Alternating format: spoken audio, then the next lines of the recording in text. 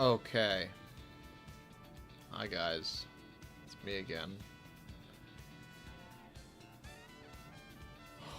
We have roughly 770 something laps, I think. Something along those lines. Either way, it's not a lot of laps left. This is a big deal. Hello, Alvin. Welcome in. Hey, plus 2 laps. Oh. I probably already added them. Also, big thing for today that I'm going to be pinning in chat. Since this is now the finale, and we are in the final stretch, hold on.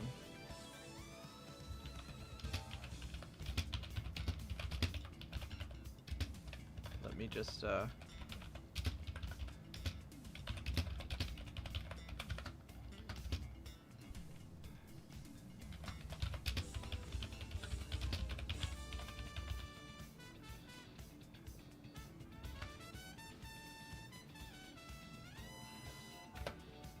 I'm going to pin this message just to let people know that we are no longer adding laps. We are going to be at 3,401 for the remainder of this challenge. And that's simply because I need this to be done. So, we had a lot of laps, and I want to thank everybody for submitting so many laps for this challenge. It has been awesome. It has been super cool to see just how many people wanted to partake in this. It has been super cool, so thank you all for doing that. Okay, without further ado, we're gonna get started. We're gonna run some laps today. Also, I'll put the lobby code up. For anyone who wishes to come in and grind out laps with me, you're more than welcome to. I have a feeling we're going to start out relatively slow today. Especially because everybody, it's like noon on a Wednesday. We're not going to have a lot of people in here. I have my doubts too many people will join off the bat. Everybody's probably still in school at the moment, but we're just gonna keep going because I need to get these laps done. Hopefully, I'm hoping to be done today, but for that I'll have to grind for quite a few hours in one day. Saying that you can get a 45-second lap every time, you can actually do 800 laps in an hour. I'm not too sure what the math is there, but I don't think it's correct. You might want to check your math, because that's definitely not right. I could do 45-second laps. That would roughly be maybe, I don't want to say, it's somewhere around 80 laps? No. 75 laps per hour would be the time on that. But that is not the case.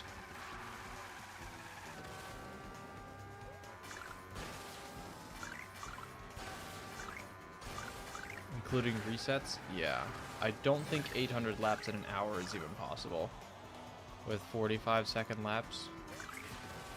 No way.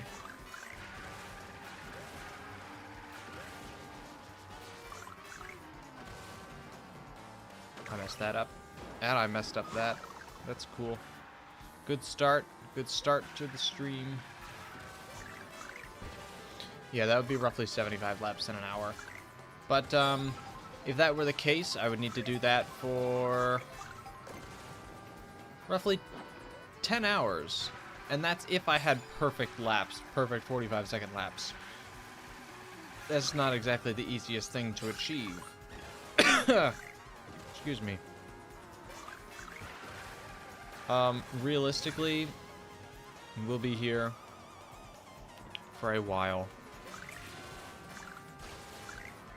But we can have viewers can come in and grind out laps as well. I know we had a lot of people come in yesterday and grind out laps, which was great. That really helped. And if we have more people come in later today, more later tonight, probably, we can have it done by tonight. I could realistically grind out until 10 p.m. tonight and probably have it done.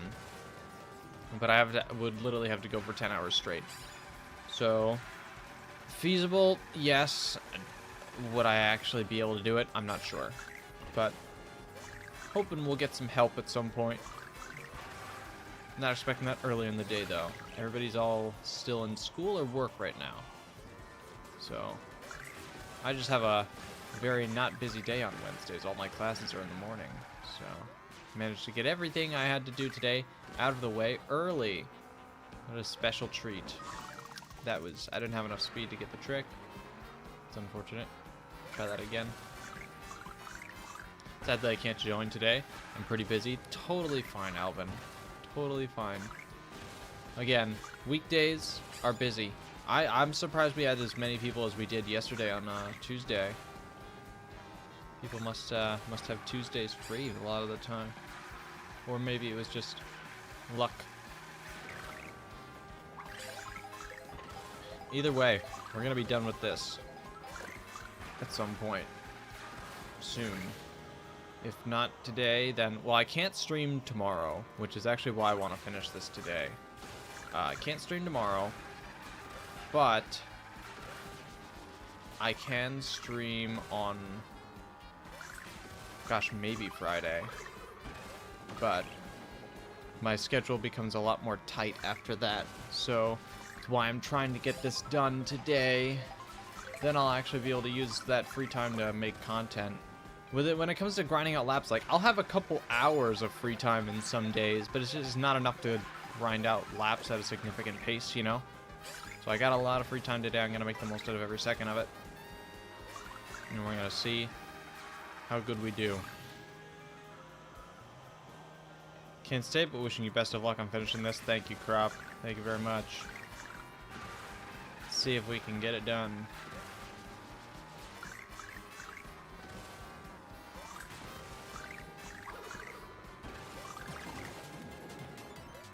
And if we do get it done today, we end off with a nice personal best of 210.8 on this track, which is incredible.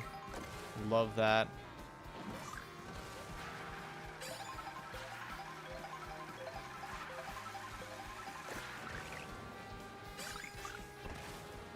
Pretty good.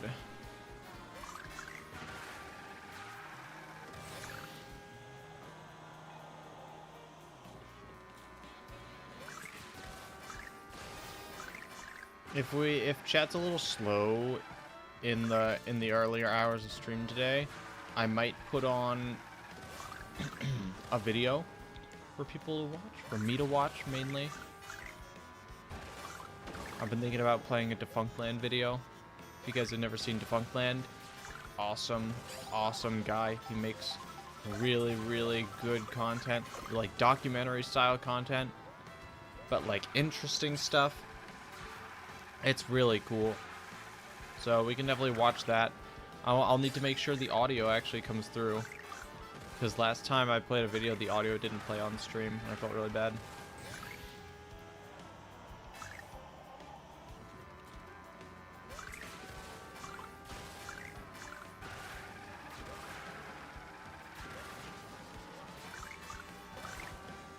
Oh. Bounced up into the air, misaligned me.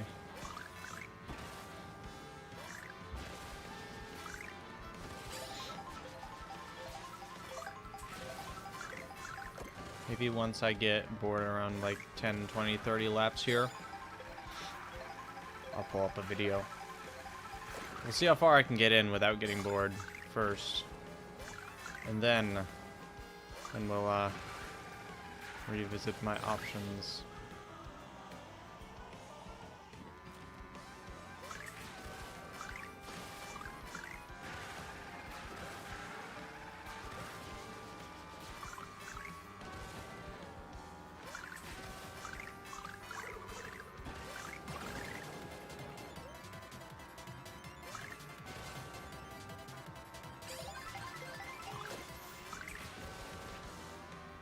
No, stop that.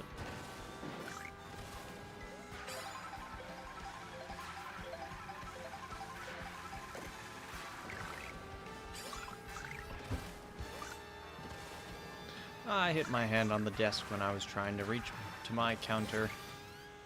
Awesome. Love that.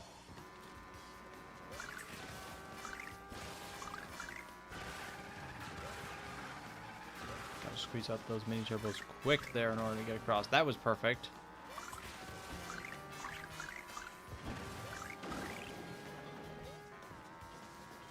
I don't know where I'm supposed to get that trick there, but I'll have to troubleshoot that at some point. Because I'm always so inconsistent with those tricks.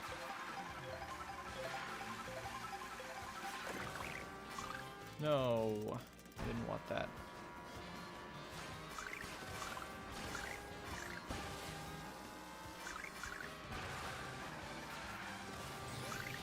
Whoa, you're still here? Hello, Tom King. Have you slept? Yes, I have slept. We're just starting off for today. I had classes in the morning, then I grabbed lunch, then I started upstream. That's been my day so far. It has really just been like, if I'm not in classes or work or sleeping, I've been streaming this track pretty much, which means I don't have any videos to put out once this is done. I do have someone actually editing a video for me, and it's the fishbone video, so hopefully we'll have that out soon. I have to check in with him and see his progress.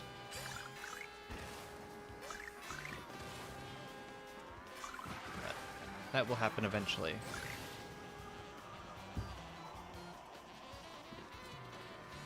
Did that not count? I put a lap on the counter and it didn't update, so hold on. Ooh, that was close. It worked.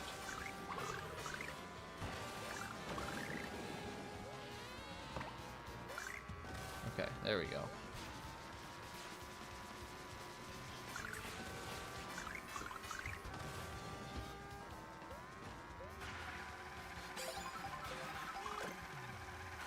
Another mushroom. Very sick.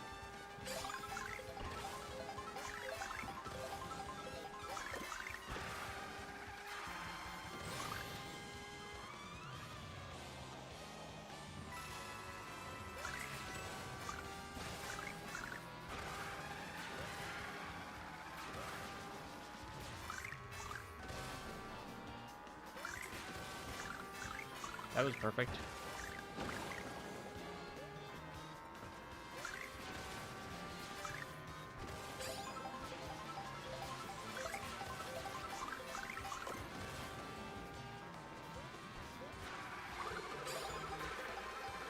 All things considered there, very solid lap.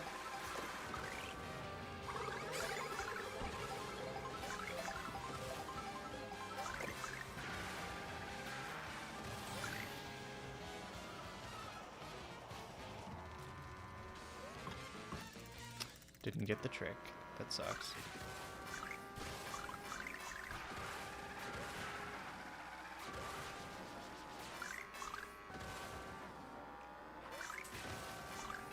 Really starting to get a feeling of where that kind of sweet spot is on that jump. How to perfectly clear the rock. It's incredible that it's taken this long to find that sweet spot, but granted, I haven't been just practicing that cut. You know, if I just practice it over and over and over, I probably get a bit further on that, but I'm practicing the entire track all the way through every time. So nope, we're not doing that. Smaller path, it's honestly easier to rewind, because if I take the the slower path, it's going to take way longer to complete a lap than just rewinding back up.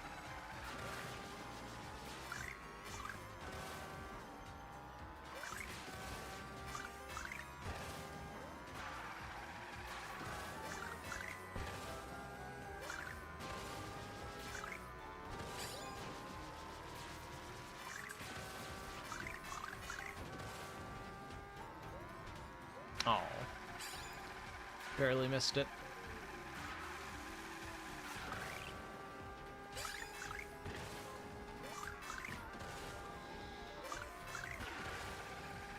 Hey, Heart, hello, Baduka, what's going on?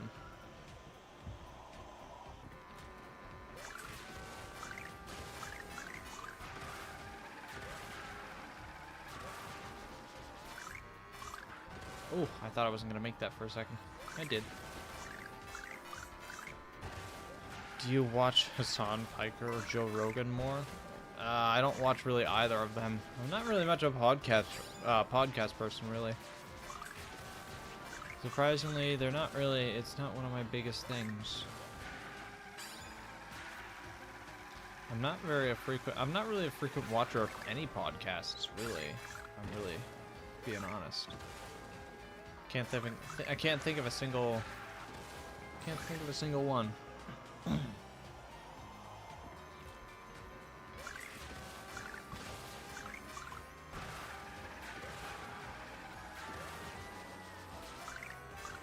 Nope, that was a sidetrack. Didn't want to do that. Whoops. Are you MAGA? Dude, just no. We're not doing politics in chat. We can stop that right now.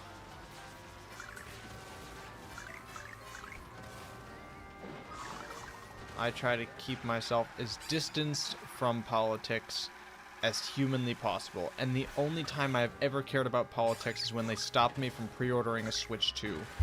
That is literally it. Otherwise, I don't care.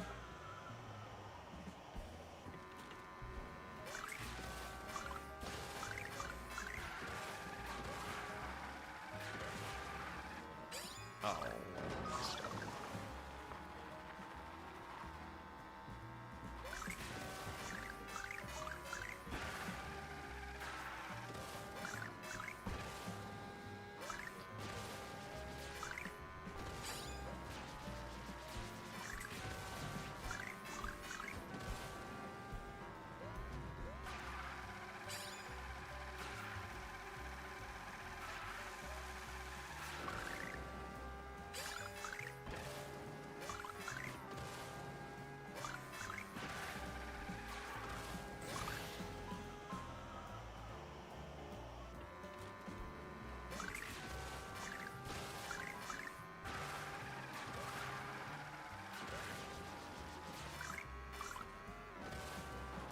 Did you hear about the Mario Pitcross remake? I don't think I have. I don't even know what that is, to be honest. I saw Nintendo put out a video online. This was interesting. So they did it. It was a baby, right? It was a baby. Has anyone seen this? Nintendo just put like a really high quality animated short out with just this baby learning how to walk and with a bunch of toys, and later it was edited in, which was crazy. If you guys haven't seen this today, the video was edited that now it shows a bunch of Pikmin in the video, and that's why it was so weird, is people didn't know that there were Pikmin in it because they were invisible on the first render. I don't know, it's something strange. I don't get what they're trying to do with it. Are they trying to announce a new Pikmin game? Probably not. Pikmin 4 only came out, what? 2-3 years ago? I don't remember when Pikmin 4 released, but there's no way they're already doing Pikmin 5. That's not happening anytime soon. Right? Am I crazy to think that? Feels too soon. I think it's probably like a series of like Pikmin animated shorts. I don't know if they'll do multiple of them, or if this is just like, hey, we made this and it was funny. Maybe it's like one of like the Pixar short films that they play before their movies. Like if they, for the Super Mario Bros. Movie 2, you know, Super Mario Galaxy. Do you think they're gonna, I think that would be cool if they played that as like kind of, you guys remember, right? How at the beginning of old like Disney Pixar movies, they would do a Pixar short film before the movie actually started. I don't know if they still do that nowadays, which is crazy. But every time you went to the movies, when I went as a kid and you went to see a Pixar movie, they would have a short film play before the movie. And it was something that like a couple like a small team in their studio made, which was always so cool to watch. So I don't know if Nintendo's gonna try their hand at doing those, and they're gonna, like, before their movies, show us a little short film. If they did that, that would be awesome. And if that's what that is, that would be so sick. Like a little Pikmin animated short. It'd be cool if they made them for, like, every movie they did, you know? That's my hope, is what that is. That would be awesome. I don't know if that would be, but, like, yeah. Only ever watched The Godfather. That's the only movie I've ever watched. That sounds about right. But I'm calling it right now. I think that tiny little film they made might play before the Super Mario Galaxy movie. I don't know. It just, something tells me that they want to show. It's like, it's clear that they maybe had like an animation team working on this. Maybe they're working on their own animation studio. That could be possible. And if this is any indication towards that, maybe that is the case. And they'll show these little short films before their movies. I know the Mario movie is animated by Illumination, though. So, I don't really know if this is Nintendo, if Nintendo's making an animation studio so they can make their own movies in the future, and they can animate their own. I guess that would make sense. They have a lot of good franchises that could get really cool movies. So, that would be a really cool way to show off their animation skills so far. Because it doesn't look bad. It's very playful. You know, it's very simple. And just like Pixar short films back in the day, there's no dialogue. It's all told through a visual medium, which is a great way to show off. Like short films, it's great. It's universally understood by everyone. Whether you speak Japanese or you speak English or you speak Spanish, it doesn't matter. You are going to understand that short film, which I think is the best thing about short films like that. I love it. Always so fun to watch those. I remember one of them when I was a kid. I remember a lot of Pixar short films. There was one where it was the magician with the hat, and the hat, like when he reached in the hat, there was a second hat where he could actually reach in and take a bunny, but the bunny didn't like being taken through the hat because he wasn't feeding him a carrot, and so he kept putting other things through the hat, and the magician kept pulling out different things, and it wasn't the bunny. Like he would pull out, like, I don't know what he'd pull out. Like maybe he pulled out flowers. I think he at one point put his hand through a bit too far, and the bunny didn't like it, so he stuck his hand into an electrical socket and electrocuted him on stage. He started dancing, and then everybody thought it was just part of the act, so everybody clapped. It was a really funny film. All right, I love those things, and I wish we still had those. I don't know if we do. Granted, it's been a while. Last time I saw a Pixar movie in theaters was Inside Out 2, and I can't quite recall if they had a short film in front of that. They better. The next one I'll probably watch is, I don't know, Toy Story 5, Incredibles, something like that. I know they're making an Incredibles 3, which is crazy. Wonder if it'll be any good. It just screams cash grab, though. So, let's just hope there's an actual good story and they're not just making it for money. But let's be real. They're making it for the money. I also watch Grey's Anatomy clips on YouTube Shorts. Cool. What shorts have I been getting recommended recently on YouTube? I don't remember. I've seen... there are a lot on, like, that one Tetris movie that I never watched. There's some guy who made, like, it follows, like, the founder or something of Tetris. I don't know. Something like that. And I've kept seeing shorts on that movie. It makes me want to watch it. Honestly, if movies want to advertise themselves, do it on YouTube Shorts. Show a clip from your movie on YouTube Shorts. People will get interested and actually want to watch the movie. I swear, it's some of the best advertising out there right now, is just put it on YouTube Shorts. You know? It's legitimately, like, I can't believe movie companies are not doing this. It's so incredibly smart. And J-Heart Live Shorts also. I watched the Wiggler one on the loop when I'm on the pooper. That's great. Didn't know I had a Wiggler one.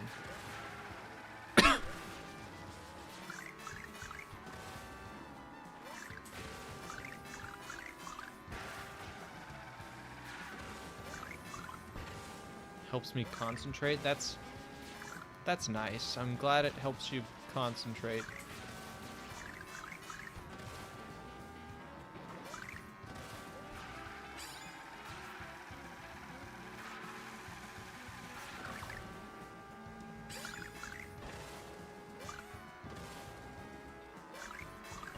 I don't know. I haven't been watching a lot of films recently, like going out to the theaters and actually watching stuff, which is really sad. First of all, movie theater tickets are ridiculously expensive now, so there's that. But, like, also, I just don't want to... There are no movies that I'm interested in right now, which is really sad. Last one I saw was maybe the live-action How to Train Your Dragon remake, which, granted, was really good. I really enjoyed that one. I know some people have their choice words about it. I thought it was nice. I still think I might enjoy the animated one a little bit more. Even though the first one's animation is pretty dated, I think the second and third one look way better than the first one. Third one especially. Third one I think has the weakest story by far. However, it is such a beautiful looking movie. And I love looking at it. It's not a bad story by any means, you know? It's still good, it's just not as good as the other. It's not as good as the other two, really. But it's still an incredibly solid trilogy. DreamWorks, I'm telling you, they cook with their animation styles nowadays. DreamWorks has been stepping it up.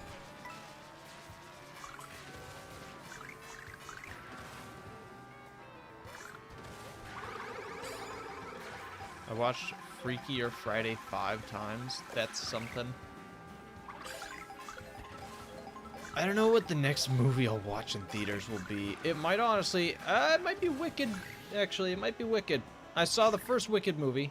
That was really good. I saw it with a bunch of friends. And honestly, you guys might not know this about me, but I do know... I know about musicals. And Wicked was... I saw that in New York with my mommy one time. So... That actually does, I'm not a, like, a musical kind of person, per se. I wouldn't claim to be that. But I have watched musicals before, and I do enjoy going to see them. I don't like seeing all the modern day shit that's coming out. I kind of like a couple more of the classics when it comes to that, but Wicked is definitely one of those musicals where it's not necessarily a classic, but it's pretty old. And they made a movie on it, and it's really good. I was really impressed. And it was only the first part, though. It's a long, long story, so they're doing 2 parts. Second part's coming out this November, and I'm quite excited to watch it. So, here's to hoping it's good. I mean, the first one was fantastic, so... Thankfully, I wasn't in one of the theaters where people tried to sing along, which I would have found to be a little obnoxious, because, yikes. This ain't your personal stage, get out of here. I'm just trying to watch the movie. Really beautiful set design, too. I think it's Universal who made... Yes, it was definitely Universal. And just absolutely fantastic. All the costumes were handmade. And, like, all the set design was just immaculate. The colors were awesome. Really, really solid in general. I went to Universal Studios about a year back. No, not a year back. Half a year ago. Last January. And, we went and saw, there was a little Wicked area in the parks. Like, they had a little building all themed around it, and they had, like, costumes from the film sets in there. And we have a friend who's really into costume design. Like, they want to do it for a profession. And they were, like, losing their minds getting up that close with a bunch of those costumes. It was really sick. I know, I'm probably talking about a lot of stuff that a lot of you probably don't really care much about, but it was fun. It was fun to see. I have passions outside of video gaming, I suppose. Just a few. And next movie I'll probably see is Wicked. I don't know what else. Ah, there's a Star Wars movie coming out soon. Although a lot of people have been like, it's gonna suck. I don't know how they know that, but they do. Apparently the next Star Wars movie's gonna suck ass. It's about the Mandalorian. You know, the Jon Favreau creation.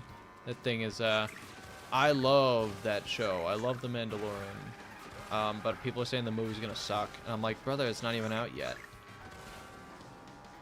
Granted, they've been kind of fumbling with Star Wars. I'm a big Star Wars guy, so I know about all the series that are coming out. And I know that Disney has had a lot more fumbles than hits when it comes to Star Wars stuff. I like the universe they kind of made with The Mandalorian and all that. I love those shows that take place in that period. But, like, I also watched The Acolyte.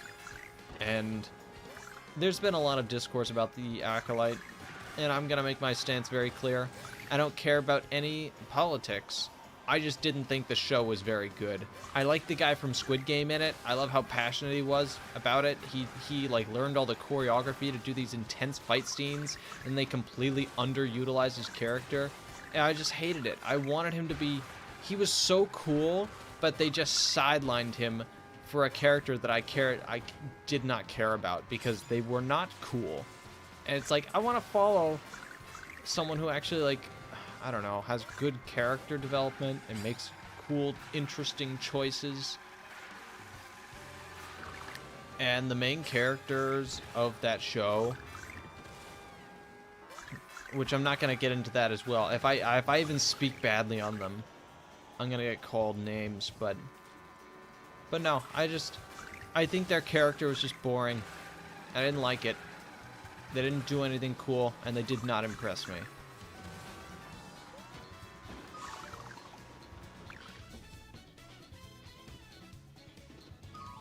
I miss the old channel PFP. I'm sure you do. What was that? I just heard something through my headphones. I don't even know what it was, but it was weird.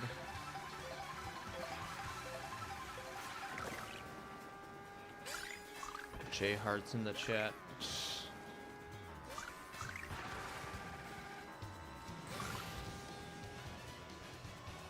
But I'll probably see the Mandalorian movie. I want to see it. I'm excited for it. I'm hoping it's good. I don't want to be like too overly critical when I watch it. Probably first time I watch the movie, I'll be honest, I'm not going to be judging it too hard. I'm just going to be going to the movie theater to have a good time. I'm not going to be overly critical. I'm not just going to be like, wow, this is terrible. I'm going to sit there and I'm going to enjoy it. I'm going to point and laugh with my friends and have a good time watching a Star Wars movie. Because that's what I love. But everything, I'm just like, that's pretty much it. After that, I will be judging it more harshly. You know?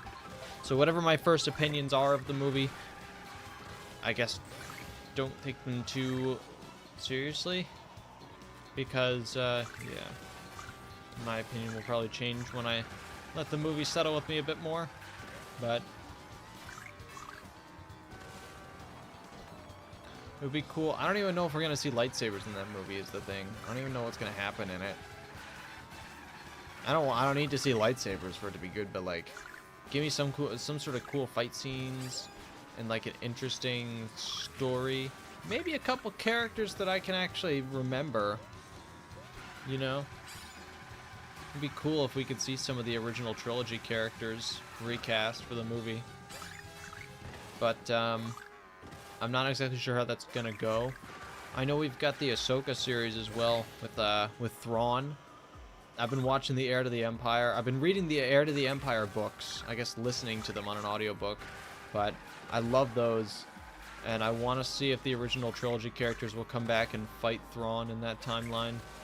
That would be extremely cool to watch. And I would be parked in a seat for that.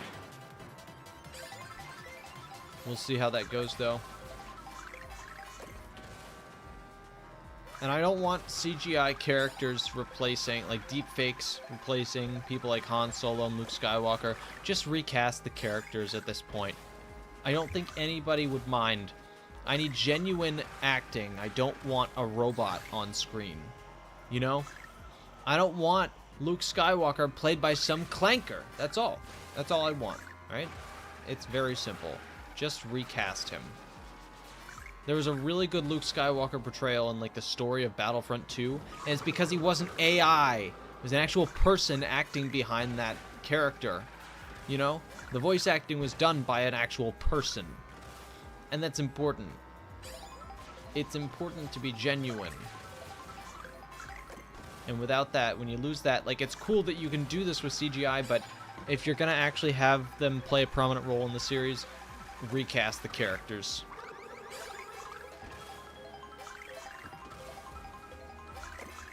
As you can tell, I'm very passionate about Star Wars. I'm not, like, as, like, crazy as other people saying, like, Star Wars is dead, and, you know, my life is ruined because Star Wars is dead, but no, I'm not like that. But, like, I do know that they could do better than what they're doing right now. And it's very sad because all of the hate that they have been getting means that they have slowed down production a lot on Star Wars projects. Although maybe that's a good thing, honestly. Maybe that's a good thing that they're not pumping it out like crazy, because then it's all rushed and it's terrible and yuck. But we haven't seen anything in kind of that Mandalorian kind of era of the timeline since Ahsoka Season 1, which was, God, so many years ago at this point. It had to have been almost 2 years ago now, which is a long time to be waiting for another story, especially with so many different people working on Star Wars stuff. Crazy that we've had to wait this long for anything. Ah, I felt that. Fun.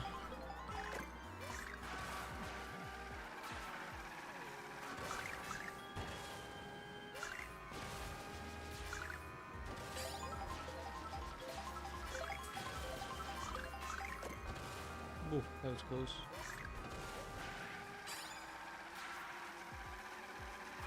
We have 45 laps on the counter right now. I'm gonna keep it going until I reach 66. That way I can add it up and it can go all the way up to 2,700. Sounds like a good way to deal with it. Mr. Krabs, hello Mr. Balls, how you doing?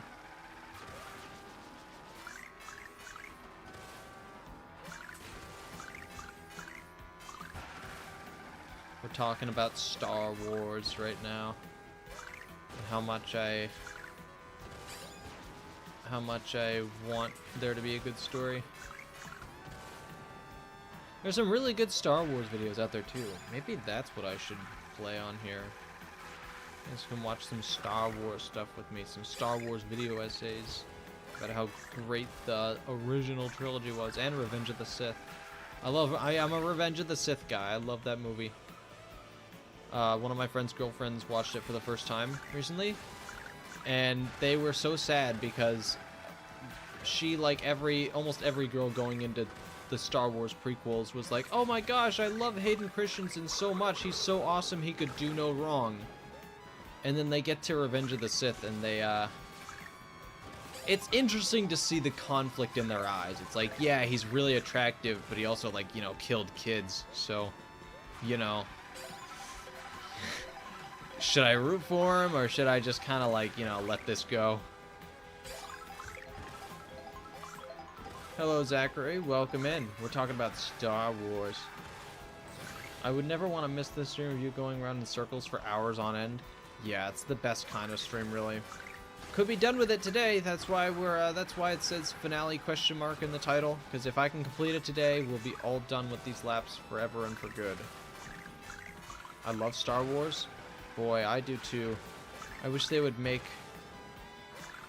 just put out... Yeah, I'm excited for the Mandalorian movie. I know a lot of people are telling me I'm stupid for being excited for it. But regardless if it's good or bad, I'm gonna go see it with my friends. I'm gonna get some snacks, and I'm gonna go to the movies, and the thing is gonna blow up, and then not the movie theater, something on screen is gonna blow up. And then everybody's gonna point and cheer, all right? And I'm gonna have a good time. So that's that. Regardless if the movie is good or bad, I'm gonna have a nice time. That's my goal, is to have a good time watching a Star Wars movie in theaters for the first time since 2019, which 2019 had Rise of Skywalker. Awful movie. Terrible movie. Really fun to watch with a group of friends, though. But after that initial hype died down, I'm like, wow, that movie was kind of shite. Star War. Star. Hopefully listening. Gonna BC with my friends. Alright, sounds good. Oh, wait. Nope. I already logged that lap. I don't need to log that yet.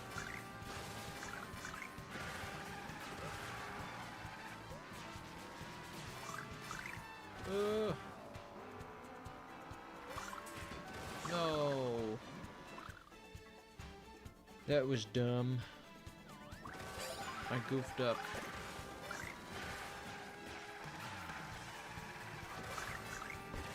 Only 800 or more. That's right. That's right. Welcome in SP Ray. Only however many more to go. We're getting close. I got 50 on my counter here, so I'll be adding those once I get up to 66. That way I can make the total a nice clean 2,700. Which will mean at that point it'll officially be, what, 700 laps to go? 701? Yeah. Hello, Poof. Poof Pit. I don't know what that is, but welcome in. Aren't you at least getting good at this track? It's true. It's true. I will be getting good at this track. I've gotten pretty decent at it, actually. I got a personal best of 210, I believe. Yeah. 210.8. Kind of nice. 210.8 is pretty good. I'll take it.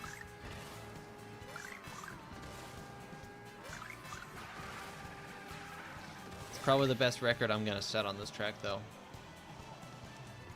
After that, the frustration starts to set in, and it's just not going to be good for me.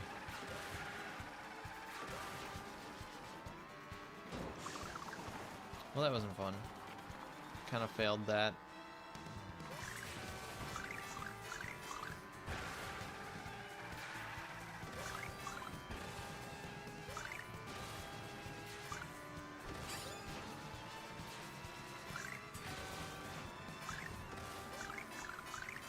You guys, I'm thinking about putting a video on stream that I can watch, and that you guys can watch as well while we're racing some laps. I'm debating either putting up a Star Wars video or a Defunct Land video, which is kind of like a documentary thing, but it's like for very weird things. Like Defunct Land made a video on who wrote the Disney Channel theme song, because that was apparently unknown for the longest time, which was really funny. So love that one. It makes great videos. What do you guys think? Star Wars or Defunct Land?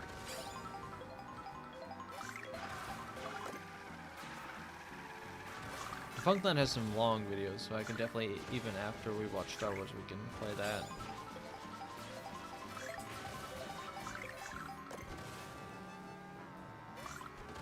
For some reason, my eyes are super droopy right now. I got plenty of sleep last night, though. So I don't know why they're being so droopy on me right now. So strange. Dry? Yeah. It is pretty dry.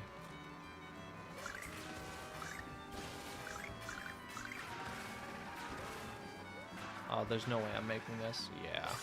Nope. Messed up. Honestly, online, I don't know if I'll ever go for the charge jump unless I really feel like it's going to save my race, or if I'm in a very clean spot and I can take a risk in first place, but a lot of the time that won't be the case. I'll probably just go for the mini turbo version of the jump, just because it's way safer and all that. Yeah. That's my thought process.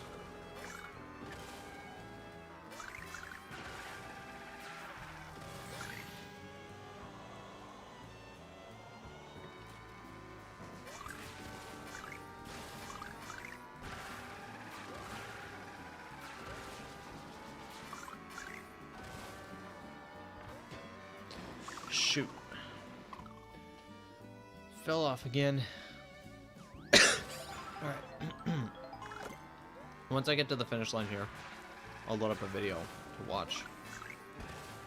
Alright, we're at the finish line. It's 55 laps on my counter.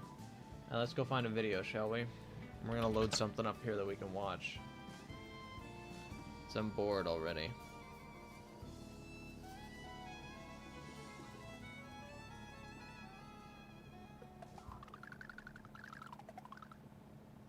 Alright.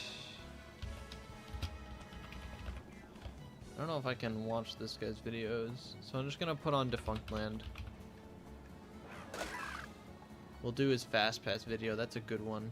Well, that's a really good one. It's a long one too. Very long. First of all, let me make sure that that it's on here and playing. You guys can hear all of it. There we go. Is that big enough for you guys? Hopefully it is.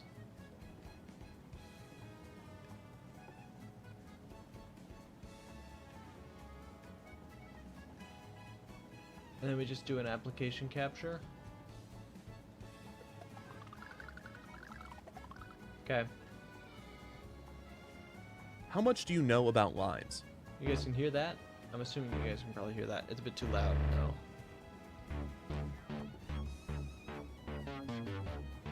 Man, must be still a bit too loud. A line, or a queue, is an organized group of people, or in this case dots, waiting their turn for some thing.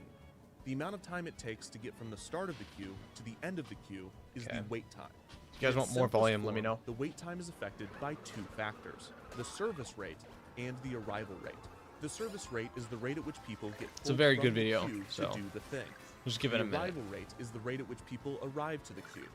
Speed up the service, and the wait time decreases. Increase the arrival rate, and the wait time increases. At its core, this is all a line is. How fast do people get in line, and how fast do they get out? But in any real-world scenario, queues become anything but simple, and there's no better showcase of this complexity than the Disney parks. Disney is world famous not only for their wait times, but for the bold strategies that they have implemented to cut them down.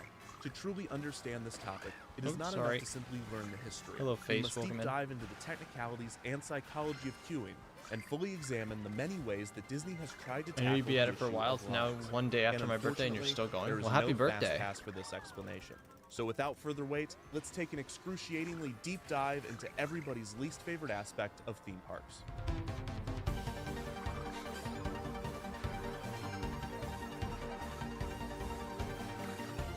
This guy puts like a crazy amount of work into these documentaries. It's insane.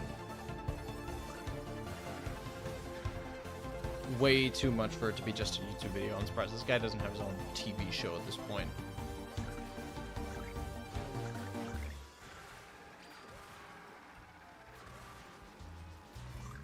On October 1st, 1971, Walt Disney World opened to the public, with 2 resort hotels and 1 theme park, the Magic Kingdom. I love Within the the first year of monorail. opening, That Walt thing is Disney World sick. began to experience the problem that had long plagued Disneyland Park in Anaheim: long waits for attractions. 2 of the most dreaded waits were for the 20,000 Leagues Under the Sea ride and the Country Bear Jamboree show. The wait for 20,000 Leagues consistently sat at 1 hour, and the wait for the Country Bear Jamboree could go over an hour on busier days. This might be surprising to you if you visited the parks recently. Today, the Country Bear Jamboree almost never fills its theater, and 20,000 Leagues no longer exists. You guys However, can hear it, when right? Magic You guys Kingdom can hear the opened, video? These 2 attractions had some of the longest waits in the park. This can be explained by looking at the arrival rate and service Gonna be rate going of out these today attractions. to sell my old Switch. Don't know what it's worth. The service rate Got a for theme park first-gen attractions Switch. is Scarlet generally Violet measured in OLED hourly Switch. Don't need them capacity, since I or got how many guests can board Switch an 2. attraction Oh, within yeah, 1 might as hour. well sell them. 20,000 Okay, you Leagues guys is a can hear the low video. capacity Awesome. attraction, Good to hear. only able to accommodate around 1,200 guests per hour. Compare this to the Haunted Mansion, which can accommodate around 2,800 guests per hour. This difference was due to their ride systems. The Haunted Mansion is a continuously operating omni-mover system, while 20,000 Leagues could only seat 40 guests in each submarine and could only operate up to 9 submarines at a time. So in a 12-hour day at the park, over 33,000 guests could ride the Haunted Mansion, while only around 14,000 guests could ride 20,000 Leagues Under the Sea. Looking at this difference another way, if 1,000 guests were in line for both attractions, the wait time for the Haunted Mansion would be 35 minutes, while the wait time for 20,000 Leagues would be 1 hour and 20 minutes. The Math. Country Bear Oh my Jamboree God. had an even lower capacity than 20,000 Leagues, but its issue was less in its Those things are service rate creepy. and more I'm in its sorry, those things are arrival rate. very. While They're the like Freddy capacity of the ride Fazbear. is determined by design and operation, the Especially arrival because they're rate bears. is mainly determined by guest demand. This demand can be influenced by such factors as the quality of the ride and the marketing done for the attraction. The demand and capacity relationship is somewhat similar to the relationship between the supply and demand of a product, except rather than determining price and quantity, demand and capacity determine wait times and number of riders. Today, once a guest has entered a Disney theme park, they are able to ride any attraction they choose, but there are only so many operating hours each day, so time becomes a currency that they must spend. For instance, a guest might want to ride the Jungle Cruise if the wait were 30 minutes, but that same guest might not want to ride the attraction if the wait was 1 hour.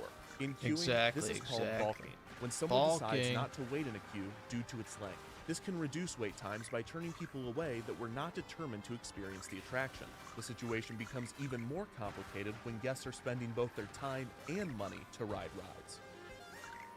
When it opened, Walt Disney World utilized getting a on the ticket rides book is system free.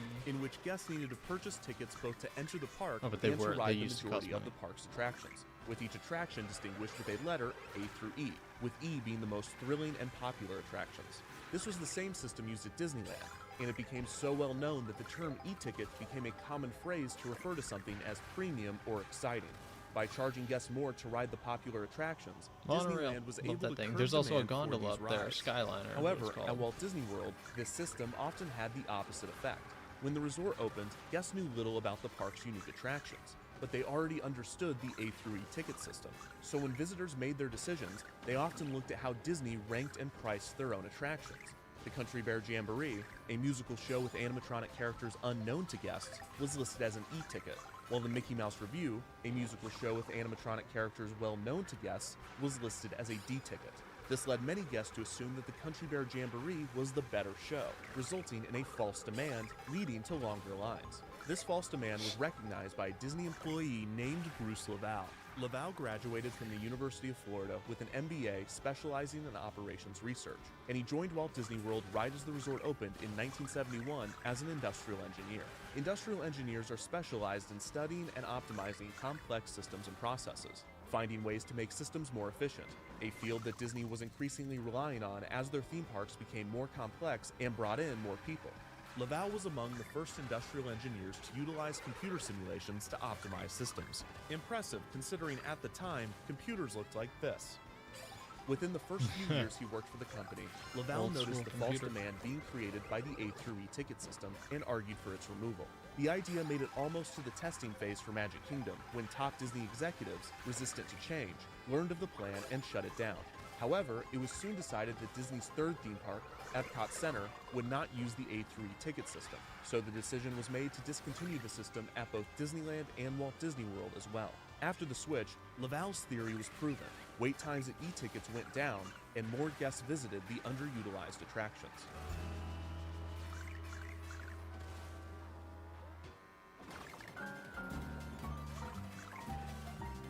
So smart. Long lines were by no means eliminated from the guest experience after the A through E ticket system was discontinued. In fact, lines were the #1 guest complaint at all 3 Disney parks. This is why when Disney opened its first international park, Tokyo Disneyland, in 1983, many within the company were surprised at the patience and endurance of Japanese tourists to withstand long lines, especially when compared to Americans. This is because different cultures have different reactions to queuing, with Americans tending to be some of the most impatient, right up there with the French, which Disney would learn soon enough. Also, people's reactions to queues changed significantly over time, and the Disney parks have played a major role in French. this evolution. The most common They don't type like of waiting queue at in Disney line. is called the switchback queue, in which guests snake back and forth in a zigzag motion. This was pioneered by Disney's Imagineers at the 1964 New York World's Fair. The lines Add for 15 Disney's laps for attractions me? at the All fair right. were long and out Sounds of good, control. thank you. So Disney developed Let the me do that real switchback quick. concept, which organized and condensed the line. Reportedly, Walt Disney himself that would also be felt the 1, 2. concept had a psychological benefit. Because guests were moving back and Thank forth, you. they were face to face with other guests, allowing them to interact with strangers back I'll when add people these were points into that now. sort of thing. That's Switchback 79. queues were soon implemented throughout Disneyland, then at Walt Disney World, Epcot Center, and eventually everywhere. But since queuing is always evolving, by the mid-1980s, distaste for the calculator? switchback queue had grown. People were no longer tricked by its condensed nature, and the endless zigzagging soon became grating. To combat this, Disney went back to the drawing board, coming up with a simple, three-tiered strategy to improve guest time in line. Number 1, keep waits to a maximum of 15 minutes. Number 2, if a guest must wait more than 15 minutes, give them entertainment, such as immersive queues and pre-show videos. Number 3, hide Yeah, the queue from entertainment. view, sectioning off different parts of the queue so the guests can't see how long the line really is until they've already waited in it. This strategy really came down to one basic principle. If you remove the guest's ability to visualize the wait itself will feel shorter. That's why so many lines are 1987, like Bruce indoors Lavelle and was these named like the small director of like the studio tunnels or tour and hallways. soon to open That way you Disney can't MGM visualize the Studios. wait.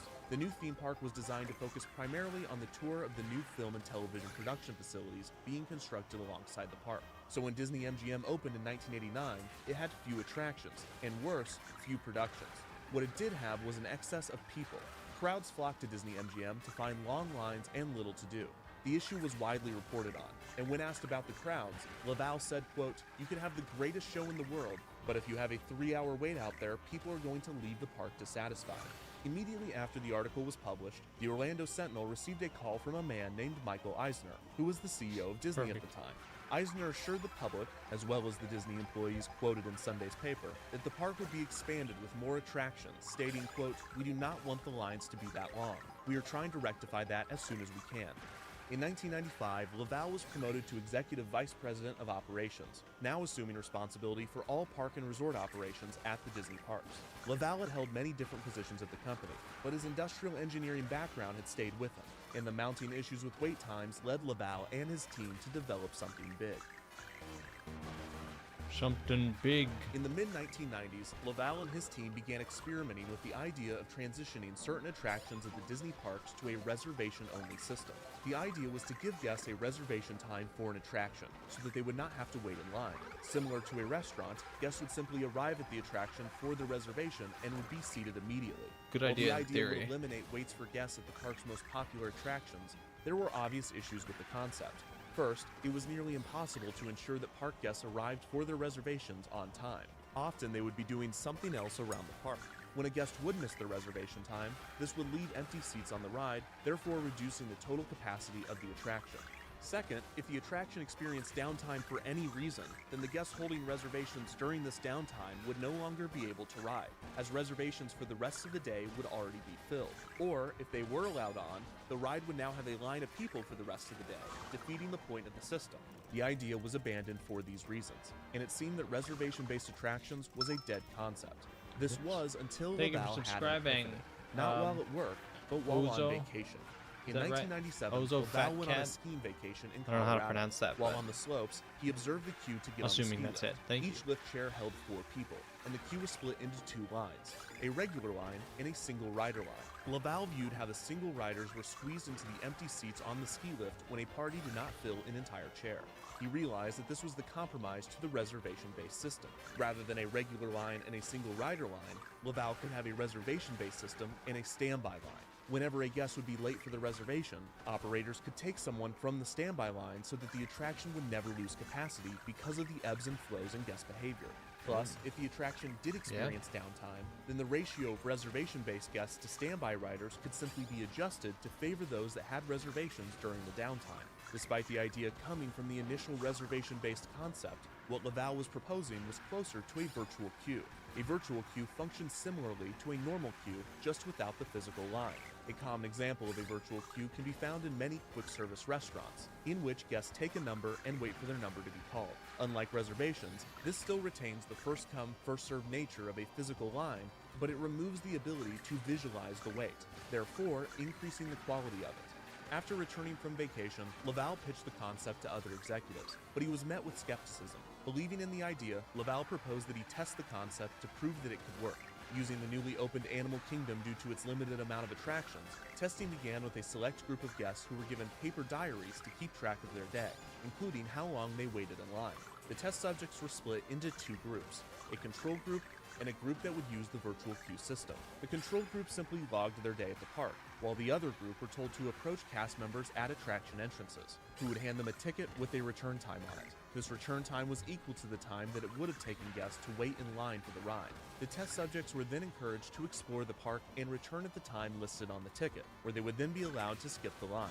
The test was a huge success. The virtual queue subjects were able to experience 25% more rides than the control group, and their wait times were reduced by 50%. The virtual queue subjects left the park much more satisfied and far more likely to return than the control group. If this was not convincing enough Add for 10, I executives, did 10. the test Okay. also showed that those Thank you. using the virtual queue system spent more of their time at gift shops and dining locations, I'll do that real resulting in quick. more spending when compared to the control group. Executives approved the concept for further testing, which continued throughout early 1999. Nope, I was adding laps to both the at counter and I Disneyland drifted Walt off the Disney World. turn. That summer, testing focused on Space I have 'em on Mountain my at the phone. Magic Kingdom, which often had the park's longest wait.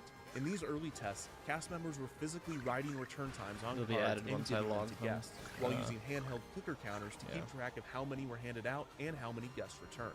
The tests were often haphazard Thank you and for doing 10 chaotic, laps. but they were successful enough to prove that not only the system could work, but it would make guests happier and more likely to spend money. Many within the company, Money. including Laval, felt that the system should be free and available to all visitors so as not to create different classes of park guests. And it Citing was Walt for a Disney while, himself, it was who was known free. to wait in the park's lines with his guests. With the test labeled a success, executives approved the permanent installation of the new virtual queue system, officially titled The Fast Pass. Love that. Absolutely love it. Hey! Did you know that you don't have to wait in line to ride some of your favorite attractions? Just look for the signs of selected attractions and insert your park ticket. Love how he You'll gets get a like complimentary archival Fast footage Pass too. That's with awesome. the return ride time stamped right on it. guests who entered a Walt Disney World park in late 1999 were met with a brand new system, Fast Pass. On the surface, the system was simple. Guests would approach an attraction, where they would be able to view the posted standby wait time. If this was manageable, they could join the standby queue right away. However, if the wait was too long, they could instead choose to receive a Fast Pass at the kiosks placed outside of the attractions. Guests inserted their park admission ticket into the kiosk to receive their Fast Pass with a 1-hour return window listed on it. They could then enjoy the rest of the park, and once their return window arrived, they would hand their ticket to an attendant and enter the Fast Pass queue, Sweatshirt boarding is the so attraction with a uncomfortable. minimal wait. But it's Each kinda guest could only cold. hold one Fast Pass at a time, and they could not receive another until their return window had arrived. Behind the scenes, the system was far more complex. Each attraction's Fast Pass data would be stored on a local computer housed in each attraction, controlling the standby wait time display, keeping track of how many Fast Passes have been handed out, and determining the return times being printed on each Fast Pass. The computer was connected to a server so all wait times could be monitored throughout the park, and so that the system would know when a guest had already been given a Fast Pass to prevent them from obtaining another. The system also allowed ride operators to tell the computer when an attraction was experiencing downtime, and in response, the kiosk would slow down or cease dispersing Fast Passes until the attraction was operating again. Some cast members reported this feature not working properly or not implemented on some rides, resulting in ride operators having to go to the Fast Pass kiosk, manually disperse a stack of paper Fast Passes so that return times were pushed back, and then I immediately just throw was those holding Fast on to Passes the in the right trash. trigger the whole When time. news broke on Fast Pass Can't in the trick summer if of you're still holding the 1999, trigger. Laval said, quote, "We are going to use it on 3, 4, or 5 attractions that historically have the longest lines at each park." By the end of the year, 13 attractions at Walt Disney World utilized Fast Pass, 5 at Magic Kingdom, 2 at Epcot, 5 at Disney MGM, and 3 at Animal Kingdom. In early 2000, Fast Pass was implemented in Disneyland on 3 attractions, Space Mountain, Splash Mountain, and Roger Rabbit's Cartoon Spin, with plans to expand the program. One way to keep it moving is called Disney's Fast Pass. Mi un favorito. Check this out. Oh, like the old like 2000s editing. Oh, it's just awful. Giddy up. Pretty sweet little invention. Let's hit it. Fast Pass was a huge learning curve for guests. Despite heavy marketing, many Stuff guests like did not that used know to be about the program, norm. and even fewer Crazy to think understood it. about. In the early days, And that it was haircut, referred to as too, Disney's best was kept secret, everywhere. It and was many guests the waiting ugliest thing in the standby world. lines were visibly and vocally frustrated to see priority being given to those that had Fast Passes, believing that they were being skipped or cut in line, which in a way, they were. Some people believed that FastPass was simply holding their place in the attractions line, which is not the case. The FastPass kiosk and ticket system was a virtual queue, so there was a first-come, first-served system built into the program, but that just determined guest return windows. Once guests redeemed their pass, that queue was over, and they were admitted to a new preferred queue that shared the service rate of the attraction with the standby line. The arrival of FastPass guests did affect the rate at which guests moved through the standby queue. There were a few exceptions to this, such as with Space Mountain at the Magic Kingdom, which has 2 separate tracks. So, if operated as such, one track could be standby only, and the other could be FastPass only. If this is the case, then FastPass guests are not skipping or cutting the standby line, they essentially just have their own attraction, as there are 2 separate service rates, and the arrival of FastPass guests have no impact on the standby line.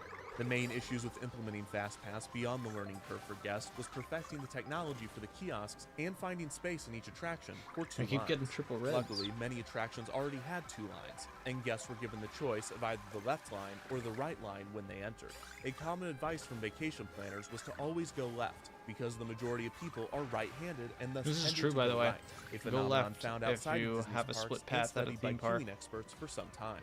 Go Some left. attractions already had a split point, but not until later on in their queue. For instance, Space Mountain at Walt Disney World had a wide single-line hallway up to the ramp leading to the main show building. Here, a railing was added and all guests had to go to the right side, so that cast members could walk on the left. This made installing FastPass fairly simple, because Disney only needed to extend the railing to the beginning of the queue and build a staircase to the entrance so the left side and the right side remained split the entire time. Reviews from those guests that used FastPass were overwhelmingly positive.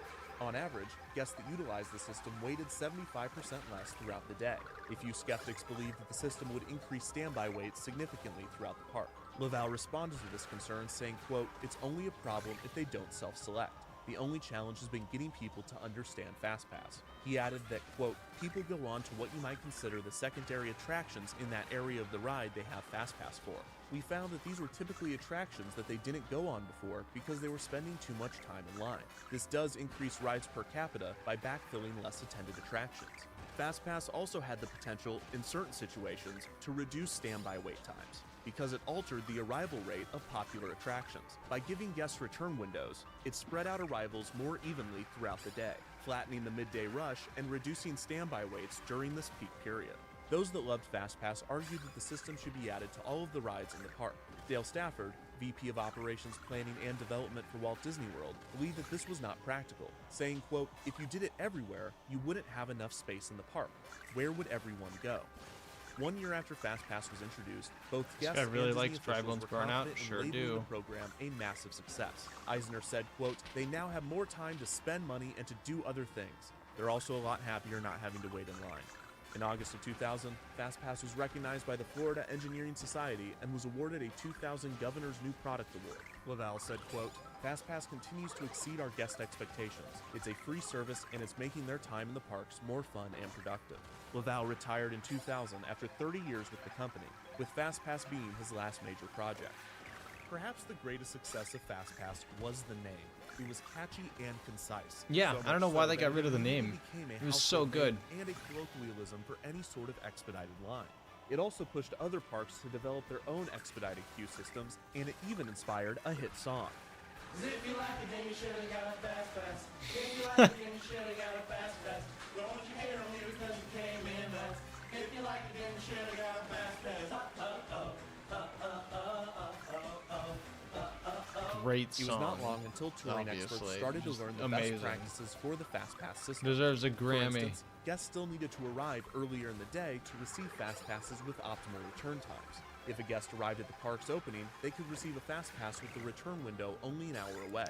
However, by midday, many FastPass return times could be 4 to 5 hours in the future. And on busier days, FastPasses for popular attractions would run out by 1 or 2 o'clock in the afternoon. While the system itself worked well, there were a few issues. One was the decision to not allow guests to receive another FastPass until the return window arrived. This left many guests upset when they went to get a FastPass for an attraction, only to realize that the return window was hours away and they could not get another FastPass until then. The solution to this was allowing guests to receive an additional FastPass 2 hours after receiving their initial one. Some less than honest guests found that they could simply keep their FastPasses from previous days or trips and reuse them over and over again. To combat this, Disney changed the design of FastPass tickets to more clearly show the date, although this did not entirely curb the practice. Others found ways to best the system to get as many FastPasses as possible. Guests found that some attractions did not communicate with the rest of the park's computers. So if they were to get a FastPass from one of these rogue attractions, they would not communicate that the guest already held a FastPass and they could therefore obtain another. FastPass kiosks were also used in creative ways. For instance, guests obtaining a FastPass for Who Wants to Be a Millionaire Play It might have received a special ticket inviting them to sit in one of the special contestant seats at the attraction. Sometimes the kiosks were used to direct people to other attractions by giving them a bonus FastPass, such as the Many Adventures of Winnie the Pooh, which sometimes dispensed bonus FastPasses for Mickey's PhilharMagic. On February 17, 2003, the 100 millionth FastPass was distributed to the Dillon family of Atlanta, who were given a special golden FastPass that allowed them FastPass access to all attractions at the resort. Mike Dillon said, quote, "Things like this don't happen to the Dillons." On a particularly stormy night in the year 1871, The Dillons. Jebediah Dillon stowed away on a cargo ship named the Queen Marge, which would soon navigate the tumultuous waters of the Atlantic Ocean. Bound for the... Whoa, I think I lost my thread here. Sorry about that. Where was I? No, I want By to keep 2003, learning about the FastPass had grown Dillons. significantly to 26 attractions at Walt Disney World, 5 at Animal Kingdom, 6 at Disney MGM, 5 at Epcot, and 10 at Magic Kingdom. Disneyland Resort now had a total of 16 FastPass attractions, 9 at Disneyland, and 7 at California Adventure. The significant increase in FastPass attractions was due less to logistics and more to the monetary benefits of the system. During the late 90s and early 2000s, Paul Pressler, the chairman of Walt Disney Parks and Resorts, had instituted drastic cost-cutting measures, slashing budgets across the board to increase profits. At the same time, Pressler, whose background was in retail, dramatically increased the amount of shopping and merchandise carts throughout the parks. FastPass was a quick fix in many ways. Not only did the system promise to get guests out of line and into gift shops, but FastPass itself could be marketed far and wide as if it were a new attraction, during a time when Disney didn't have anything else to promote. For a period of time in the mid-2000s, FastPass was used as a perk for vacation packages, namely ones booked through AAA, which allowed guests access to what was referred to as Enhanced FastPass, which removed the 2-hour limit on guest tickets, allowing them to obtain as many FastPasses My as girlfriend available, used her with Peepa the only unlock restriction guide being after that they trying to could use not the receive Kamek multiple method. passes for the She's same been trying to attraction unlock people until the since first release. pass She for is that thankful. attraction had That's expired. good. With I'm this, glad you were guests could finally enter able to get Disneyland it. Park in the morning, obtain a FastPass for every FastPass attraction in the park. I know that takes a exit while Disneyland Park, sometimes, so walk over it's to glad- I'm California glad there's a new Adventure, method. obtain a FastPass for every FastPass attraction at that park, and now, holding 16 FastPasses, have the best day ever, with the only downside being that they now have to experience 7 attractions at a mid-2000s California Adventure. The over-implementation of FastPass did exactly what Stafford had predicted, and walkways at the parks were more congested than ever. This was especially noticeable at Disneyland, which is a much smaller park in comparison to the Magic Kingdom. The park was designed to have people waiting in line, but now, with most attractions using FastPass, guests found themselves waiting through a sea of people, Two in the all game? waiting for their return To time what? to arrive. Also, standby waits for high-capacity attractions, such as Pirates of the Caribbean and Haunted Mansion, were noticeably increased with FastPass. In 2002, Paul Pressler resigned to model for The Gap, where he would also serve as CEO. He was replaced by the chairman of Disneyland Paris, Jay Rasulo. When Rasulo and other management took over, they reevaluated Disneyland's FastPass system, determining that the best solution was to begin removing FastPasses from certain attractions. At Disneyland, Pirates of the Caribbean, Winnie the Pooh, and Star Tours had its FastPass kiosks removed, and Haunted Mansion's FastPass would only be utilized for Haunted Mansion Holiday. In California Adventure, It's Tough to Be a Bug and Muppet Vision had their FastPasses removed as well. Eventually, the Haunted Mansion at the Magic Kingdom would have its FastPass removed. While FastPass worked well on some rides and did increase customer satisfaction significantly, the over-implementation within the first few years of its debut seemed to be clear proof that it was a bad idea to put FastPass everywhere.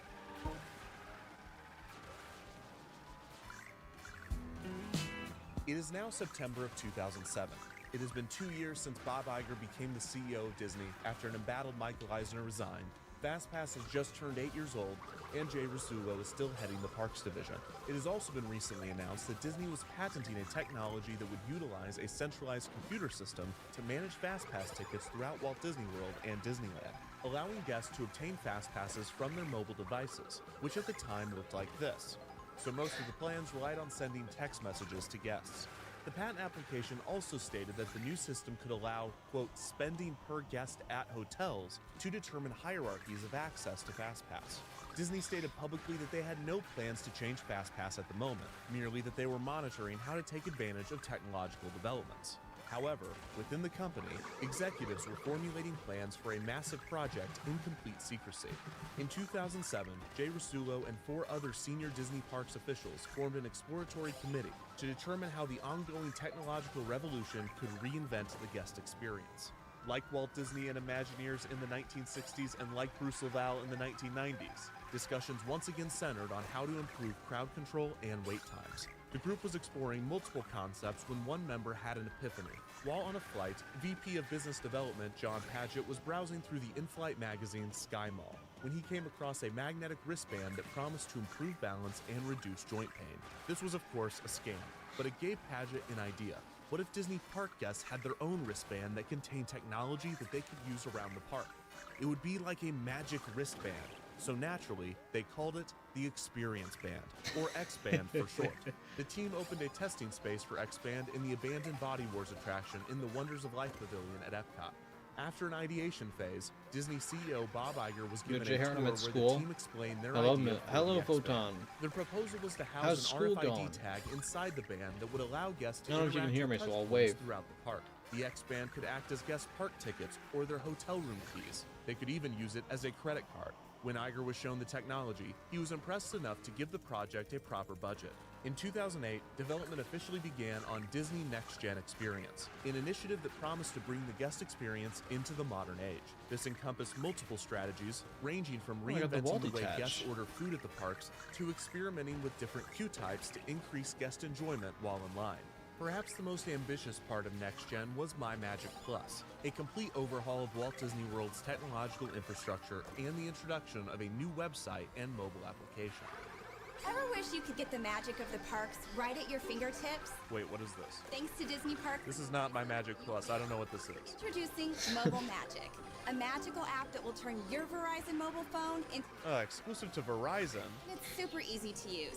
Just touch characters. Look, Mickey, just down. Oh gosh, I forgot about this. Okay, so real quick, in 2009, Disney and Verizon partnered on a new mobile app named Mobile Magic that allowed guests to see a map of the park, view show times, and play trivia for $9.99 every 180 days. Not even, Jeez. like- And you had to send a text not message even to permanent? download the app?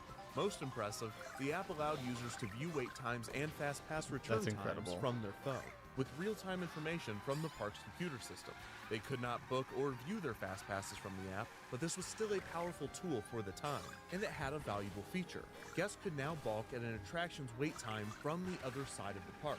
Understanding the power the app had over guest decisions, Disney began to inflate posted wait times to point guests in certain directions. For instance, if there were too many people in Tomorrowland, Space Mountain's posted wait time might be adjusted to 90 minutes despite the actual wait only being 60, in order to dissuade guests from visiting the crowded area of the park. This also served the additional function of improving guest satisfaction, as actual waits were almost always shorter than posted waits, and it gave ride operators a buffer in the event of delays or downtime. It is unclear when this strategy began, but it would become an integral part of My Magic Plus's crowd control features when the new app launched. In November of 2009, 2 years into the development of Next Gen Experience, it was announced that Jay Rasulo would become the CFO of the Walt Disney Company, switching places with then CFO Tom Staggs, who would be taking Rasulo's position as the head of the Disney parks. The switch was Iger's decision, and it was done to see which executive adjusted better to their new role. This was a way to help Iger determine his successor, as he planned to retire from the company in 2015. Staggs was inheriting the Next Gen program Look and who's My the Magic president Plus, today. and the pressure was immediately on for him to deliver on the team's plans, which had only become more ambitious. Not only Granted, the he did Next Gen retire team and want then to come reinvent back, park tickets and but, like, hotel keys, you know. they wanted to completely overhaul FastPass. Still as well. here. The new system He's would doing be a titled great job. XPass, and it was a key Not feature really. of Next Gen's Guaranteed Experience initiative. The philosophy behind can't remember the Guaranteed last time I went to see a Experiences regular was to Disney increase movie. customer satisfaction and guest retention at the resort by removing unwanted variability in vacations. The program sought to ensure that guests would be able to eat at their favorite restaurants and ride their favorite rides during their trip. This is Do where they even do XPass movies came in. anymore? Guests would now be able to book multiple I mean, like, their FastPasses own before movies. they arrived at the park. and rather than using paper tickets, they would use their X-Bands to enter the expedited queue. In late 2011, news broke on X-Pass, mainly focusing on a rumor that FastPass would cost money. People took that great, but despite the uproar, the rumor turned out to not be true, at least not entirely. FastPass would still be available to everyone, but priority access would be given to those staying at a Walt Disney World Resort hotel. The plan was for guests to be able to book between 2 and 4 FastPasses before they arrived. The specific number would be different for each park and would vary based on attendance. On the busiest days at Magic Kingdom, guests would only be allowed to book 3 FastPasses, but on most days, they would be able to book 4. However, at Epcot, which had significantly less attractions, guests would only get to book 2 FastPasses on busy days, while most days they would get to book 3. The times for the reservations will be determined by guest preferences. Guests would input which attractions they wanted to ride, and an itinerary would be created with FastPasses to optimize guest flow throughout the park.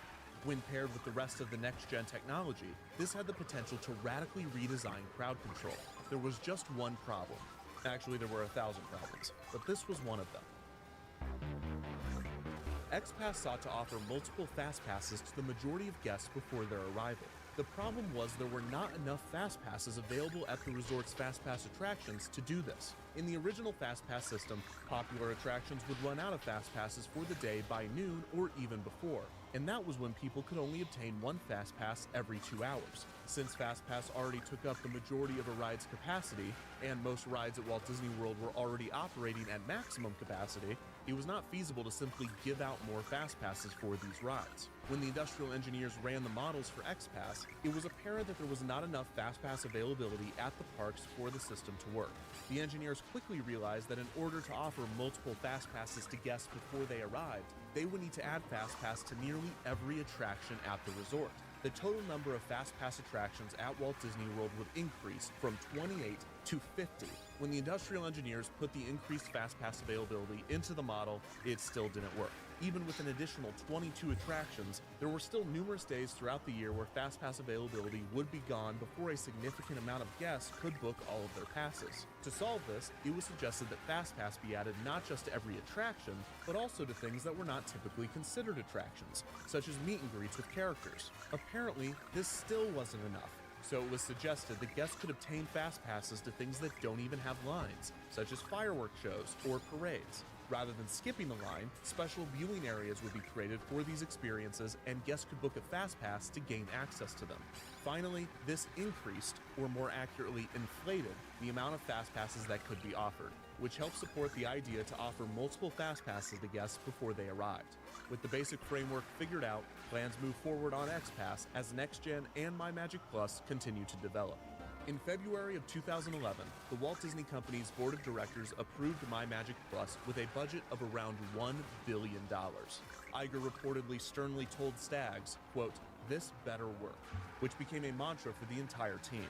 Staggs was under enormous pressure to deliver on a project that didn't really make the parks or Disney money. Now, when I put this in, does money immediately begin flowing out of my checking account? If it's working correctly, yes. Yes. Yeah. In a shocking twist, most of the rhetoric surrounding Next Gen and MyMagic Plus internally was not about the potential profit from the system. Those developing the new technology and even much of the executive team believed in the more altruistic benefits of the program.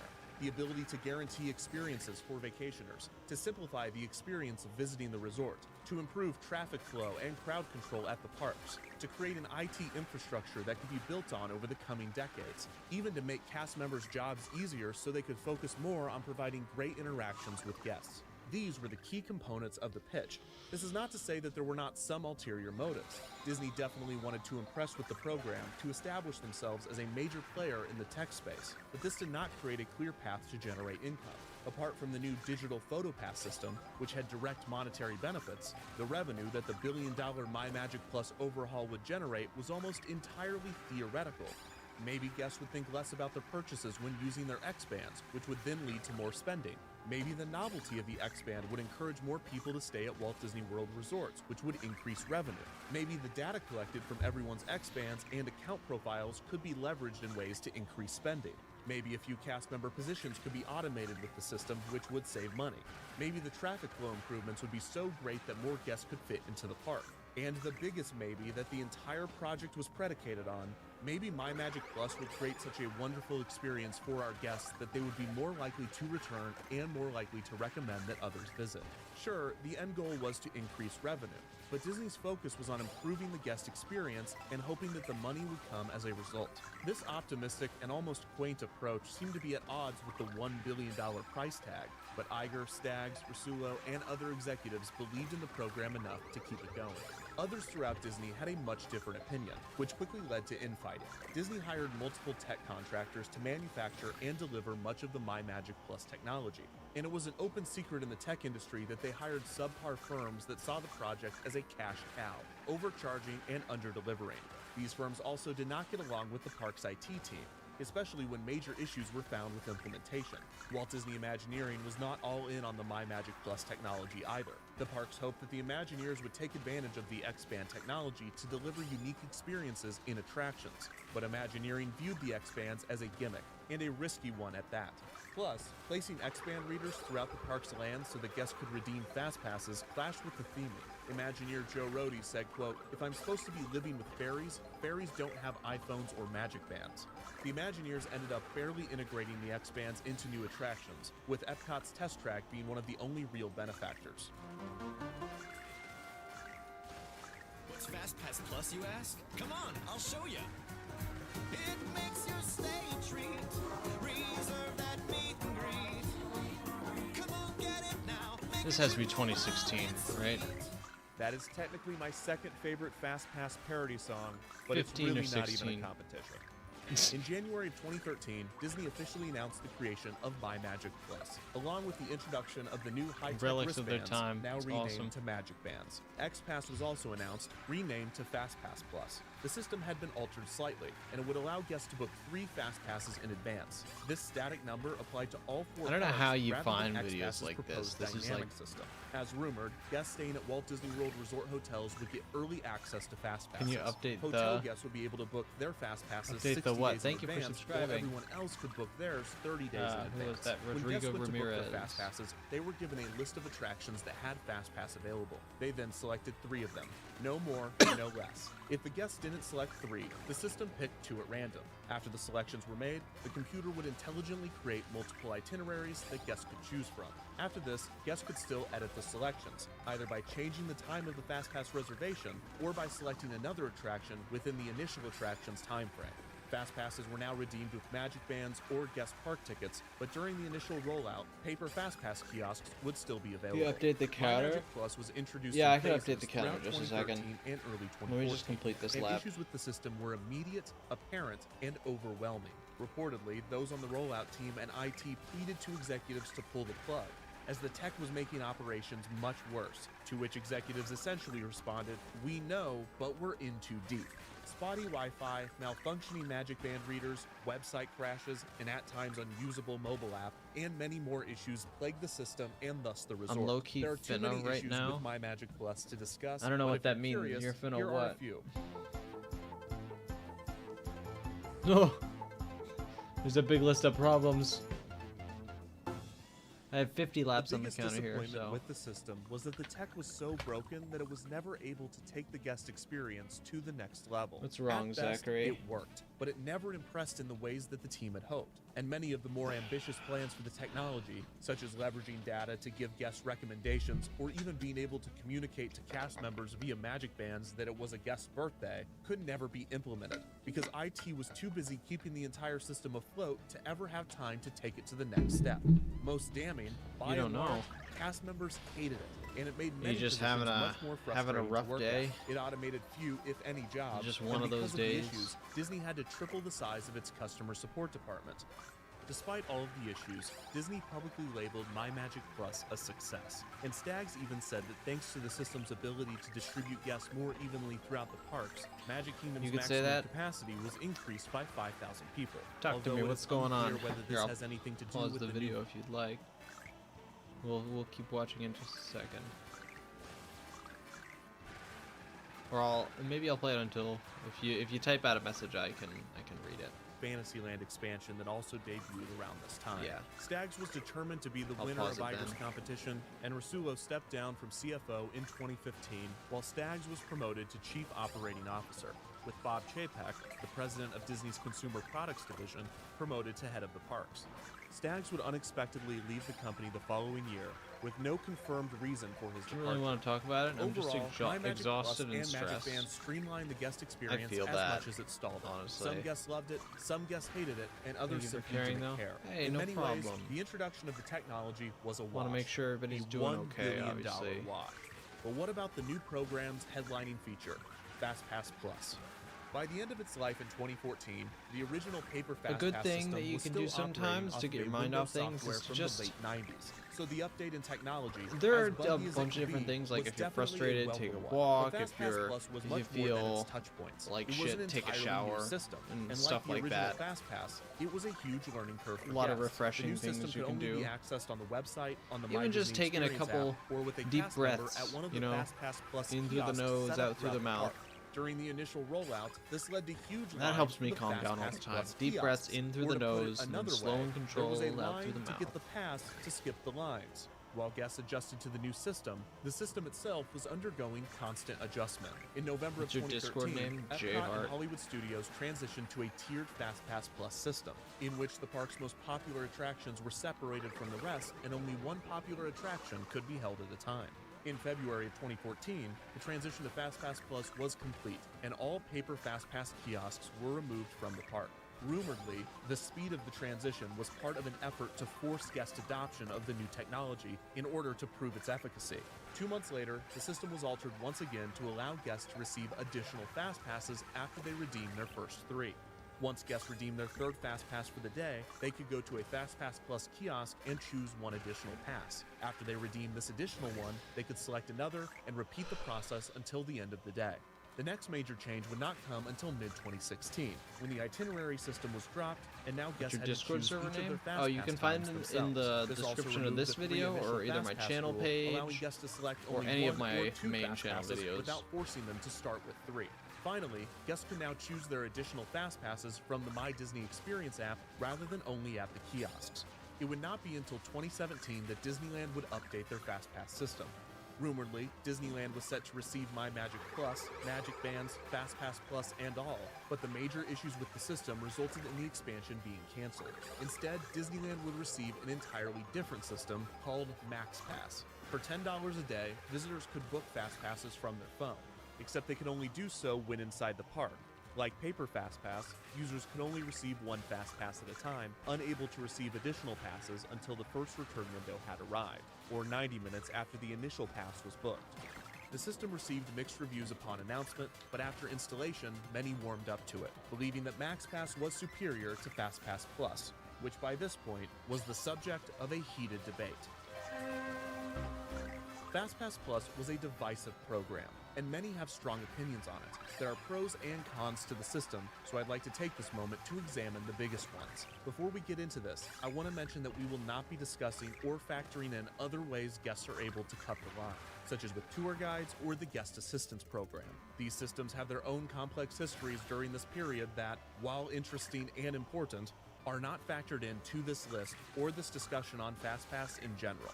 That said, here are some of the pros and cons to FastPass Plus. Pro number 1, you get to skip the line more, obviously. Pro number 2, improved traffic flow throughout the park. One of the biggest downsides to the original FastPass system was that guests had to travel to an attraction's entrance to obtain a paper FastPass just to return to the same location when it was time to ride. This backtracking was causing major traffic flow issues, so allowing guests to make reservations from their phone eliminated this unnecessary foot traffic. Plus, it was more convenient for guests. Pro number 3, reduction in length of stay. As park attendance climbed throughout the early 2000s, fast passes for major attractions ran out earlier in the day, so in turn, guests arrived earlier in the day, resulting in more people arriving in the morning and staying for longer, which increased the amount of people in each park. With FastPass Plus, guests would know 3 of their FastPass reservations before arriving, which would encourage guests that had FastPasses for later in the day not to arrive until later, thus relieving morning and midday crowds. Plus, guests no longer had to wake up early to rope drop FastPasses, allowing for a more relaxing vacation. Con number 1, irrelevant Fast Passes. In the mad dash to add as many attractions to the Fast Pass system as possible, the implementation of certain attractions was less thought out than others. For instance, Fast Passes for Monsters Inc. Laugh Floor and Muppet Vision 3D rarely saved guests any time, as these attractions were theater shows that held guests in large waiting areas before the next showing. Guests who had Fast Passes for these types of attractions soon learned that all their Fast Pass did was give them a different entrance to the same giant room where they had to wait with other guests. Con number 2, long Fast Pass lines. Many using Fast Pass Plus reported waiting longer after redeeming their Fast Pass than they did with the original Fast Pass system. The original intention of Fast Pass was for guests to wait no more than 15 minutes before boarding, but with Fast Pass Plus, guests were now having to wait over half an hour at certain points. This was in part due to the fact that Fast Pass Plus was basically guaranteeing that an attraction would be operating 60 days in advance. As previously explained, Paper Fast Pass had a built-in response to downtimes, or at the very least a ride operator could throw a bunch of Fast Passes in the trash to give operations some wiggle room. This was much more difficult with Fast Pass Plus. When an attraction went down, it might have already had an entire day's worth of Fast Passes distributed. If the downtime was significant, anyone with Fast Passes during the downtime were given an any-use Fast Pass with which they could use on any ride they chose, which backed up Fast Pass lines at other attractions throughout the park. If the ride was delayed but did not completely shut down, this caused a backup in the Fast Pass line for that ride. When there was a backup, the Fast Pass to standby ratio had to be altered to get the Fast Pass line under control. This was the same compensation plan as Paper Fast Pass, but the new system seemed to be dispersing any use Fast Passes much more frequently, leading to Disney eventually putting limits on these passes. Con number 3, the Fast Pass to Standby ratio. We have yet to discuss the Fast Pass to Standby ratio in detail. It is no secret that of the two lines, the Fast Pass line was given priority over the Standby line. In fact, that's the whole point. The question is, how much was Fast Pass favored over Standby? There is no definitive answer to this, because it was different for every attraction and ultimately up to the cast members stationed at the merge point. Bruce Lavelle recounted that this was the most difficult position to train, and it was the key position to getting the original Fast Pass system to work. The cast member not only had to keep the attraction's ratio steady, Jared should but let they people had to join the manage game. the Code's down below. expectations You and can join if you want. frustrations of two very different lines of people experiencing two very different ways. The Fast Pass to Standby ratio it's right cited on below the original Fast Pass the webcam. patent was 80-20, or in other Below the words, chat. for every If 4 you Fast Pass need the guests, room code one right here, standby there it is. guest was let through. This is consistent with cast Yeah, member and feel guest free to recollections clip of the that, system but you don't at the need it time. because it's right The down 4-to-1 ratio remained standard after the transition to Fast Pass Plus, but with backups occurring much more frequently, cast members at merge points had to modify the Fast Pass to If you standby do laps, disparity you more can often. feel free to There were log 3 them. phases cast members had to go through. Phase Just let me 1 know was in chat standard and I'll enter operating them in. procedure with a 4-to-1 ratio. If there was a backup in the Fast Pass line, cast members would go to Phase 2, which was a 20-to-1 ratio. And if the backup was significant enough, Phase 3 would be initiated, which was for every 1 standby guest, 100 Fast Pass guests were let through. Once the Fast Pass line was under control, cast members would return to Phase 1. But the disparity of Phase 2 and 3 was infuriating to guests waiting in the standby queue, Bro's still which going during at these it? Yep. phases would almost completely stop. That's There right. was also a psychological gamble to Fast Pass. Disney was banking Gonna on see the if we idea can, that guests would not remember the 3 or 4 be times done they today. were cut in line. They Gonna would see if just we can remember the one time they got to cut the line. complete it This all. gamble seemed to pay off, but they were also working against another issue with the psychology of queuing. Now that Fast Pass was slowing down the standby line, the pace at which guests moved through the queue was much slower. In most cases, people prefer to spend 20 minutes walking at a steady pace rather than spend 20 minutes standing still. But the latter was now happening frequently on Fast Pass attractions. In the pre-Fast Pass days, lines often stretched out of an attraction's dedicated queue. But it is important to remember that back then, these lines were moving 3, 4, or 5 times as fast. With Fast Pass, guests found that the amount of people waiting in the standby line was less than before, despite the wait time being the same or longer. Con number 4, Fast Pass availability. After guests became accustomed to the Fast Pass Plus system, it did not take long for them to figure out the best ways to use it.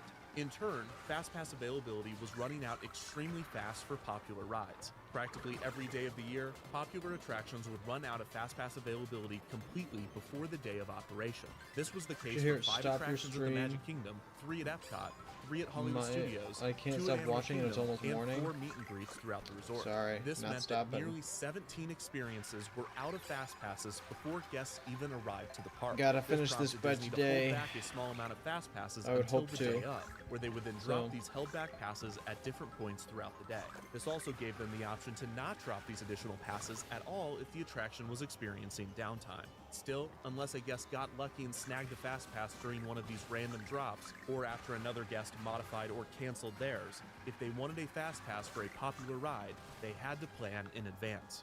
Which leads me to pro number 4 and con number 5, planning. Many people love planning their Disney trips and do a lot of research and groundwork beforehand. MyMagic Plus and FastPass Plus significantly increase the amount of planning necessary to have a consistently good experience at Walt Disney World. FastPass Plus was supposed to give guests the option to plan their trip in advance, but in practice, the system forced guests to plan their trip in advance or risk not getting to experience the most popular attractions without an extreme standby wait time. Hotel guests could book an entire trip's worth of fast passes 60 days out from their check-in date. This allowed some guests to book as many as 70 days in advance, resulting in certain attractions like Slinky Dog Dash at Hollywood Studios and Flight of Passage at Animal Kingdom running out of fast passes even before the 60-day mark. Securing these fast passes practically became a sport, and everyone had tips and tricks to snag those passes. Alright, so we're going to start with prep you need to do beforehand. So you get 3 Fast Pass Plus reservations per day. So once you hit the 60-day mark from your first night at your hotel, you can actually go on and book fast passes. Oh my for god. the full length of I your remember stay. this. I had to do this when I went to Disney with Ari a while back. I had to learn how to get the fast passes because it's a sport now. You can't just walk in and expect to enjoy your vacation. You have to plan it beforehand. And planning is fun, but like it's stressful. You have to literally prepare 60 days out, and also once you get there, you still have to do stuff when you get there. It's stupid. If at all possible, book them early in the day. That way you can get more fast passes for different parks later in the day. You save that first hour of the day to ride some of the smaller rides, but then you try to set up your 3 fast passes as soon as possible after that hour, as close as possible together. I have filled in a vague idea of what Oh my I want god, to that is an do. entire I make a spreadsheet. FastPass Plus list with all of the days, times, and rides I'm hoping to reserve. All it takes is some luck. That is a huge part of it. Please do not be thinking that this is like Luck. super guaranteed. Gambling. So I guarantee you, by the time I the guarantee window you. comes up for off-property guests, Flight of Passage. Flight of Passage, Slinky Dog, Seven Dwarfs. Keep checking the app. Seriously, keep refreshing. Last minute fast passes pop up all the time. You'll be able to click hour by hour, and if you just keep clicking hour by hour, it will reload and reload and reload and reload. So that's called pounding the app by seasoned veterans of Disney World. And there This is what I don't like about Disney is this like right here. 5 p.m. tickets. I hate this Okay? so What much. you can do is I went buy to these Universal tickets, and I just got to essentially enjoy what my that vacation means because you don't have to is book 3 fast extra passes. If you want an express pass, you can pay for it. It's expensive, but like you really don't need it because you're not waiting that long in lines there. It's really nice. That's it. We did it. We did it. With Disney, it's just so. Some savvy ugh. guests that knew how to use the system loved the new Fast Pass. And Yeah, the I've been extra liking planning Universal was a lot more welcome because of that. activity, adding even more Dog, what are we watching? anticipation It's throughout the Defunctland. trip, You ever seen while also Defunctland before? guaranteeing certain experiences during it. Others knew how to use Great the system, creator. but did so begrudgingly, It's teaching me about disliking the fast overplanning passes. and longing for the days of flexibility. Many more guests did not know the tips and tricks of the system, and thus missed out on the most valuable fast passes, leaving them with only one option if they wanted to experience these popular rides. Con number 6, standby. By far the biggest complaint with FastPass Plus is the belief that the new system drastically increased wait times throughout the park. When the system was first introduced, Haunted Mansion and Pirates Also of the welcome in Caribbean, Survey. 2 attractions that did not previously offer paper I've seen this fast video. pass, Yeah, it's reported awesome. consistently higher wait times. On the other end of the Great spectrum, video. Space Mountain Very and informative. Expedition Everest saw their standby waits decrease slightly. As the system was fully implemented, standby waits appeared to be longer, and for years, fans have argued back and forth whether or not FastPass increases or decreases standby waits, increases or decreases overall waits, or increases or decreases the amount of attractions a guest can experience in a day. Unfortunately, it is nearly impossible to answer these questions. Statistics like these have not been reported by Disney, and wait times before FastPass were not consistently Fire. reported. And even if they were, it would be unfair for numerous reasons to compare these numbers. Even doing the math ourselves would be almost impossible. The equations necessary to determine what a virtual queue system such as FastPass does to a theme park is much too complicated for a spreadsheet. In order to answer these questions, we would actually need to create a computer simulation, like one of the ones Bruce Laval created during his time at the company. Even then, this is no small task. Someone would need to pay an industrial engineer to create a complex computer simulation of a theme park, populated with agents, all with unique preferences, riding attractions of varying capacities and run times in order to compare and contrast wait times, number of rides ridden, and other factors with and without a virtual queue system, just to get to the bottom of this ridiculously niche curiosity. I love that part. He spent so much money on this, dude. Hey everybody, I made a theme park in the computer.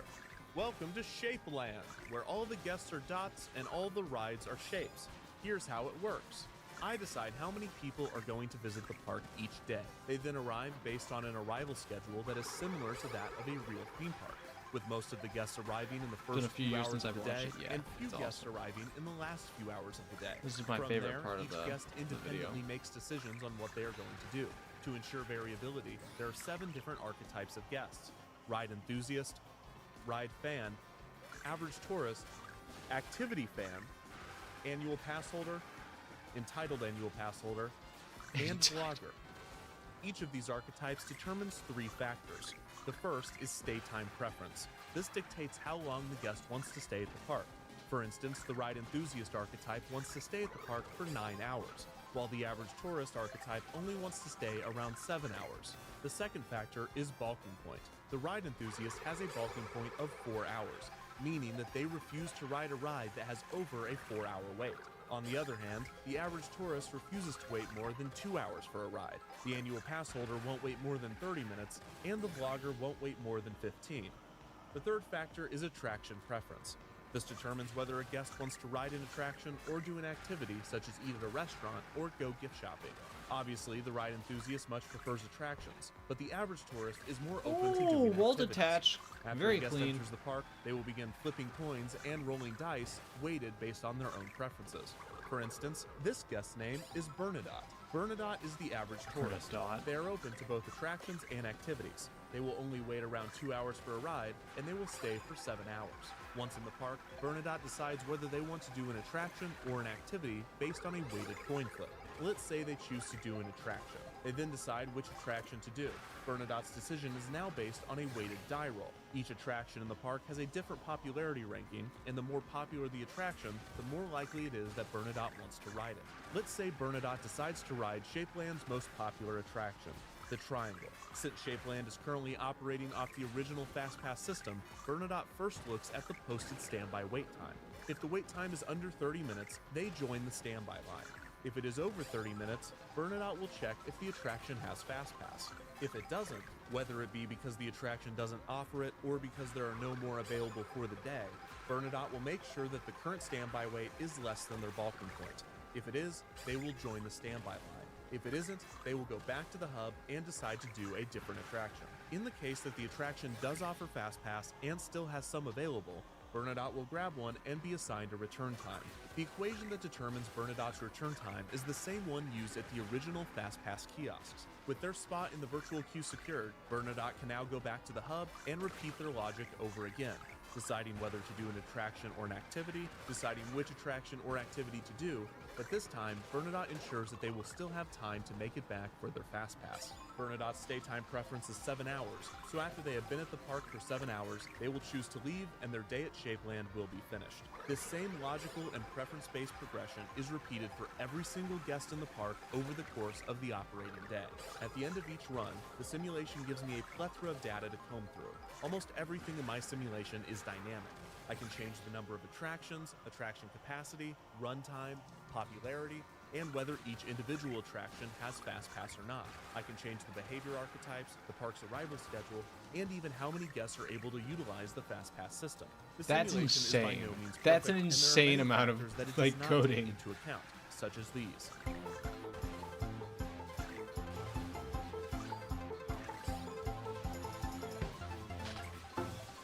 I ran the simulation 3 times, one with no Fast Pass, one with the original paper Fast Pass, and one with the system that simulates Fast Pass Plus to the best of the simulation's ability.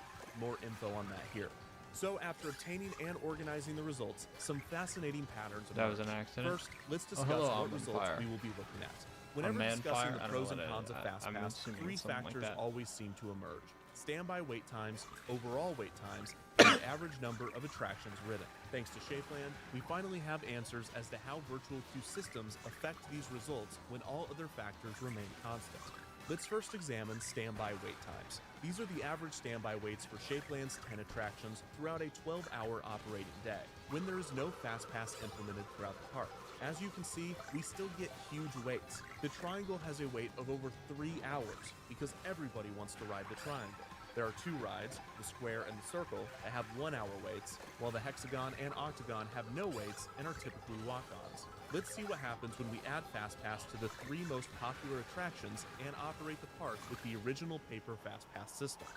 Wait times increase for every single attraction. The Triangle's average standby wait increases by 15 minutes, the Hexagon is no longer a walk-on, but the Octagon still is. Now let's simulate Fast Pass Plus. Again, every wait time increases, except for one. The standby wait for the most popular ride, the Triangle, is 20 minutes less than with the original Fast Pass system, and 5 minutes less than with no Fast Pass. The reason for this is clear when you look at the wait times throughout the rest of the park. The Octagon, which was a walk-on with both no Fast Pass and the original Fast Pass system, now has a 15-minute wait. The Oval has jumped from a 5-minute wait with no Fast Pass to a 35-minute wait under Fast Pass Plus. Hexagon, which was a walk-on with no Fast Pass, now has an hour wait with Fast Pass Plus. This pattern can be seen throughout the park when Fast Pass Plus is added. It is safe to say that overall, both Fast Pass and especially Fast Pass Plus increases standby wait times throughout a park. The average standby wait with no Fast Pass was 41 minutes. With Fast Pass Plus, it is now 67 minutes. If Fast Pass was completely removed from the Walt Disney World parks, wait times would almost certainly decrease. But this is not the full story, because many guests are not waiting in the standby line, they're skipping them. Let's now examine the average overall wait. This takes into account both the guests waiting in standby and the guests waiting between 5 and 15 minutes in the Fast Pass line. For our purposes, we're not considering the time in between guests obtaining their Fast Pass and redeeming it as part of their wait. While in the original Fast Pass system, guests are technically waiting during this period, their ability to multitask would throw off these calculations, resulting in some guests being able to wait more hours than there are in a day. And it would make Fast Pass look like it increased waits for everybody, which is not fair to the system. Also, with Fast Pass Plus, how would you even do this? Did this guy wait 60 days to ride 7 Dwarfs? I guess, technically, but that might throw things off a bit. Anyways, the average posted wait in Shapeland with no Fast Pass is 41 minutes. So if a guest did every attraction in the park in a single day, their average wait per ride would be 41 minutes. However, few guests actually do this, and most gravitate toward the popular attractions. So Shapeland guests actually find themselves waiting, on average, 58 minutes per attraction. With the original paper Fast Pass, the average posted standby wait was 48 minutes, but the overall average wait, when factoring in both guest standby line decisions and those skipping the line entirely with Fast Pass, was only 40 minutes, 18 minutes less than without Fast Pass. But how is this possible? As we've discussed, service rate or capacity is determined mainly by design and operation, and it's nearly impossible to increase an attraction's maximum capacity after it's been constructed. You can't safely put more ride cars on Space Mountain or make it go faster. It wasn't designed for that. So when we add paper Fast Pass to Shapeland, Shapeland's top rides such as the Triangle and the Square see little to no increase in the number of riders, because they are already serving the maximum number of guests. However, other rides at Shapeland are not operating at maximum capacity. The reason for the increase in the average amount of rides ridden goes back to what Bruce Laval claimed about Fast Pass backfilling less attended attractions, and it brings up a new concept within queuing. We know about how capacity and arrival rate can affect a wait time in Great different Wall ways, Detach. but what we have not discussed is the concept of a negative wait time. Now, a wait time cannot be negative in the sense that you can get time back. For instance, I can never give you back the time you've wasted watching this video. What I mean by a negative wait Yeah, I time can is never that when get an this time attraction back. is not Thank you to filling its Funkland for capacity, reminding it me. is losing capacity. Look at it this way. Let's say a ride has a capacity of 1,000 guests per hour, but only 500 people per hour ride it. It could be considered that this attraction has a wait time of negative 30 minutes, meaning that 30 minutes worth of people, in this case 500, could show up throughout the hour and the attraction's wait would still be 0 minutes, because these additional guests are merely filling empty seats on the ride. You might recall that this was one of the problems with the original reservation system pitch from the mid-90s. If a guest missed their reservation, they left an empty seat, and Time thus to the update the attraction counter? lost capacity. Not yet. FastPass not only avoids I this only have problem, 35 but it laps actually logged. helps other attractions at the park. I'll Without log it FastPass, once I have more. 1,900 guests rode the Octagon. With Paper FastPass, Actually, log it when I get to 4,800 37. guests rode Make the it an even Octagon, number. an increase of over 150%. But the average total wait time never This is the breaks 36th zero, lap, because I these believe. people are filling empty seats and Wait, no, this is increasing the capacity of 37. the ride. This explains why with FastPass, Yeah, 'cause I despite getting- most yeah, attractions okay. standby weights rising, guests on average waited less, because unlike with no FastPass, guests were actively being pushed to attractions with 0 waits, which dropped the average overall weight per attraction. However, with FastPass Plus, this 0 wait threshold is broken in most cases, as with the Octagon, which previously went from a walk-on to an average of a Alright. 15-minute wait. 37 the average laps standby wait added in to this Shapeland with total. FastPass Plus is 67 minutes, Which but the takes overall up to average wait per 2,800. attraction was 42 minutes. This is interesting, because while more people are Only skipping the line 600 more to often go. than with the original FastPass, the rise in standby waits throughout the park are so significant that there is no Oh, change God. to the overall wait. In fact, the average overall wait per attraction with Paper FastPass was 2 minutes less than FastPass Plus. FastPass does reduce average overall wait times by encouraging guests to go to underutilized attractions, so long as those exist. Finally, let's look at the average number of 600 to go, attractions yeah. ridden. And if you've been paying attention, you should already know the answer to this one. In the park with no FastPass, guests ride an average of 3.31 rides. But really, the distribution looks like this. 22% of guests ride 2 rides, 21% ride 3, 16% ride 4, and the percentage declines from there. You can also see that around 13% of guests only ride 1 ride, and 3% ride none. These are mostly people that favor activities and have a limited amount of time in the park. When the original FastPass system is added, the amount of attractions ridden increases, going from 3.31 to 3.77. With FastPass Plus, we again see an increase, jumping to an average of 4.23 rides per guest per day. On average, almost every single guest gets to ride 1 additional ride with the new system. This is significant and proves FastPass Plus's merit as a tool for guest distribution. But it's not the full story. This is the distribution graph that we viewed earlier for when Shapeland has no FastPass implemented. This is what it looks like with FastPass Plus when the average amount of attractions ridden increases from 3.31 to 4.23, assuming that the distribution is even and the system is fair to all guests. However, that is not FastPass Plus. This is the actual distribution graph for Shapeland under FastPass Plus. As you can see, more people experience less attractions, and more people experience a lot more attractions, while less people are able to do what could be considered a reasonable amount of attractions, in this case 3 to 7 in a single day. With FastPass Plus, more guests are able to experience 8, 9, 10, 11, and someone found out how to do 39 rides in a day. These are people that got fast passes for long waits like the Triangle and spent most of their time riding shorter waits like the Octagon over and over again. Meanwhile, the amount of people riding only 2, 1, or even 0 attractions is up from no Fast Pass and is far more than in the ideal Fast Pass Plus distribution. This is because the waits for rides like the Triangle, Square, and Circle are so long that if a guest chose to wait in it, they didn't have time to do anything else. Other guests want to ride rides, but they don't want to wait over an hour. So if they enter during midday, they instead choose to eat a meal, gift shop, and then leave because the waits are so high throughout the park. So yes, FastPass and FastPass Plus increases the average amount of attractions ridden per guest per day. It's a system that pushes people to go fill empty seats around the park. And as a guest distribution tool, FastPass and FastPass Plus works. But in practice, from a guest perspective, the system benefits those that use the system and know how to use it well, while those that don't use it or don't know how to use it well have it much worse than they did before. So at this point, your mid to late 2010s trip to Walt Disney World might have some additional context.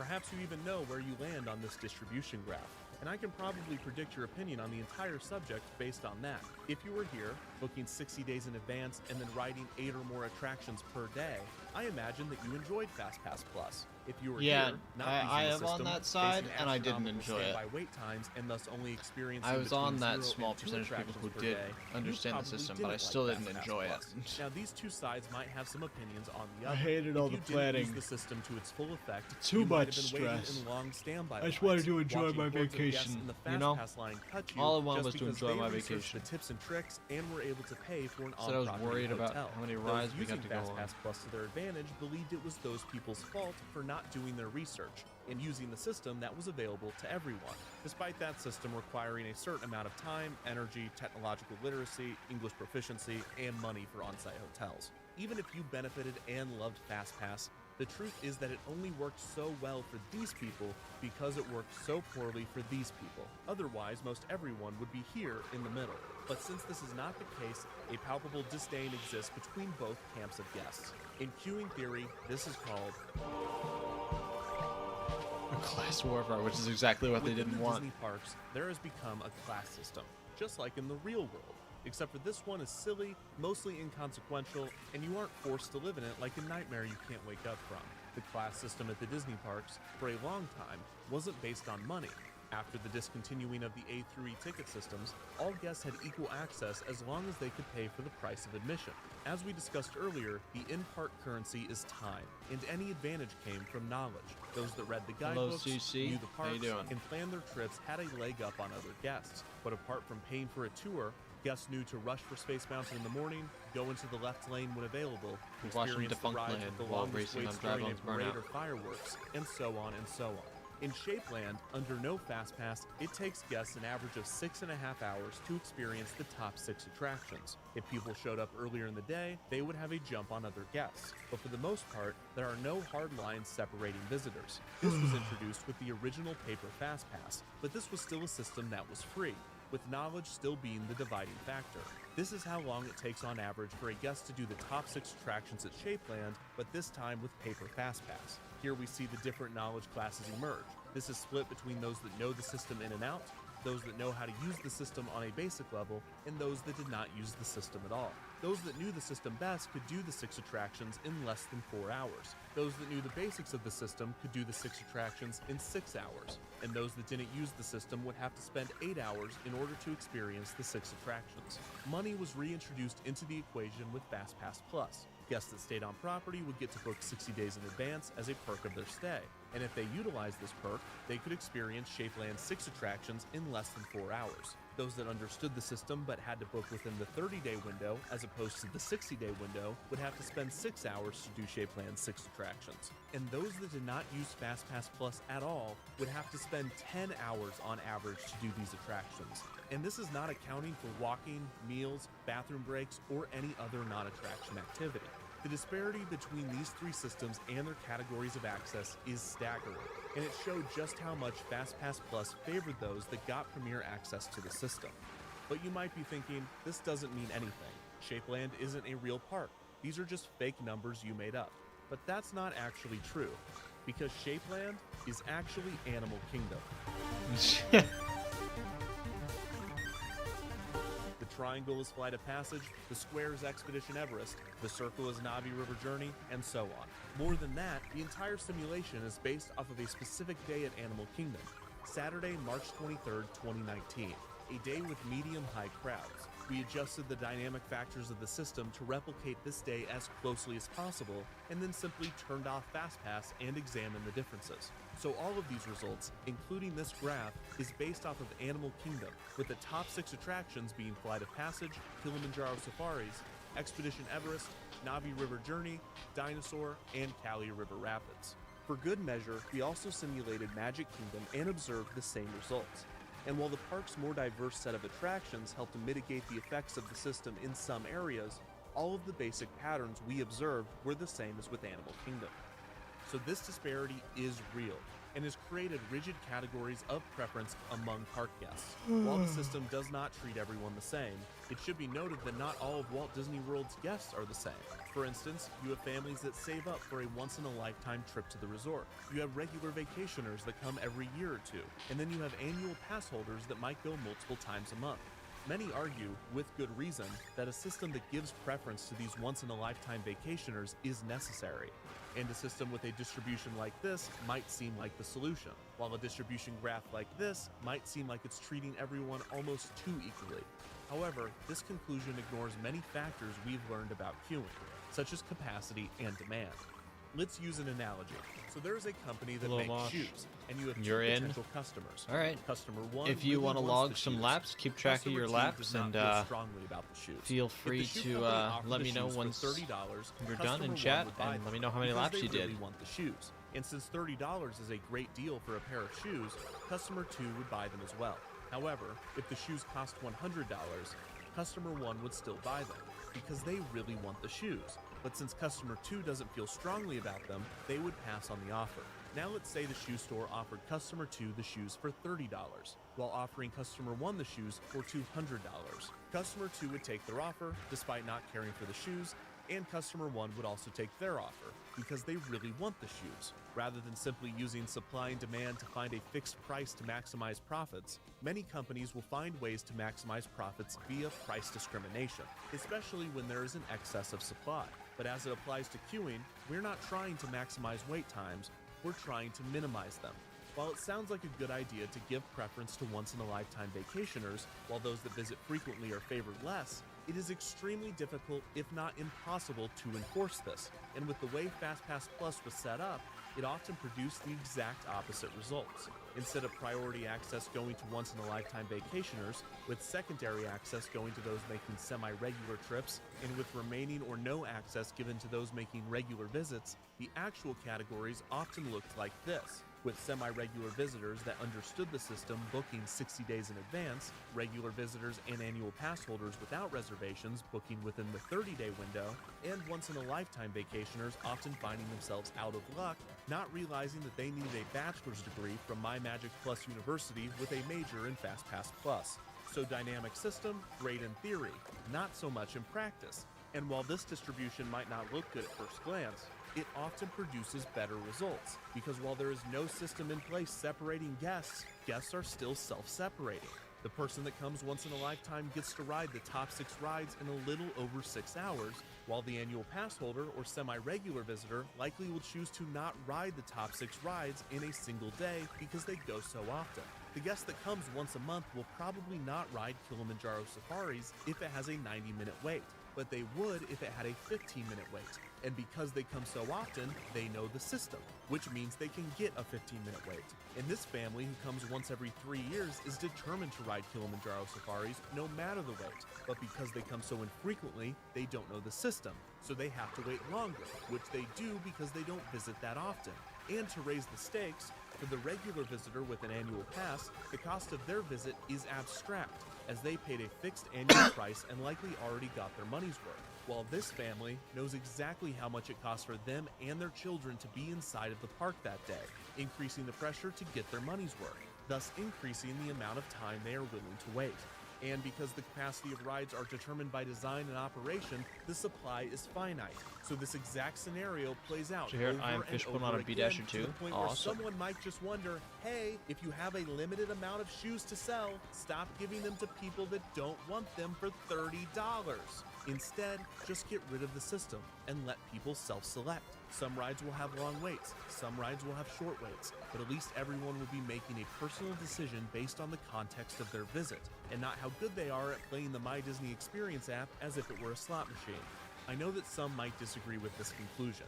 There you are. And I understand there's a level of subjectivity to this. Your experiences are not incorrect. FastPass Plus allowed guests that were not frequent visitors to have incredible vacations. But based on the evidence both in the simulation and in real life, the truth is that, in practice, FastPass Plus was not a more fair system than no system, and it often was the opposite. Perhaps the best You at the finish line? I'm running laps, so I'm not meeting you at the finish line.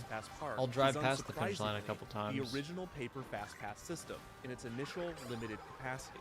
This retains the guest distribution benefits of the system, while also maintaining the natural self-selection process that guests go through when making decisions. Most importantly, while knowledge remains a dividing factor among guests, the original FastPass system reset every single day. With FastPass Plus, when guests arrived at the resort, it was too late to educate them on the system. FastPasses for the most popular rides had already been gone for months. With Paper FastPass, guests might find themselves unaware of the system on day 1 of their vacation, but they could quickly learn it and be utilizing it by day 2. This is why Disneyland's MaxPass system was more favorable to many guests. It was essentially the original FastPass system, except for digital rather than physical. The only caveat being that it cost money to utilize, which was its most divisive aspect. The original Paper FastPass was an idea that was birthed from within operations, while FastPass Plus, by all indications, was a system birthed from marketing. Its intention was not to make operations more smooth within the park. Its purpose was to be a key part of a larger guest experience initiative. So it should not be shocking to suggest, based on all of the evidence that we have viewed, that guests and operations would fare better without FastPass Plus. Well, what am I talking about? They spent $1 billion on this. They're not getting rid of anything. So...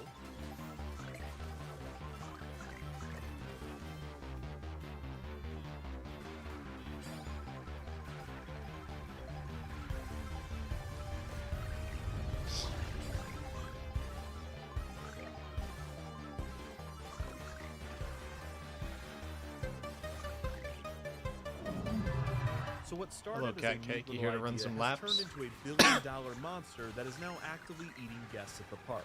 What do? You could kill the monster, but you don't much want laps? to because A you lot. spent $1 billion 600 to making go, it, pretty and some much. guests have befriended the monster and have really come to like it, so that would be sad for them.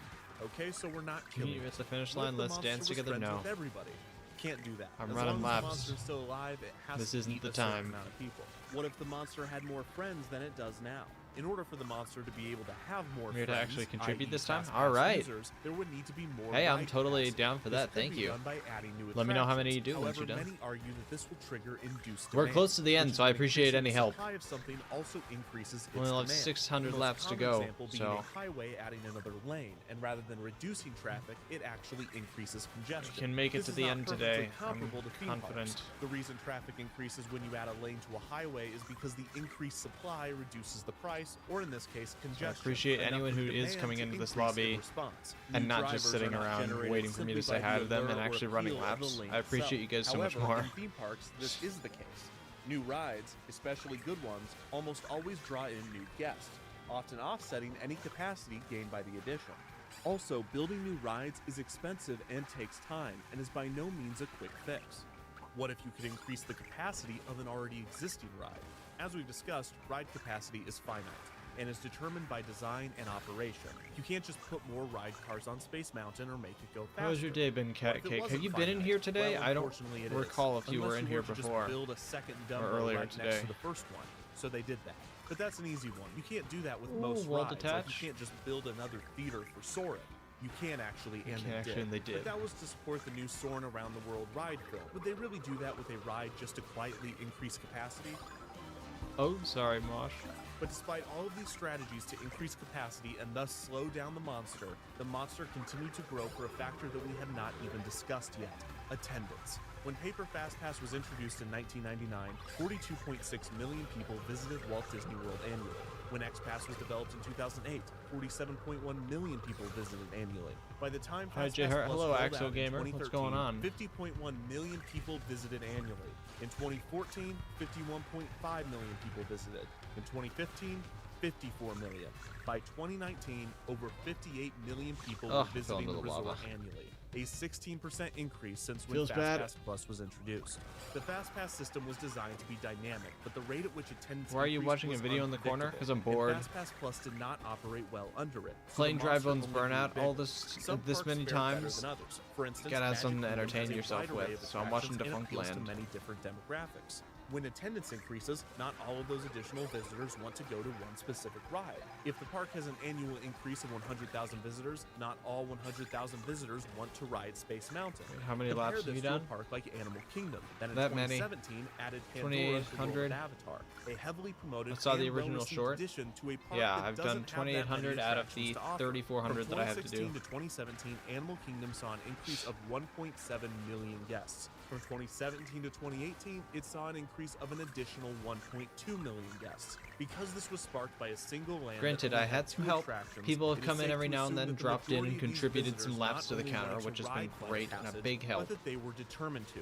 Not only were they determined to, but it was the only reason they chose to visit Animal Kingdom in the first place. This is known as inelastic Then you demand, have these people. when the wait time of a ride has little to no effect on the amount of people that want to ride Who it. This was the case with Flight of Passage, as Well, it seemed that no wait time would are turn guests clearly away. very As a skilled at the result, game. Wait times increased to 1 hour, 2 hours, 3 You hours, see why you're bored? Yeah. 4 hours, You're gonna have 5 this hours, track forever now. and one day there was a That's posted true. 6-hour and 40-minute about to hit wait the original for goal. the 4.5-minute Yeah. attraction.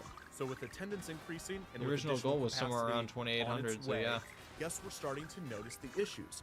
In response, departments throughout Walt Disney World argued that they should be given additional fast passes. Guest services wanted more fast passes for compensation If I didn't purposes, while the accept resorts donations or argued that they memberships, needed more these fast streams I passes would have at been the done in 60-day just a mark few more so that runs. hotel guests could receive their perks. Crazy to think about. 2018, club-level guests at select resorts were allowed access to a new tier of fast Oh, you're pass gonna hate plus, this track forever? allowing them to No, book I actually 6 still fast really passes like the in track. advance, In fact, 3 at I the like it a whole 90-day lot mark, more than and now that I 3 know how to more do at it. the 60-day mark for an upcharge of $50 Once I'm per done with person this, I'm per not gonna day. The hate more it fast passes because that were handed out, the every more the time I monster run it now grew online, and grew I'm gonna know and what to grew. do, and I'm gonna have an Then, in the advantage. summer of Huge 2019, advantage. Universal Orlando debuted a new ride at their Islands of Adventure theme park, the Wizarding World of Harry Potter's Hagrid's Magical Creatures Motorbike Adventure TM.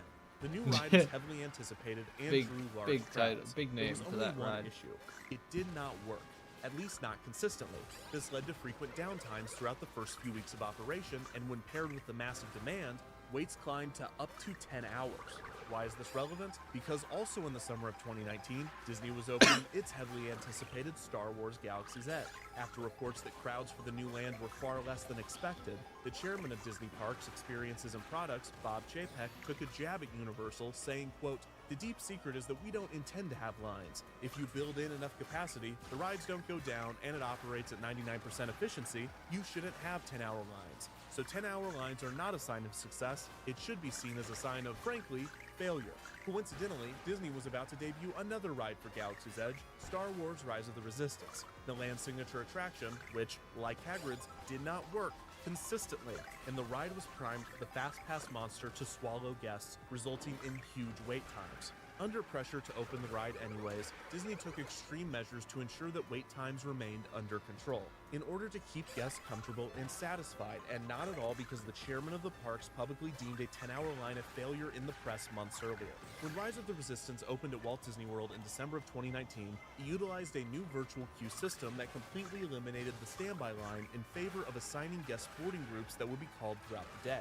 The idea reportedly came from, of all places, the DMV, that had implemented a customer DMV. service system in which guests I calling love the Motorbike helpline were given a Adventure. call back It rather is than being it is put a on hold. great So ride. that's where we It's are, one of my everybody. favorites. The virtual queue That and really eliminated Velocicoaster. lines for Rise of the Resistance, but it left many guests frustrated. Islands of Adventure at Universal is just so good, and I really want to go to Epic Universe because it looks even better. The ride was booked for the rest of the day before the sun had even come up. But hey, there were no 10-hour lines, so it did its job. Speaking of new systems, also in 2019, at the D23 Expo in Anaheim, Bob Chapek announced, "Whatever this is." It's called Disney Genie. This is what they currently have, and it sucks ass. It will put customized itineraries hot geared garbage. toward your interest at your fingertips, cutting down on the need to plan and research. So with the old system raging on, a new one just beginning, and a future one in development, the beast was growing faster than ever. Every attempt to fix the problem was at best a stall. But most often, the attempts only made the monster's damage worse. The amount of guests that the system benefited declined, while those that did benefit were more loyal to it than ever, because it was more necessary than ever to have a good time at the parks. The more fast passes that were added to the system, the more the monster grew. The more people that came to the parks, the more the monster grew. The monster grew and grew until Walt Disney World had finally succumbed to the beast. You been on the Hulk ride? I have. I went on it first time ever recently in January. Well, boss, good news. We broke everything. Huh? What do you mean? We had a bunch of loops. I was really scared. I grayed out a little bit on it, but yeah. it is a gray out machine, I've heard, so it also broke I think it did its job. Look. It was super fun though. Love that ride now. To go to the attractions. I like Velocicoaster more though. I think that's. know. I feel like that's kind of an Why obvious isn't one. it eating those people? There's 4 those fishbone people are friends with it. Oh my in the lobby. gosh, Wow. How is this good news? Everything is broken. Yeah, but how is that good? Come on, boss, don't you see? Everything is broken, which means we can charge people money to bypass the mess we created. Huh? Right now, most of the people that have befriended the monster are buying rooms at our hotels, and as a perk, the monster won't eat them as much. But our research shows that getting rid of this perk won't really hurt our hotel business all that much. So instead, let's just start charging people to be friends with the monster. Look at this graph. This kind of advantage shouldn't be a hotel perk. It should be an additional charge. Dotson, you're a genius. Boss, that's not even the best part. Look at all these people. They're where the real money is. Let's dance together. We're going to charge people to have a worse day? No, of course 601 left. Nice. We're gonna make money from it. You're back. See, Welcome back. It takes these people 10 Velocicoaster always scares me too much. Have you ever gone on it? That's not even accounting for walking, bathroom breaks, or meals. The park is only open for 12 hours. Like hangs you upside down for an entire like solid second in the air. Just dangles you there. They'll have to. Funny enough, that was my first upside down roller coaster ever was Velocicoaster. More tickets. Which Exactly. Either they buy into the system to do everything they want to do in one day, or they have interesting to do one to multiple start on, days, but peer pressure's a which means bitch. more money for us. This really is genius. I've been on it twice. And all it It's took was so $1 billion awesome. and It's a lot of mistakes. like one of my favorite Well, roller coasters Dotson, now. in life, you win some, you lose some. And sometimes you manage to do both at the same time. There's just one problem. The friends of the monster are not going to be happy with us when we charge for this. You're right. That would be a PR nightmare. It would take some sort of global cataclysmic When I'm event bored, I that like would to watch shut your live down our stream, so I should put your live business stream in the long enough top for us to right make corner drastic instead. changes to our operating procedure, while also giving us a shield from criticism of those changes. Oh, did you not hear? Breaking just into our newsroom, a historic move amid the coronavirus. Walt Disney World and Universal Orlando both I've never been to announcing they Disneyland are World or closing anything. their theme It's parks. fun. It's fun. I want to go to Universal again because they just opened Epic Universe and it looks like it's like so much fun. I just need to. I don't have. Walt Disney World reopened. I'm not in the July financial 2020, position right while now Disneyland to would not reopen go on a until April vacation of like that. 2021. That's When they rather did, expensive, both but FastPass Plus and MaxPass had been suspended. I'm for working on social it. At distancing some point, purposes, I will and go. A new park reservation It's gonna be system awesome. was implemented to limit crowds. Bob Chapek was now the CEO of Disney after Bob Iger suddenly and coincidentally retired 2 weeks before the world shut down. Chapek commented on the changes coming to the parks as they reopened, saying, quote, "Obviously nobody wants to have the parks closed for up to a year. But at the same time, we realized that was a unique opportunity maybe to advance some things that would have been difficult, if not impossible, for us to go change in an operating environment. And so we made some moves already, but we're going to make further moves. These moves were revealed in August of 2021 when Disneyland announced that both FastPass Plus and MaxPass would be officially discontinued. Replacing the programs would be the long-anticipated Genie app. The Genie app would use all of Disney's internal data as well as guest preferences to intelligently plan itineraries in order to maximize efficiency throughout the parks. Unlike FastPass Plus, Genie is simple. There are now 4 ways to visit attractions: the standby queue, the virtual queue, Lightning Lane from Genie Plus, or Lightning But Lane yeah, for Velocicoaster's additional awesome. purchases. For any Hagrid's ride, is guests can still awesome. choose to wait in the Really standby solid line, rides. Except for the rides in which they can't, which are the Disney ones just using doesn't virtual have queue. many If an rides like attraction that, is you using know? virtual queue, Their guests rides must are wake up good, at but they 7 just a.m. on don't the day have of and intense enter the rides like virtual queue that. from You their know, they don't phones. have those If they don't get a options. boarding group, then they will have another chance once they are inside the park at 1 p.m. If guests don't want to wait in the standby line or use a virtual queue, for $15 per person per day, they can upgrade to Genie Plus, which is similar to Disneyland's Max Granted, Pass, they have their allowing own them to obtain one experiences, which Lightning are Lane really pass every cool 2 for hours all after the first ages, one I is know. redeemed, except rather But than I being like how inside the park, they Universal can has make their some first more reservation intense from things anywhere if at you so 7 a.m. on the choose. day of. However, not all Lightning Lane Especially now, I attractions are used to included not in like Genie Plus. intense Some are coasters available and for stuff like that. I additional never purchase used to with go varying on prices them, depending but on the season. now For I instance, do. the Lightning Lane for Rise of the Resistance, which moved to a seasonal Because standby queue, my will cost girlfriend $15 per person. So guests either pay $15 per broke person me to enter in, the Lightning I Lane or guess, enter is the the best standby way to queue put if it it. is available. If not, they need to wake up at 7 a.m. to enter the virtual queue, or just pay the $15 per person to enter the Lightning Lane. See? Simple. And hugely popular. Or is it? Who's to say? There were rumors of paid FastPass long before the pandemic, since Disneyland, Hong Kong Disneyland, Disneyland Paris, and Shanghai Disneyland all utilize some form of a paid FastPass system. Can you do an update, And with please? the introduction of Once Genie I Plus, have Tokyo a decent Disneyland number is of now laps. the only remaining park to utilize I only have free 36 on my FastPass, counter right now. still using a combination of paper and So you can do digital the math. passes. There's 2 ways to look at this It would be change: 2836 the at optimistic the moment. version and the pessimistic version. The optimistic version is that Disney is once again trying to improve everyone's enjoyment of the parks, this time by reducing the amount of people using the FastPass system.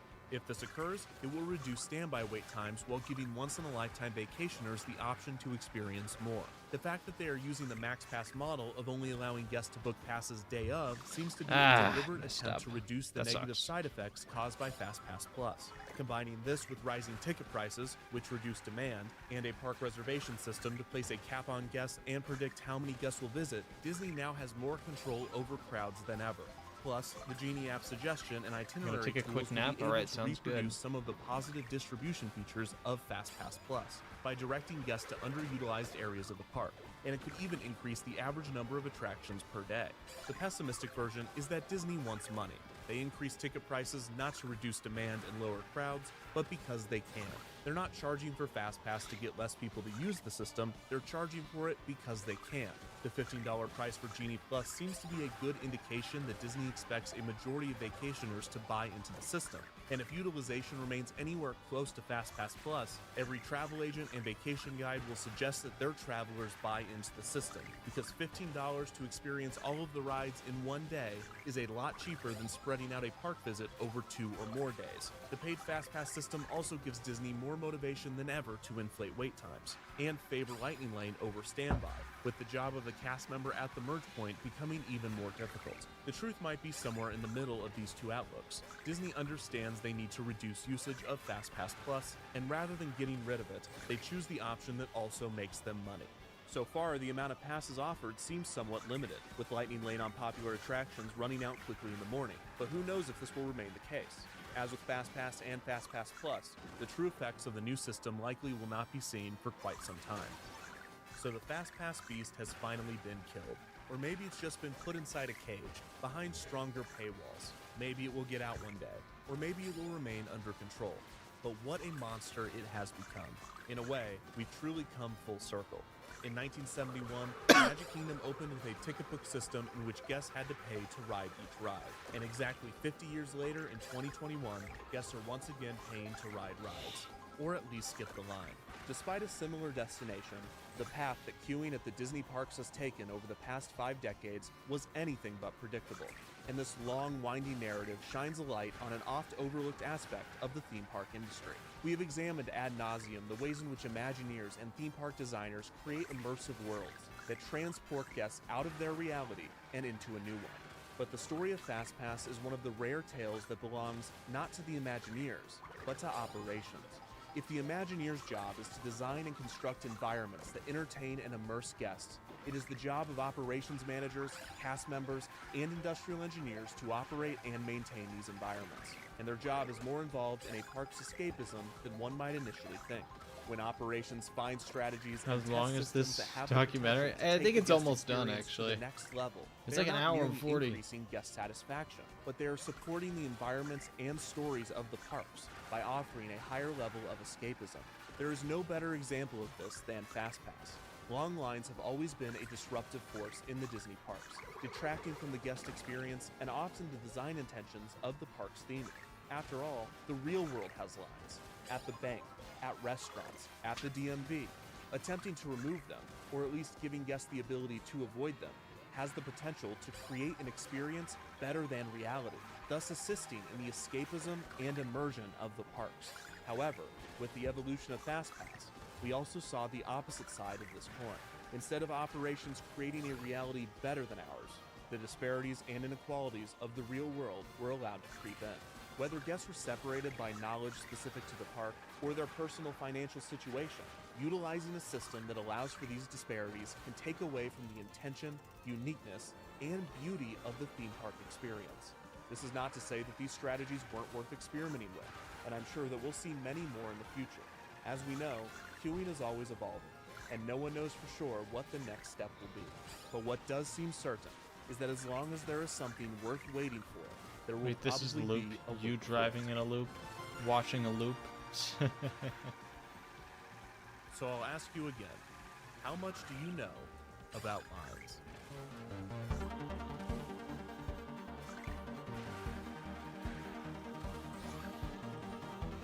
Oh my god, that is a long one.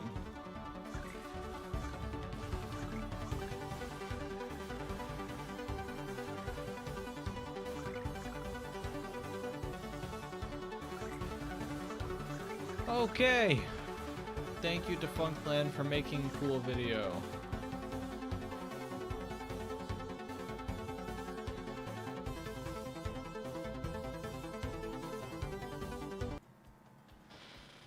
Ugh, God. We can be done with that for now. No more video. We'll put the game audio back up to its normal volume.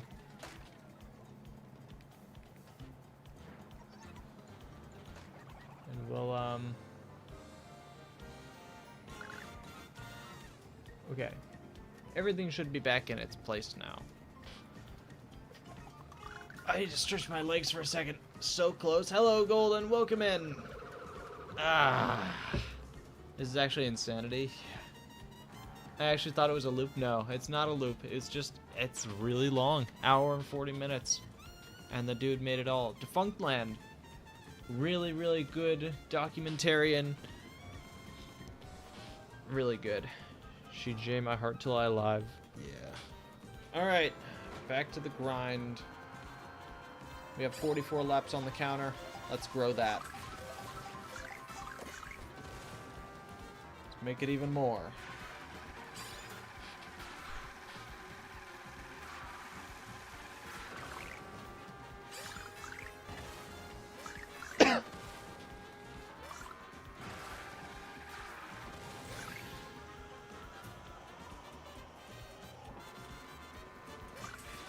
How are you today, Golden?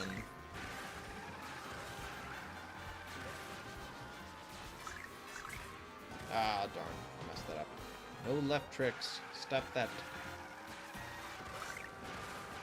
Get out of here with those.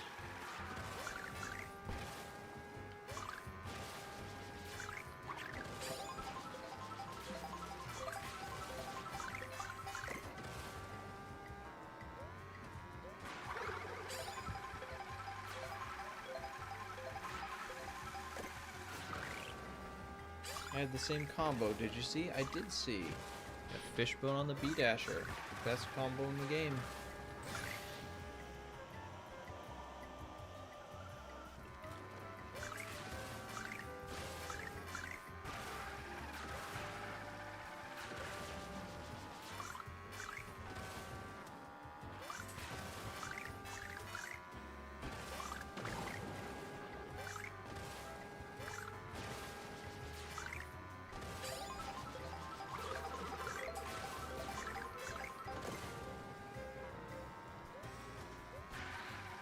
I also unlocked Spike with your method. Nice, nice. I almost fell off there. I wasn't paying attention.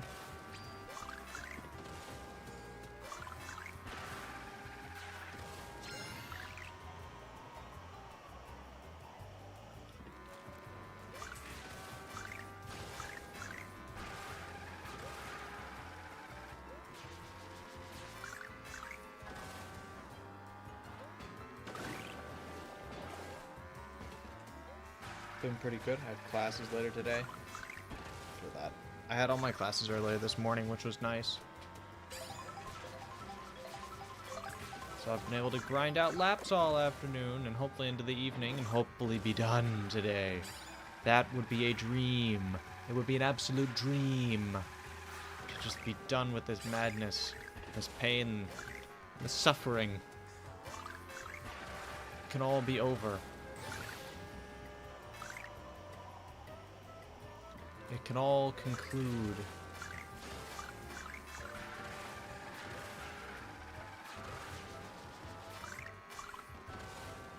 And then I can finally do other stuff on stream.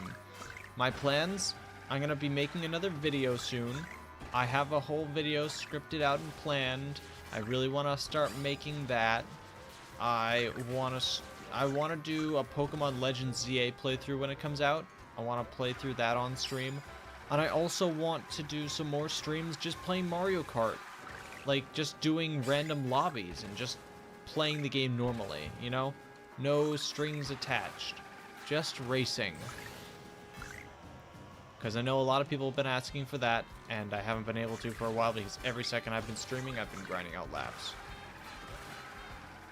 But we'll do some actual races soon. It'll be awesome.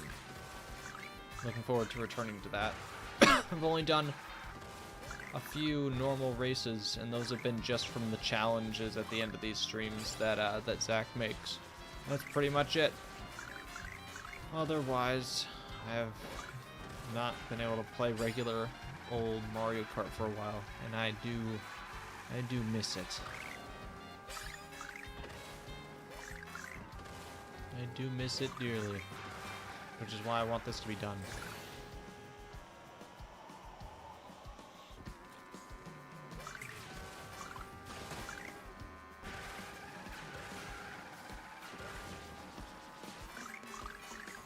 Cat Cake, grinding out laps. Thank you very much. I see you there.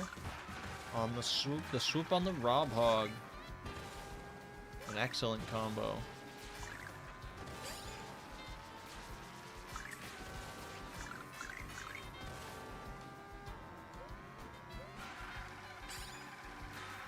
I have parakeets. Oh, fun.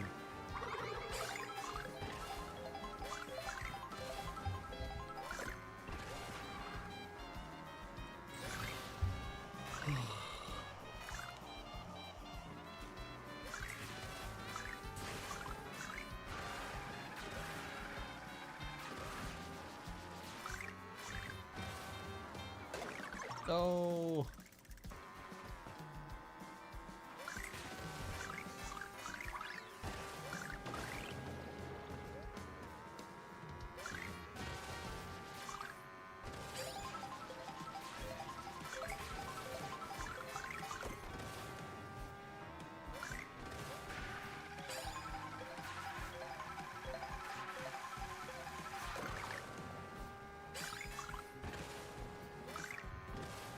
I have 50 laps on my counter. It's a lot of laps.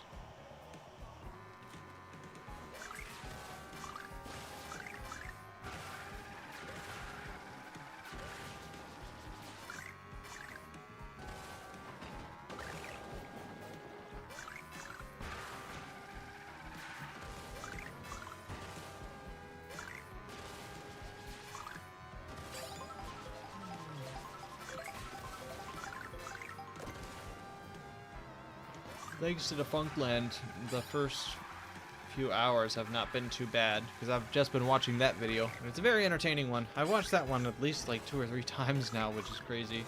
But it's just such a good video.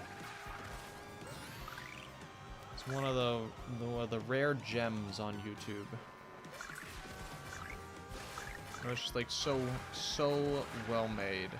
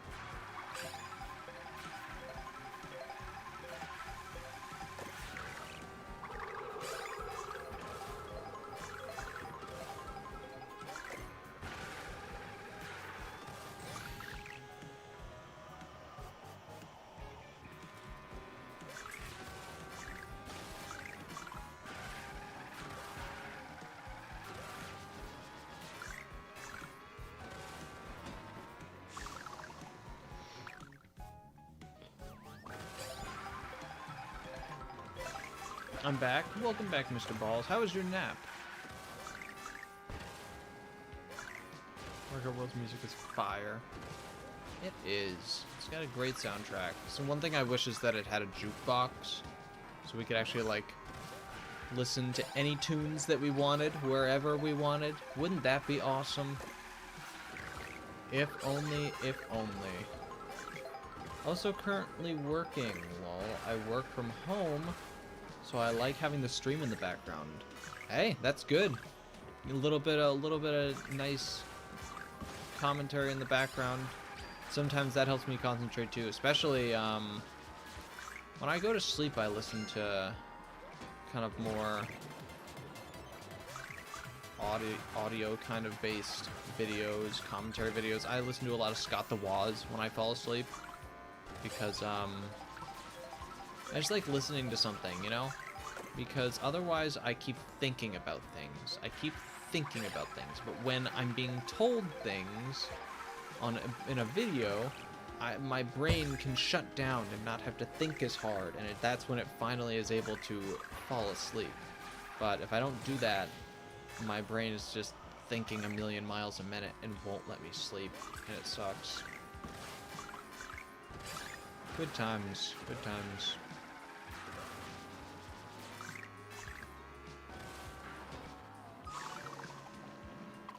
Mario Kart World music is so good. I remember when I heard the Latin guitar remix of the Underground theme, that was so good. Oh, I know which one you're talking about too.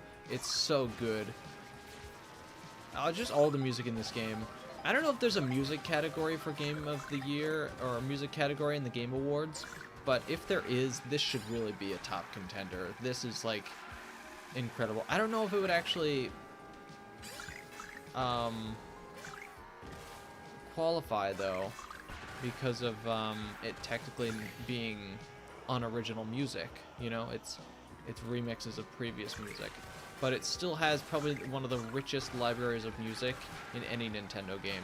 They really sunk every last dollar into this, and it's because Mario Kart is one of their most profitable franchises, if not their most profitable franchise. So, I mean, it is their most profitable franchise now. Mario Kart 8 Deluxe sold more copies than anything else, and it's one of the highest selling games in history now. So yeah. Good thing they spent some money on the soundtrack, because, oh my god. I mean, Mario Kart 8 soundtrack was great as well, don't get me wrong. Mario Kart 8 soundtrack was legendary, but this is like on another level. Every single track in this game, 200 of them, all just new compositions. Well done, Nintendo. Hoping they had a jukebox. See, that's what I'm thinking. Here's what I would say that they should do. And this is something that you're going to call me crazy for the game that I'm taking this from. But I'm going to pull something from a game, Sonic Frontiers. And when a lot of people hear me say that game, they immediately dismiss what I'm about to say. But hear me out. That game actually got extra content after its release. One of which was a jukebox, but not just any jukebox. You could play music anywhere, free roaming and all that. That was great, you know, good jukebox for that. But the way you unlocked the songs, like you had a decent list of songs in the jukebox to start with, but the rest you had to explore the open world to go find them. And I think that would be awesome if they added like music notes into the free roam world, which would give you something to do in free roam, something meaningful to collect, because if you collect little music notes, you can actually collect those songs and play them in free roam. People would grind for hours.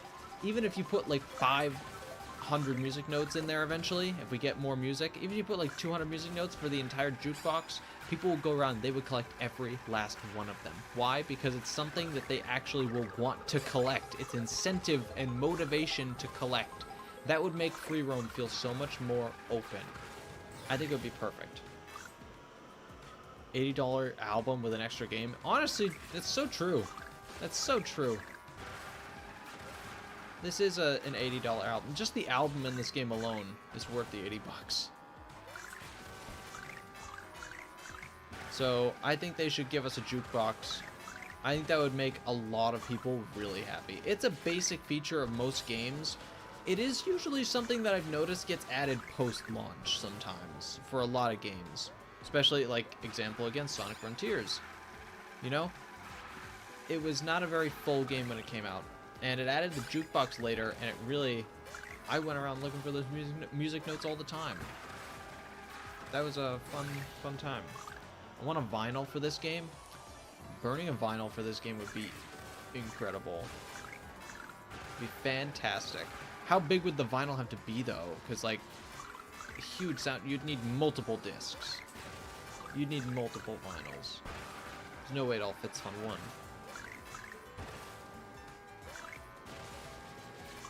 Do you like Mario Kart 8 Deluxe or World? Mine is Mario Kart World. I like World better, but they're both. I should say this as well, to not take me out of context. They are both incredible games, and they're both some of my favorite games of all time. But like, yeah, Mario Kart World is better. It's just the mechanics and the gameplay is so much more solid. I know what people say, that there's not as much content. First of all, there kind of is. It's an entire open world. There are like over 200 tracks if you count the intermissions, and even if you don't, that's still 30 tracks at launch, which is 2 less than Mario Kart 8 when it released initially, so I really don't think it's fair to compare. The roster is way better, I feel like. I feel like the roster just has way less filler. I'm not counting the alt costumes. I know they take up spots on that messy menu. That's one thing I will say. The menu of Mario Kart 8 was way better than Worlds in terms of roster look. The roster look was just way better. But, yeah. Otherwise, Mario Kart World just kind of takes the cake on everything else. Even I'd say visuals. I mean, they both have incredible visual styles, and they look very different. And there's been a lot of people arguing that Mario Kart 8 looks better than World. It looks like the graphics are better for Mario Kart 8. That's not true. It's just a different style, alright?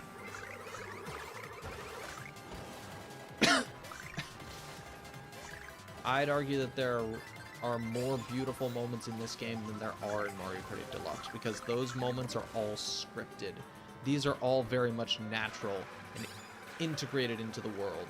You know, they're not scripted at all. Hello, Mang Gaming Media. Roman, your server is Bowser. Doing a great job with your laps. Thank you, I appreciate it. I've been working hard at it. Working hard. It has been a journey. One thing I like about doing it in free roam though is, yeah, I get to listen to the music and it changes all the time instead of listening to Dry Bones Burnout. Great song, I just will get sick of it if I listen to it that many times, you know? It's nice to shake it up, have a little something different every time.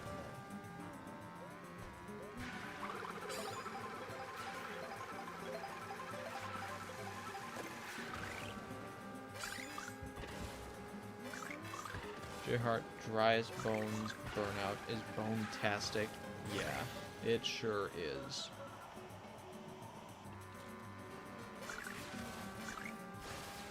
Are you grinding out laps with us, Mang?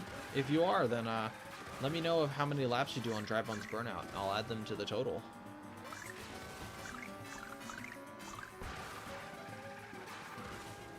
If you so choose to contribute, obviously.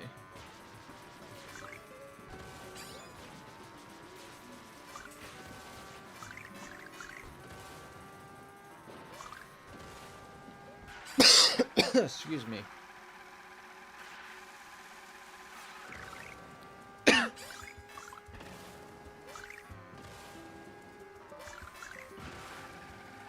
gonna take a drink of water once I'm done here.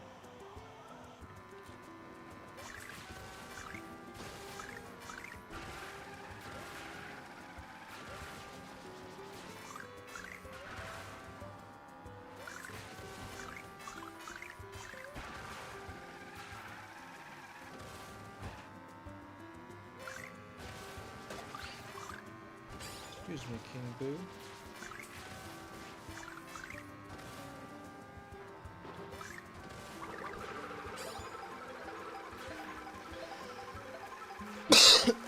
Excuse me, sorry. hop in a little bit.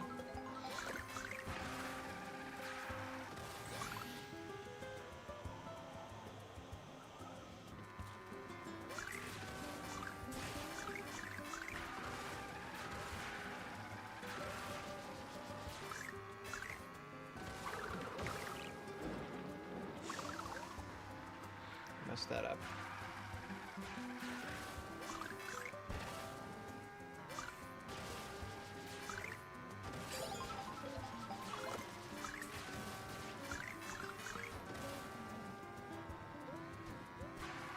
Will you add 40 to the counter? Do you have 40, Cat Cake?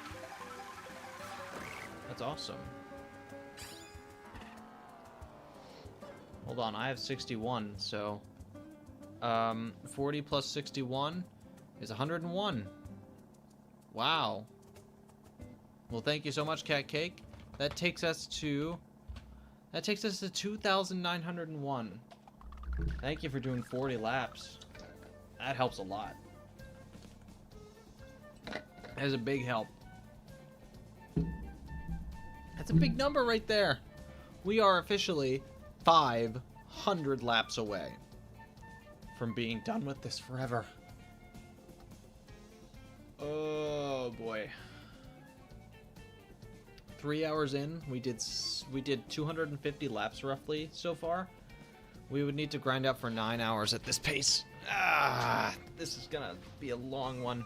If you know anyone who wants to grind out laps, have them hop in here, 'cause we've got plenty to go. Plenty. Hoping to finish today, though. I'll probably be back later, but I gotta clean my house. Alright, sounds good. Well, thank you for stopping in and contributing so many laps. Very helpful. Oh, excuse me.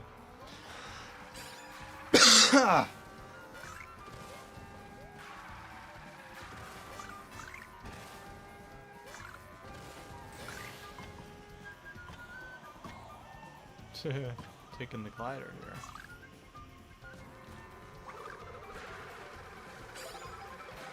I unlocked all characters' outfits as well. Wow. Very cool.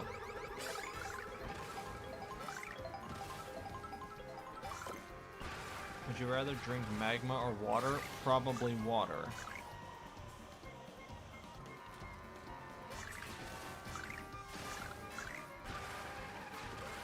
I don't think magma would be all that good for me. Not very healthy.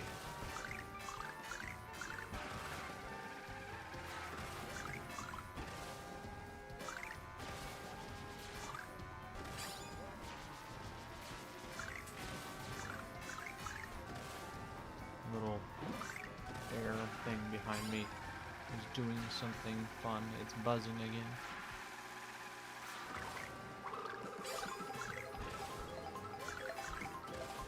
Fiji water is very healthy. I drink it all the time. I'm not really a Fiji water person. I'm more of a tap water person. Stick it in a water filter, and that's pretty much it.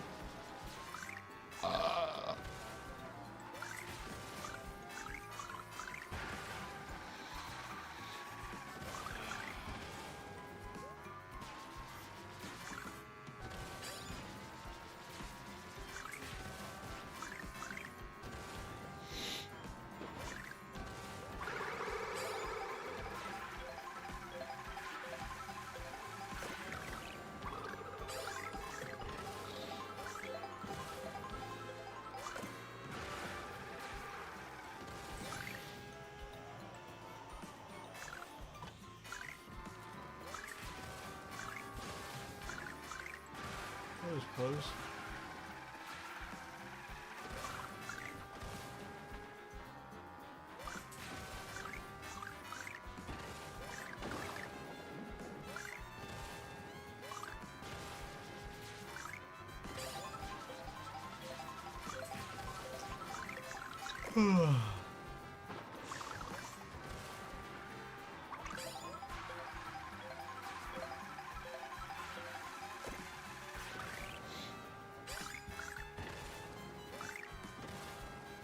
When I get begin a P-switch mission. It asks me begin mission. Do you have the same effect? I don't know. Beats me.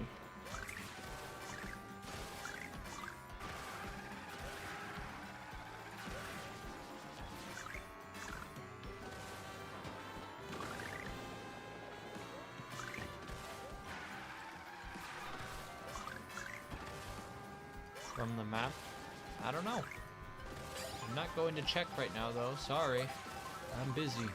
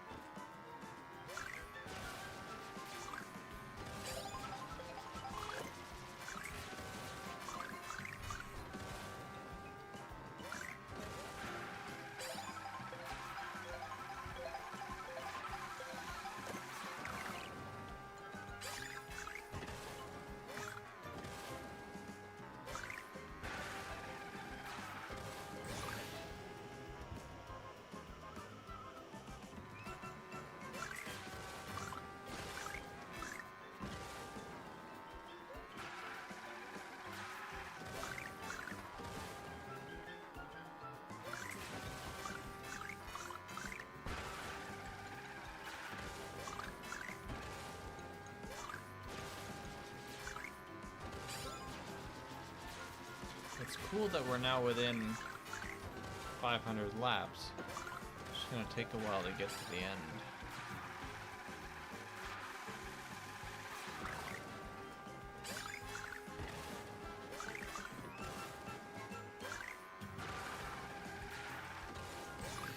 And that I'm not much looking forward to.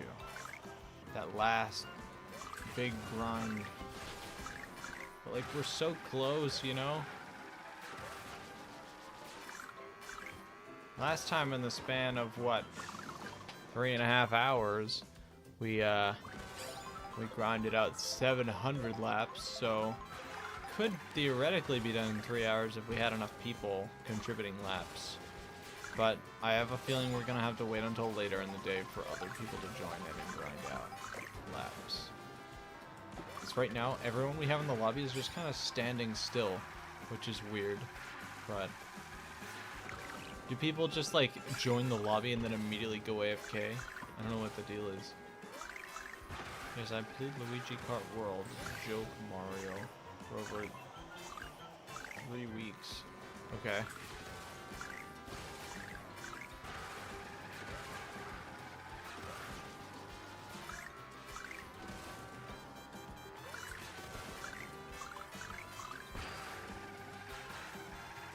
Hello, Tool League. I know you. I can help in 5 hours. Alright. If I'm still going in 5 hours, which I likely will be, then that would be appreciated. How do I even end stream when I'm done with this? Once I'm done with stream, do I just like... Do I just end stream and just like... Second I reach the amount of laps, so I just end stream right there? That would be nice. Depends how tired I am by the time it happens. It's crazy. Now I can actually think about what I'm going to do when I'm done with this, because I'm almost done.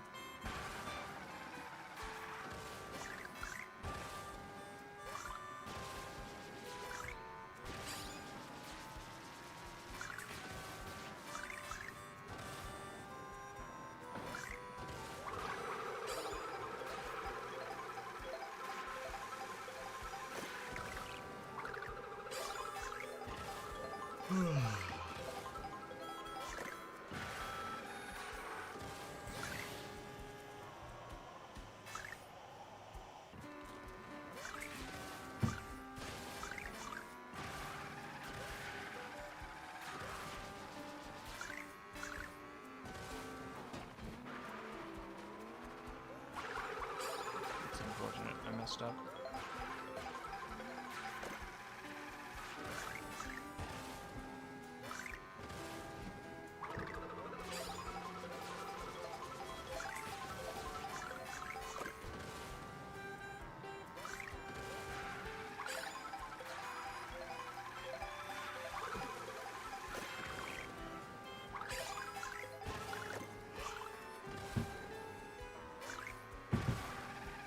I keep hitting my knee on my desk.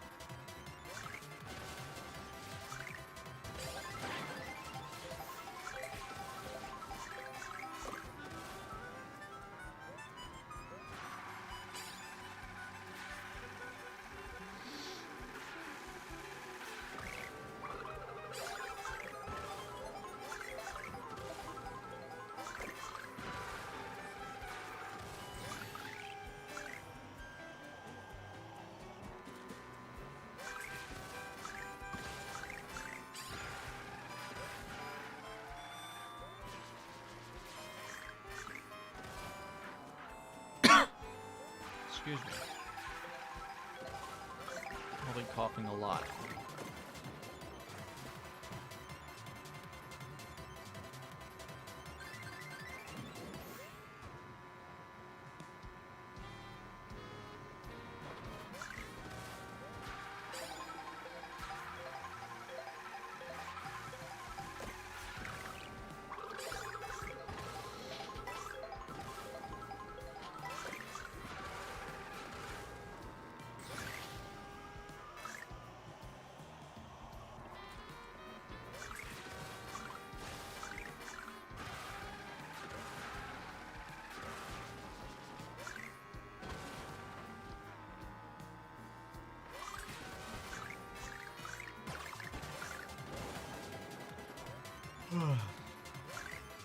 Oh, I'm yawning so much now.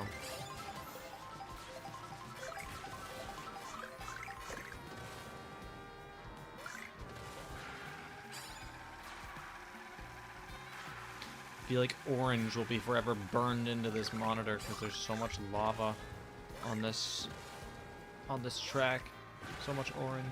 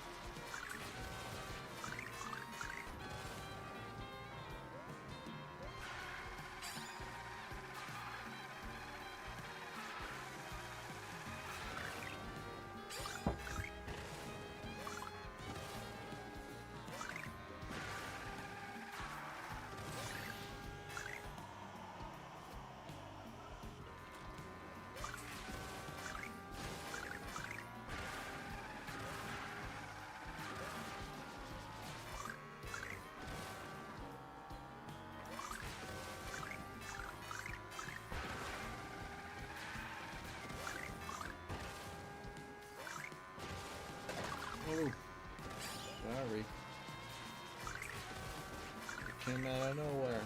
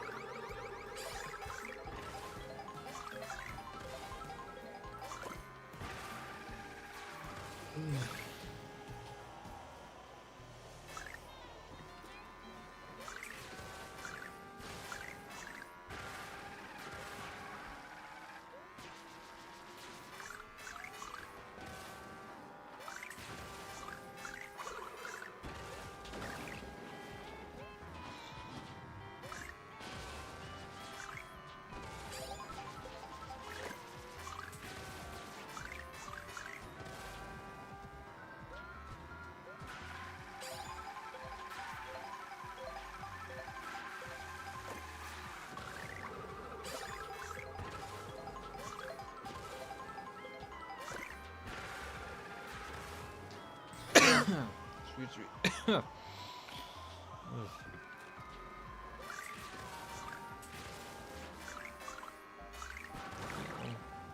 Oh, sort of saved it there, I guess.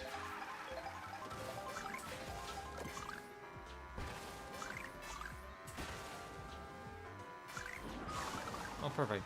All right. Improvise there.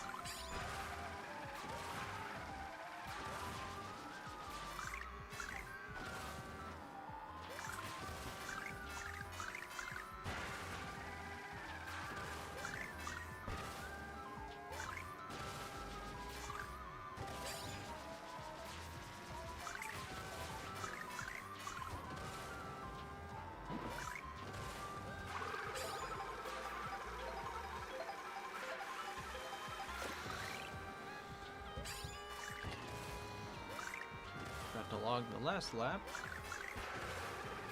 That's okay. I've remembered now.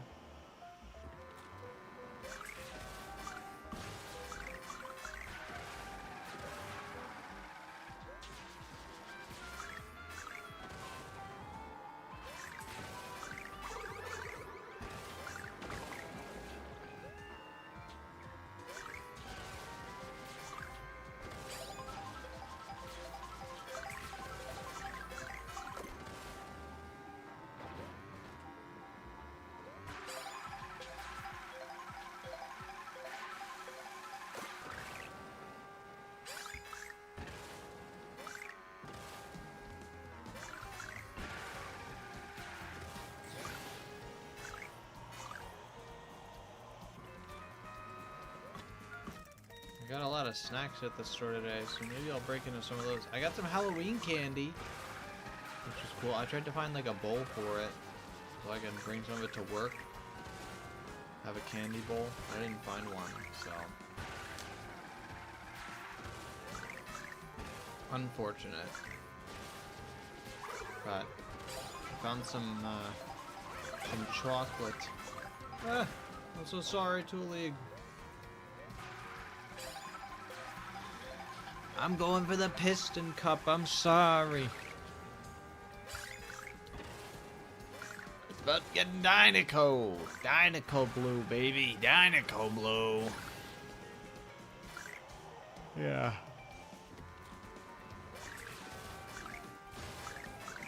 Ari might be going to the store later. Maybe I can get, maybe she can get me a pumpkin, like, Halloween candy bowl.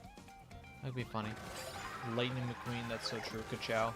It's actually the story behind why I have the sticker that I do online. How I have the lightning sticker right there. It's because of Lightning McQueen. Oh no, I'm not. I don't want to start a race. But I have that lightning sticker because it's Lightning McQueen.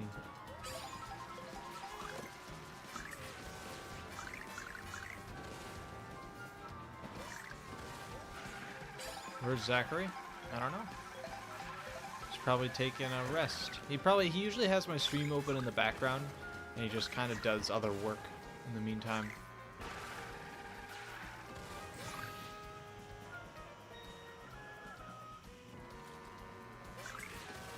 He may be here, just not existing in chat at the moment.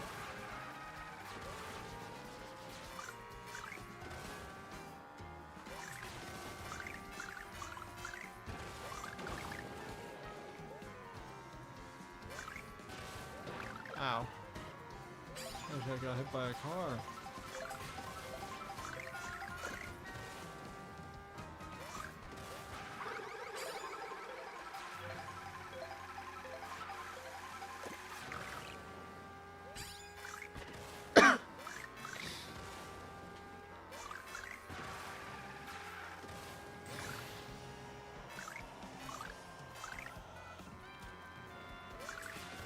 What do you go for in the NFL?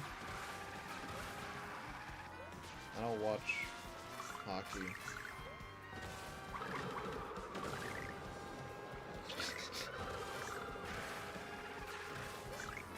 I just pissed off a couple people there.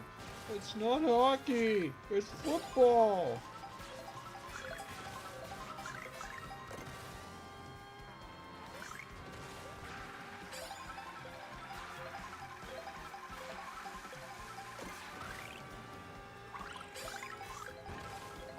Holy crap, did I just snipe him with a banana?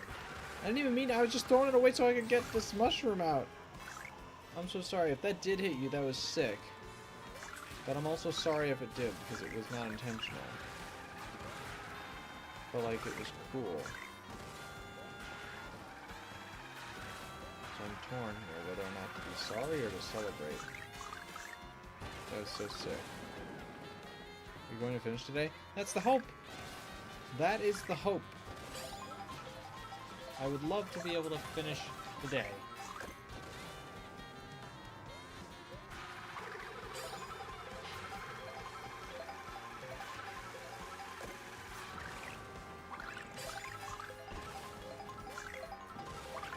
So for that,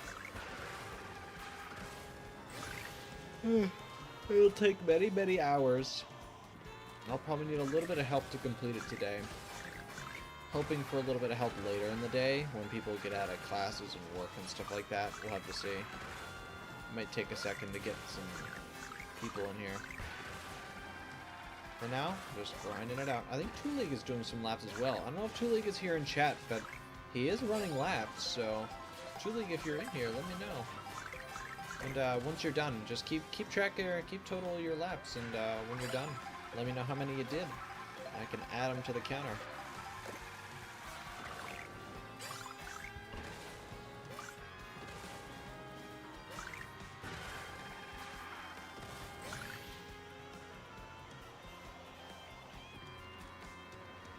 It looks like he's in the zone.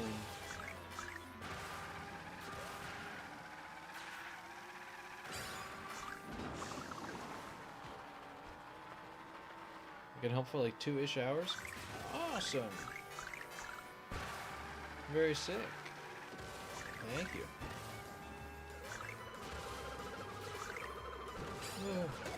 What? That was a crazy snipe.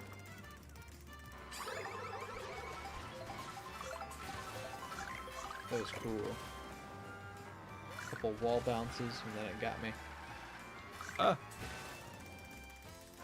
No, stop that. Put me back on the track. I want to race. I want to race laps. I want to keep doing this until I'm 90. I want to keep doing it until I'm 90. God, won't that be awesome? It makes me so happy.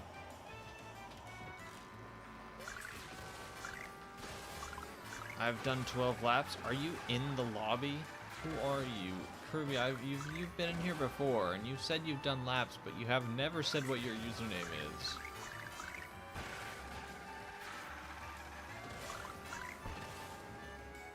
I'm assuming this is you. You don't exactly count that as running laps. That's called AFKing in my lobby.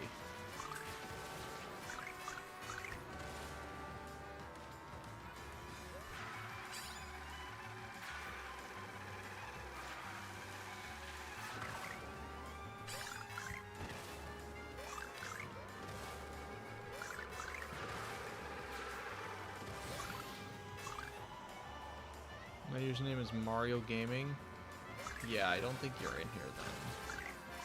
Don't really see anyone called Mario Gaming in here.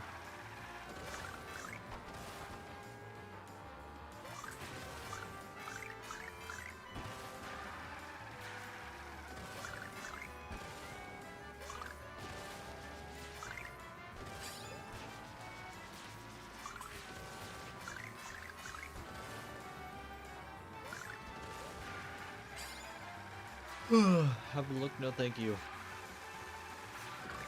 I am all set.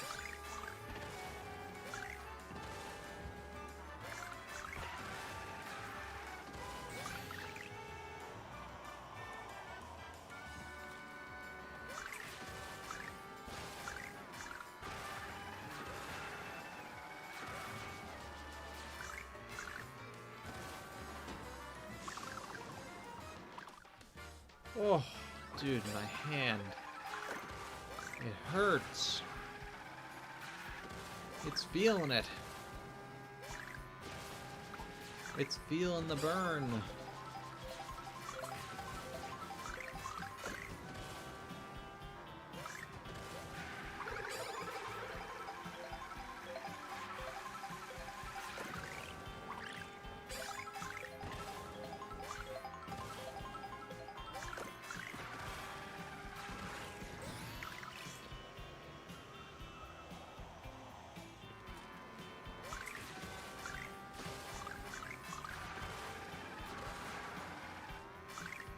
Ah, shoot.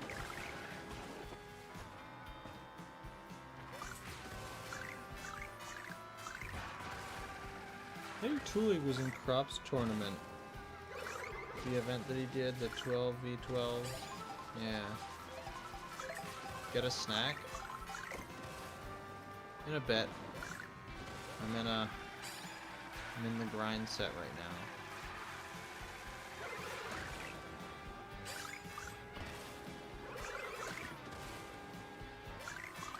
I don't know if you added left, but that's Lucas. Yeah, I did not. It's been way too many times he's tried to fuck you over. That's true. There has been another time where he's tried to falsify laps. Okay. You know what? That's fine.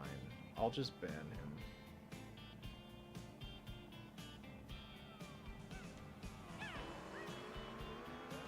He's gone forever.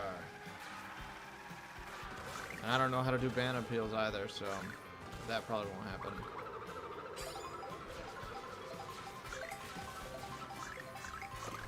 Yeah, he just comes in chat and spams on alt accounts, so probably not the best idea to keep him around. For anyone, I did not just randomly ban him. He has been doing stuff for pretty much this entire stream of just kind of trolling in chat and just kind of annoying people the whole time. That was no spontaneous act. But snack. Snack.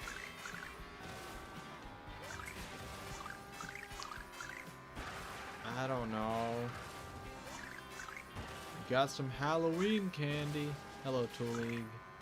Welcome, welcome.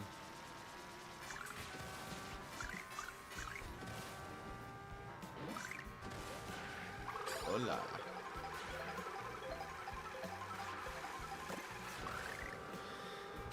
Eventually I'll get a snack for myself. Don't worry.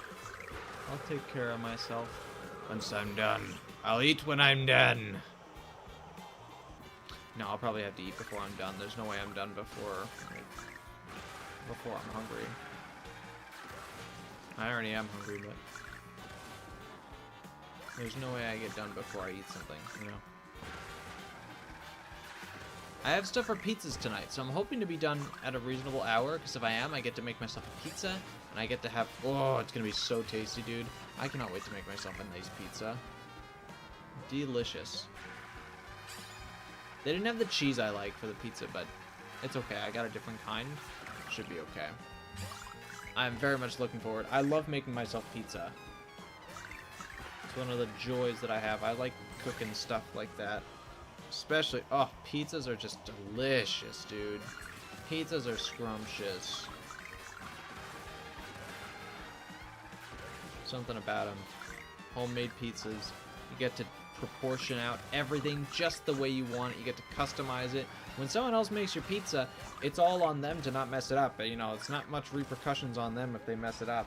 But like, when you're making your own pizza, you get to choose just how long you cook it, how many ingredients you put on. You want extra cheese? Put on extra cheese. There's no extra cost. You want some more pepperoni? Sure! Overload it, you know? You want it extra crispy? Go on ahead. They don't care. You won't care if you're being picky, because that's just you.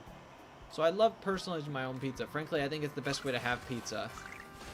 Because honestly, pizza places, just like a teenager's making your pizza, and chances are they do not care about your pizza.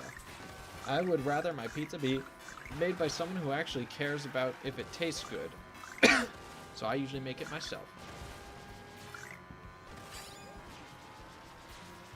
Damn it, now I want pizza. I love pizza, dude. It's so good.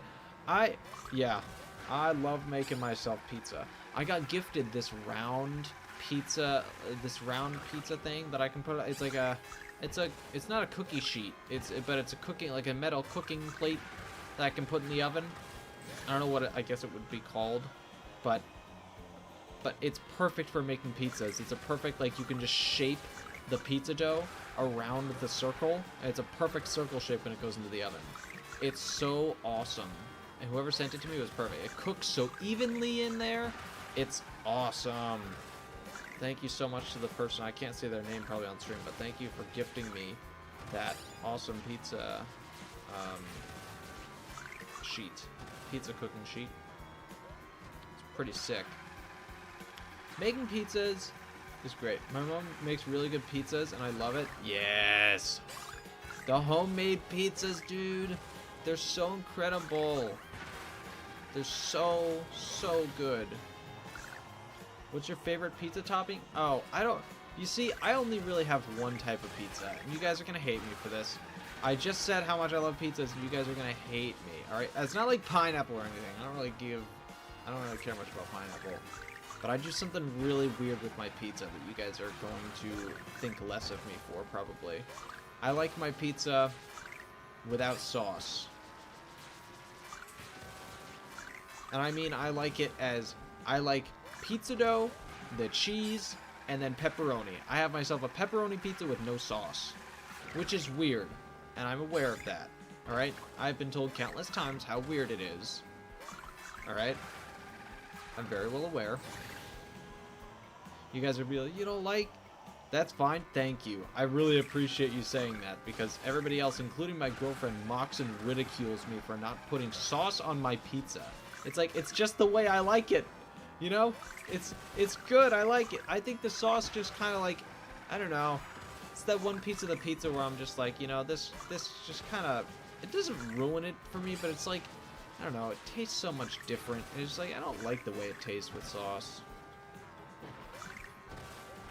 There we go. There's the reaction I was looking for. The capital letters is what? It's a very marinara and like stuff that like pizza sauce and all that stuff. It's very powerful, you know? It's a very strong taste, and it's not a taste I particularly enjoy, unfortunately. Which is weird, because a lot of people really do like it. And the even weirder thing is I love ketchup, which is literally the same thing. It's tomatoes, you know? It's very similar. And yet I don't like pizza sauce, which if I could tell you why I don't like it, I would.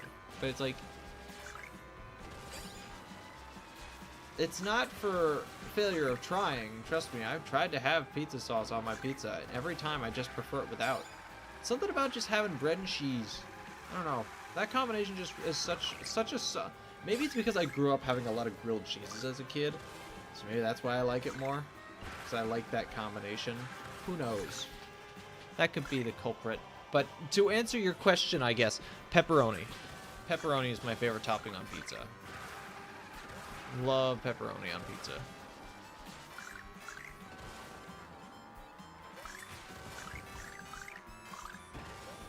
Do you like pineapple on pizza or pizza on pineapple? Probably none of the above.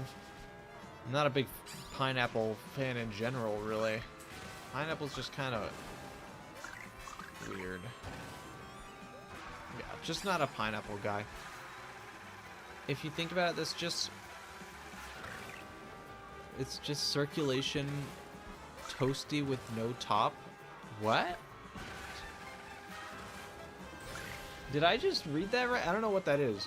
But what my girlfriend Ari says, she calls it cheese bread. And I call it a boneless pizza. You may be confused as to why I call it a boneless pizza, but you have to understand that that description isn't technically wrong. The pizza doesn't have any bones in it last I checked.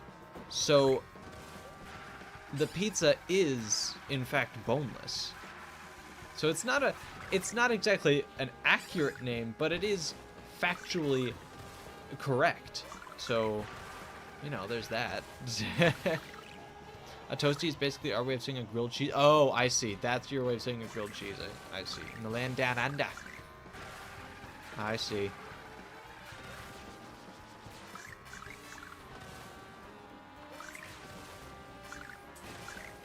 That makes sense.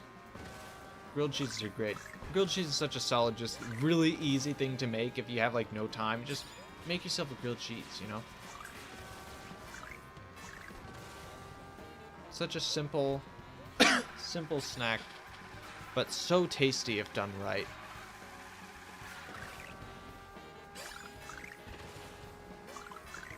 Good choice.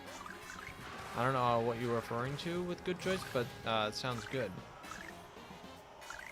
Honestly, I wouldn't mind trying it without sauce. I like new things. I'm surprised because the first time I hear it, it's not a very common thing. Actually, one time I had Ari try it without sauce, and she did admit that it actually was quite good. I think she still prefers pizza with sauce, but she actually did enjoy pizza without sauce. You know, depends what you're in the mood for, I guess. But also, a lot of people that I know call it bitch pizza, mostly because they watch me order it and they call me a bitch for ordering it. So, yeah, they were great friends. I don't really hang out much with them anymore. I don't know why.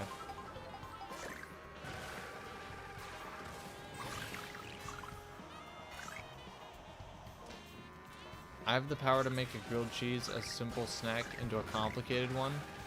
That's fun. All I do, I'm one of those people who likes the crust cut off of my grilled cheeses, which is not even like the way I had it as a kid. I had it cut into triangles when I was a kid, but for some reason, I just enjoy it more when maybe it's the kind of bread I get, but I just don't really enjoy the crust on the bread that I have. But I enjoy the bread in general. So I just cut the crust off on all sides, and then I just eat the whole thing. Yeah, I'm not a crust person. I think you either are or you aren't, really.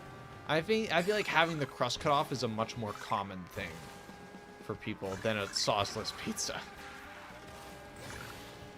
Although it's more of a childish thing, but like, you know, I don't really care. I like it with the crust cut off. Me too? Awesome. See, there we go.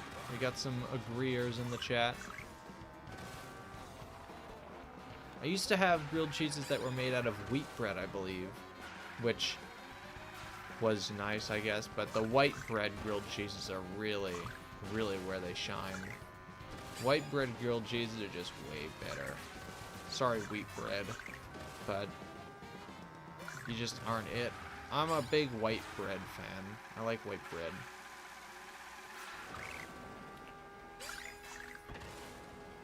I just got a loaf at the store, so maybe I'll make myself some stuff. Maybe tomorrow morning, I think. I don't have a class in the morning, so if I'm all done with this stuff, I'm going to celebrate in the morning. Ari and I are going to get up. We're going to make ourselves a good hearty breakfast. We're going to have some French toast out of the white bread that I bought, and then we're going to have ourselves some bacon. Oh, because we got some bacon. Ari picked up bacon at one point earlier, and so now we're going to have that. First time I ever landed over there. So, yeah, nice big breakfast tomorrow. It's gonna be awesome. Gonna love it.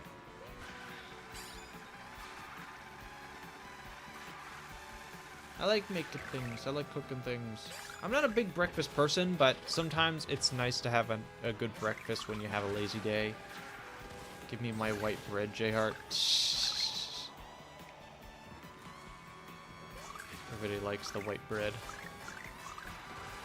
One of these days I'll have to make there was a big thing. Okay, hold on. I want to show you guys something. Hold on. I had these earlier. They're kind of... I think they're stale now. I made them before I got sick, so yeah. But I made these. I made gingerbread cookies. I frosted them on top, which are really, really good. Homemade.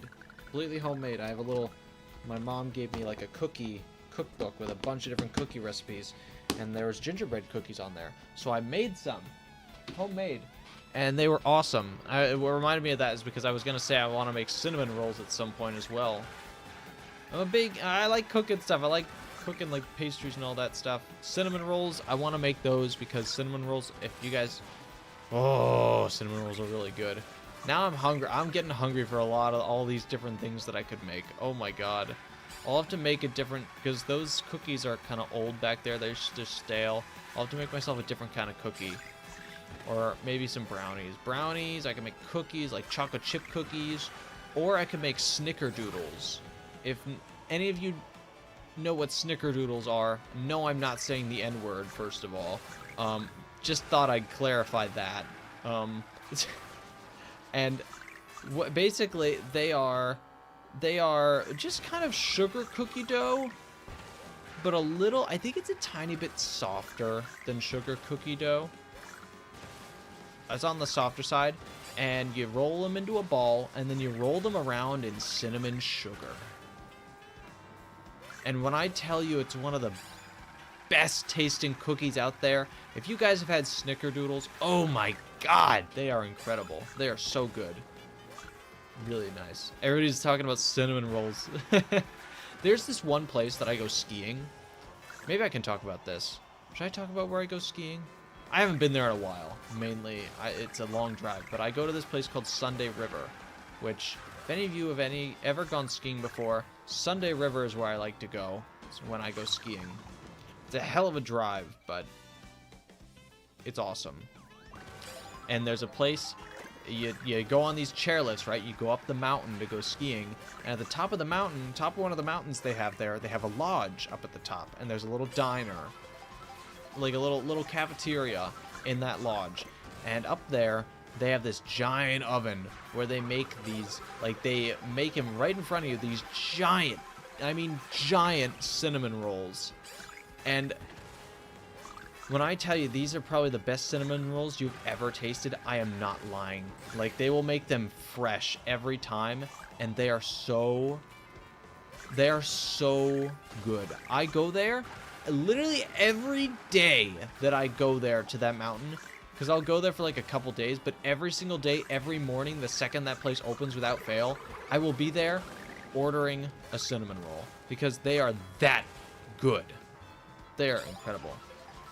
You're gonna need to show us that cinnamon roll? Yeah, I'll have to send you, I'll have to take a picture next time I go skiing there, but like that might be a while. I haven't gone there in a while, mainly because of the distance, but eventually in the future, if I ever go back there, I'll take a picture of the cinnamon rolls and I'll show people. I wonder if I have a picture.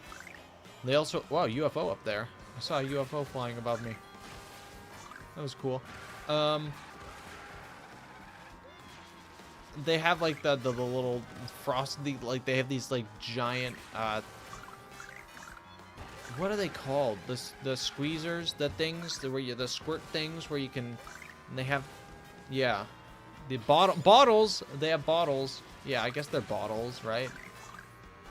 These bottles of icing, and you can, you know, choose the amount of icing you want, but they cut the tips off, so the icing comes out really fast. So you end up always with like a coated cinnamon roll with a bunch of icing on it.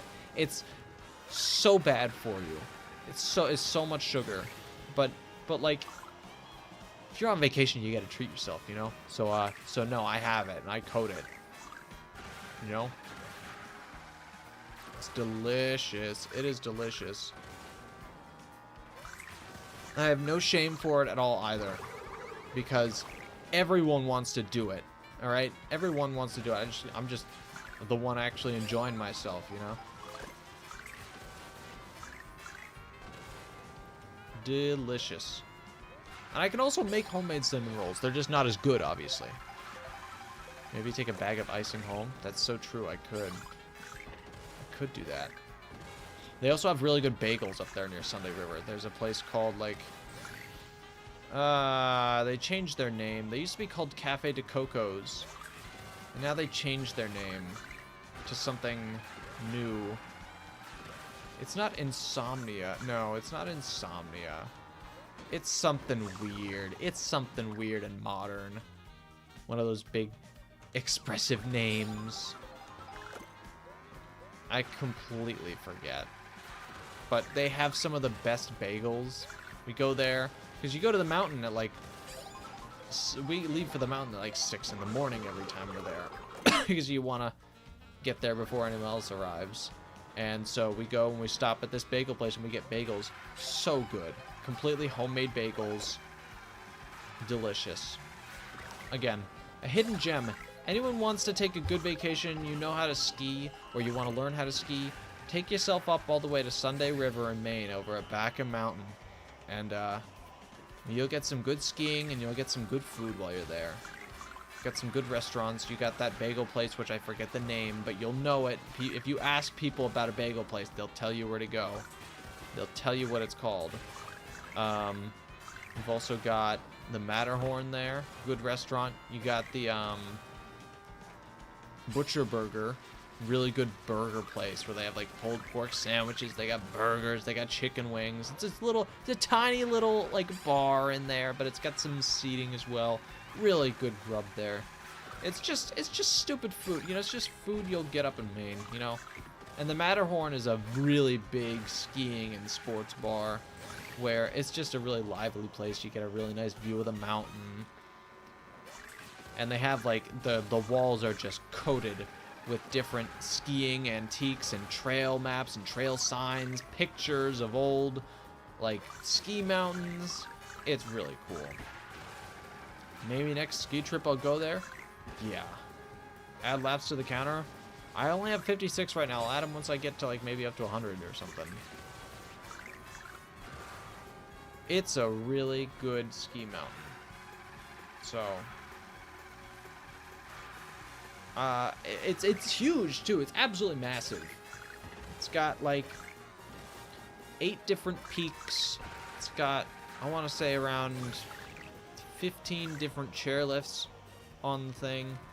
One of them being like an 8-pack bubble chair. I think there's 2 8-pack bubble chairs now, which if anyone doesn't know what like skiing stuff is, like skiing terminology, you may not understand a thing of what I'm saying right now, and I apologize. There's also a thing called a chondola, which sounds really weird, but it's a gondola and a chairlift merged into one. Every 4 chairs there's a gondola, and they load at different spots in the station. It's really, it's a hoot. It's really fun. That's the one that actually, that chairlift there, you can take the gondola all the way up to the lodge where they actually have the cinnamon rolls, and they even do night skiing there too. It's a fun place. It's really fun. It's got so much to do as well. Crazy amount of trails of all difficulties. Like, there's a family place in the mountain. There's also, like, more advanced stuff, you know. They even have, like, racetracks there. It's incredible. Really cool stuff. How dare you go on my Discord? How dare you on Discord to tell my... What? On Discord to tell you my secret grilled cheese recipe? That was a whole jumble of words. But a secret grilled cheese recipe, man.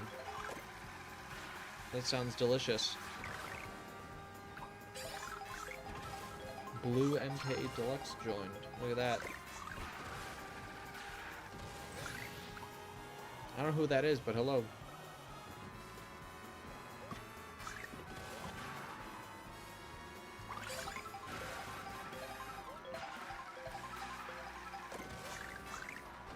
Yeah, we're talking about cooking now. This has been fun. And skiing.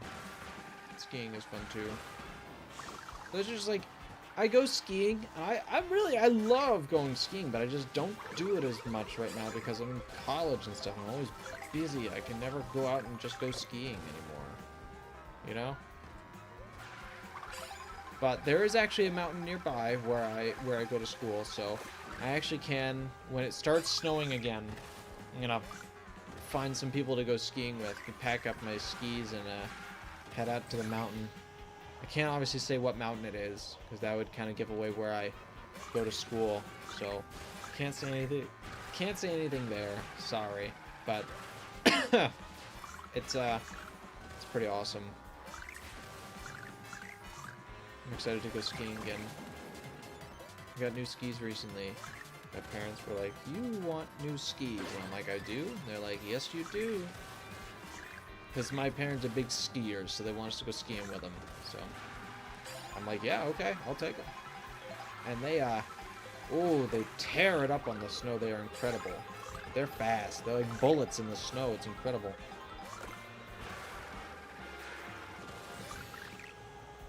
Even Mr. Cross doesn't know who's that. Mr. Kraus?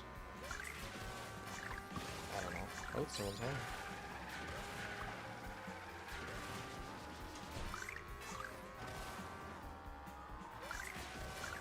Hola. I'm streaming right now, completing some laps. Almost to 3,000. I have 2,900 on the counter right now and 60 on my phone counter, so only 40 more laps until 3,000. We're getting there. Okay. Oh, I forgot to get like a Halloween like plastic bowl while I was there. Do you want to grab one? Okay.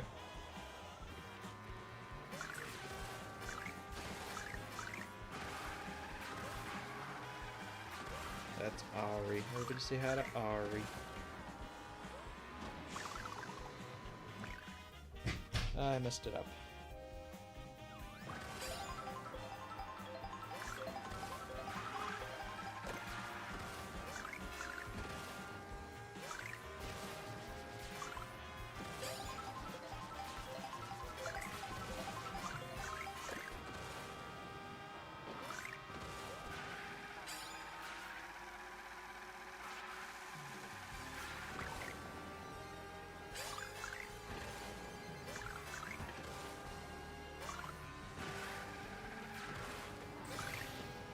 But yeah, skiing's pretty cool. And cooking is pretty cool.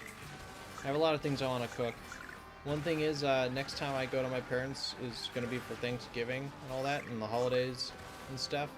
And since I learned how to make gingerbread cookies, they want me to make gingerbread cookies as a dessert for Thanksgiving, which I'm so psyched and ready to do.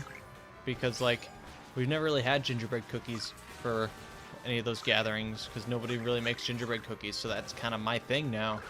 I'm the one who makes the gingerbread cookies, which is so sick. I'm really happy with that. I'm gonna make some with frosting and without frosting, because I know some people prefer one or the other. It's pretty awesome. I'm so excited.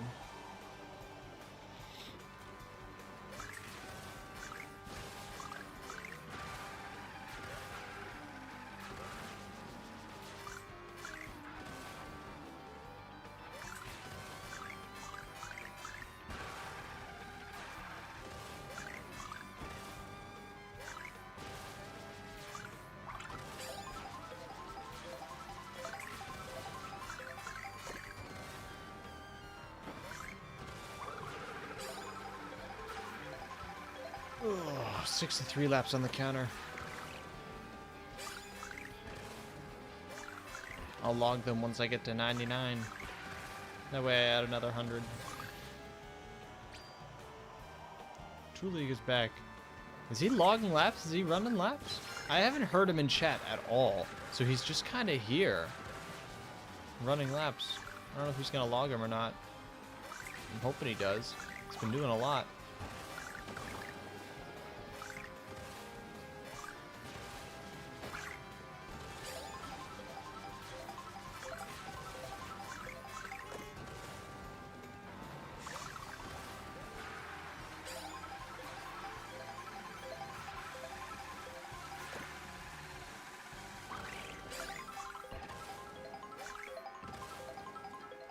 So you say you might go there on your next ski trip, Mr. Bells. Have you ever gone skiing?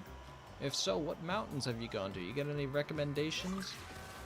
Any good ski mountains that you've been to? You particularly enjoyed?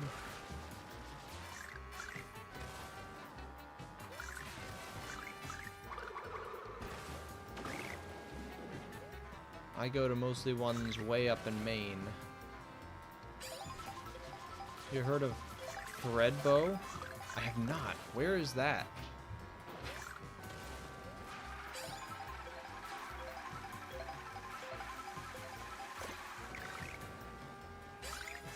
I'm going to Japan this year. Next year to New Zealand. Oh my God! There's some places there. Ow! Hit the desk. Sounds like some crazy places. We've got skiing there.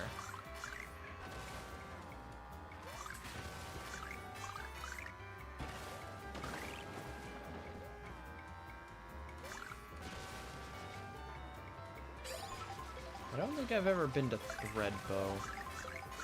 I'll have to ask my dad if he's ever heard of it. He probably has. He knows a lot of skiing places. He's way into skiing.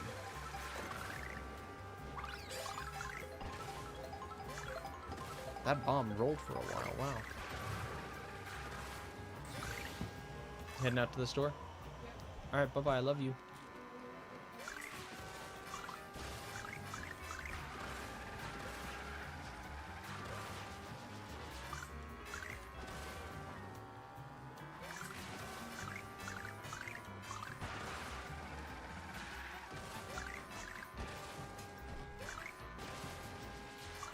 Yeah, I'm sure Ari will be glad that I'm done with this, mostly because she doesn't have to hear me bitch about it anymore.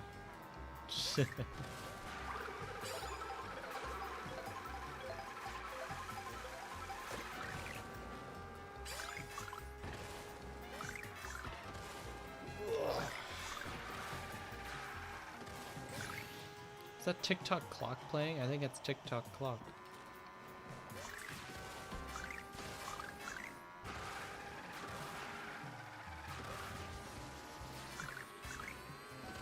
Whoops. Yeah. Left tricking there doesn't even help. It actually makes it worse. Hello, Caden. I think we know Caden. Who's Caden? Ah, I swear, we knew who Caden was at some point, maybe. Maybe now I don't. I have no idea. I don't know if he's ever logged his laps here, but I know he does them. From time to time.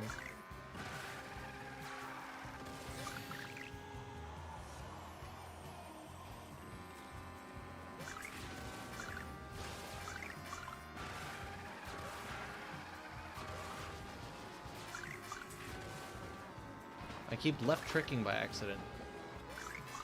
No good.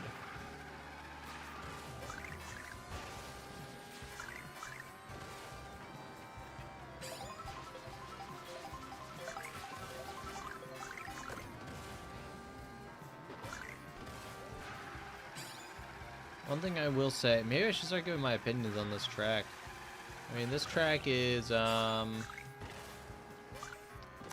really good. I think the theming on this track is on point. This part, best set piece. I love tracks that have, like, an overarching set piece, like that skull right there. Any track that has something clear that you can remember it by, that is a good track.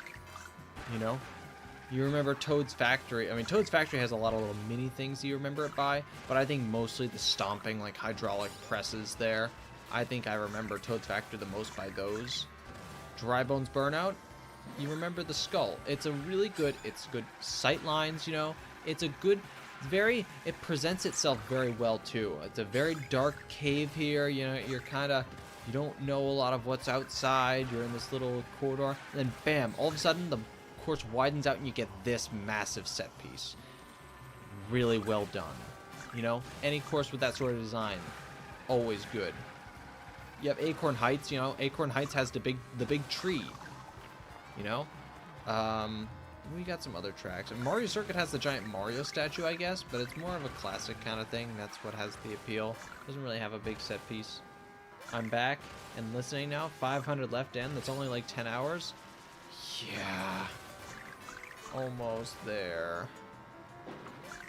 I've actually been churning through them pretty quickly, though. When should we do the challenge, by the way? That's a great question. Honestly, we should probably do it towards the middle of the stream. Because if we do it at the end, I'll be done. So we should probably do it towards the middle. I don't know when that middle will be, but when would you like to do your challenge? Do you even know what it is? Do mirror mode next? No. No, I think I'm good.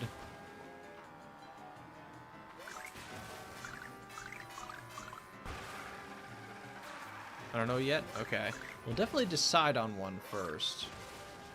Then we can discuss.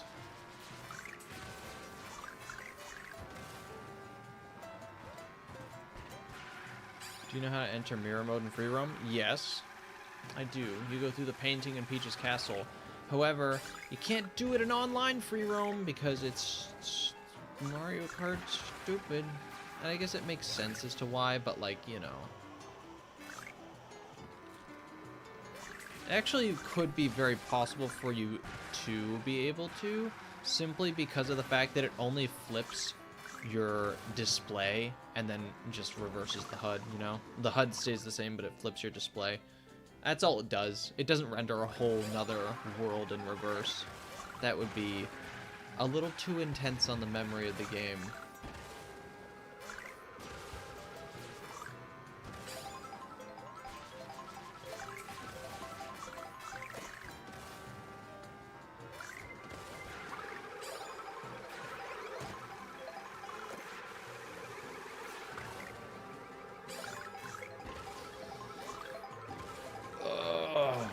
Also, welcome in, Jacob.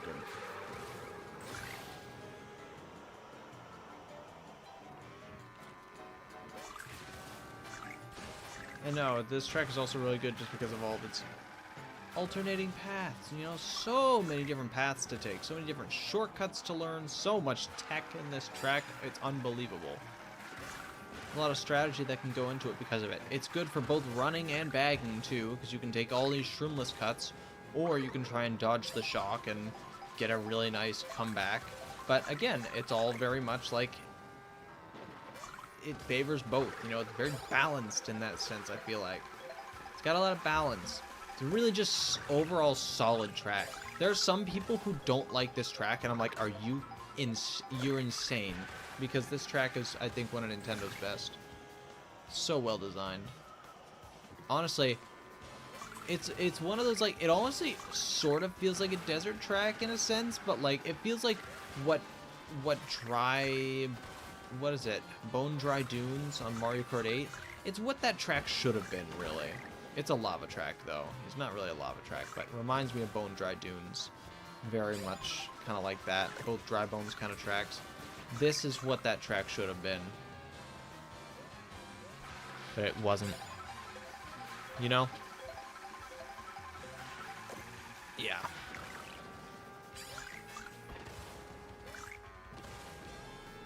We have 73 laps on the counter right now. Really good.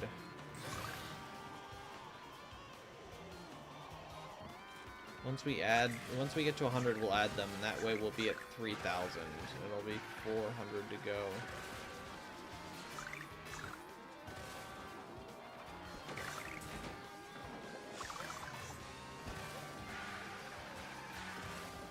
Jared, I managed to change my PFP. The Mario Kart World logo is on the top, and the GT logo is on the bottom.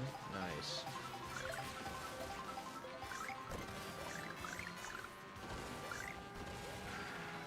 I don't like this course in Lounge, but for time trials and world bides, it's really good. What's wrong with it in Lounge? Is it just annoying to play on because of just people's play styles, or?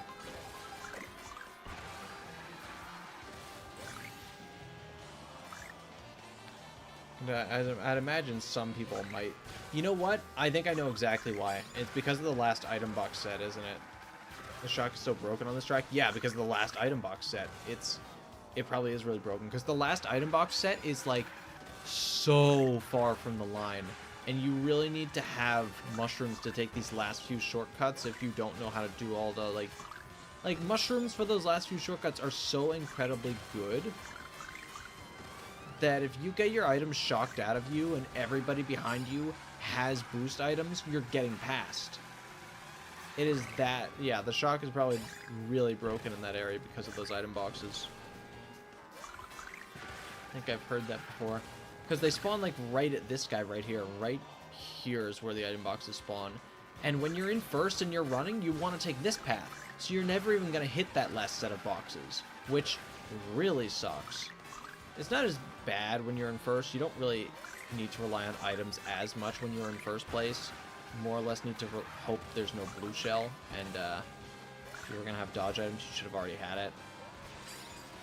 Yeah, but other than that, yeah, shock can really mess up a finale on that track. Which is why going in with 2 dodge items, like if you can obtain 2 dodge items, it is immensely good on this track because you just save them for the final set, and then, you know, you just use one over there in that little path, and then you use one more to take the last 2 shortcuts, and you're pretty much set. Even if there's a shock at the end, you'll probably dodge, and you'll probably be gifted the win. Problem is, getting 2 shock items is a little bit harder in this game. I feel like it was easier in Mario Kart 8 to get double dodge items. It is not as easy in this game. Mostly because I feel like golden mushrooms are a bit more common now, and they kind of end up getting in the way. Triple mushrooms and golden mushrooms always show up. You can just never get a bullet or a star or a bullet or a mega. It just never happen. And megas are really useful because they can't get stolen by a boo. So they really help when you have them in your first slot and you're trying to sneak things up. Megas are extremely handy with that.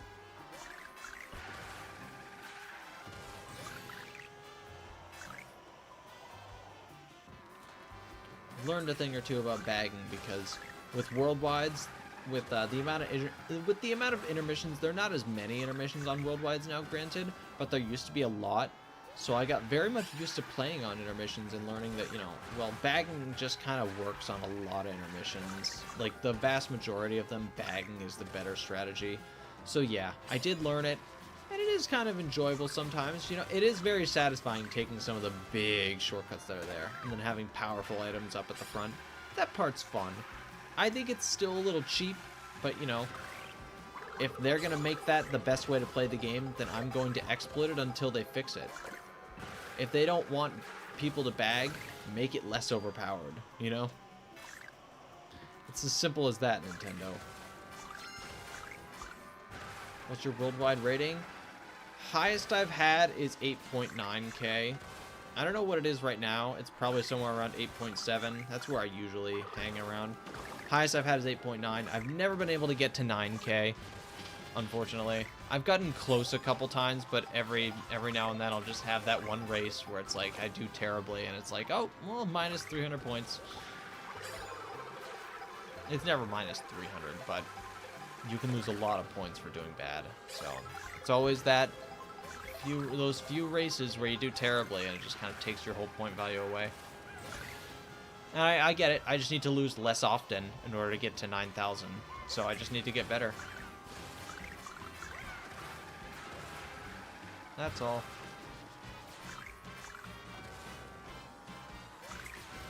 Minus 6.7. Yeah, it's tough to gain VR in this game. It's extremely tough and it's extremely punishing. And a lot of people don't even play worldwides that much because, you know, they just don't want to play on intermissions. And, well, you will have to play on intermissions on worldwides. It is a given. Unfortunately, that is just a part of them.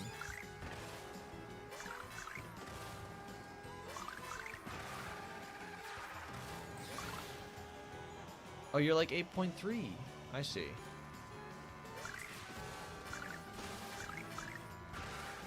Yeah, it's tough. It's tough to keep VR. It's why, honestly, I don't even look at VR much anymore. Like, I don't really. If I ever hit 9,000, it'll be awesome.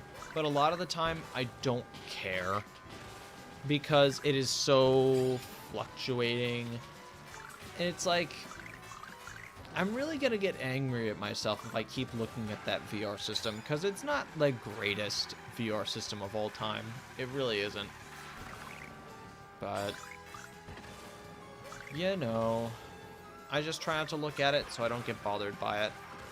Because if I do, it's just gonna ruin the mood of my races. Best to just ignore it. And then I have fun. Then I have fun in Worldwides if I don't look at it, so I think it's working.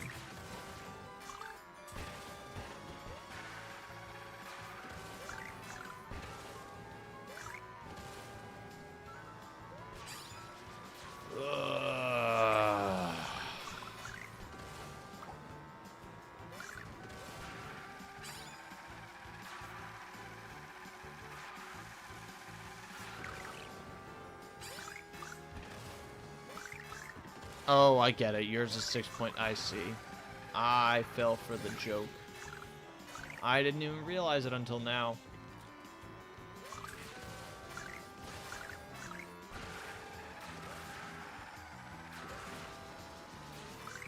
I thought of the challenge. What do you got for me? One knockout tour of your choosing? Oh. What do I have to do? You need to be first each checkpoint, plus 50 laps if you do. First at every checkpoint?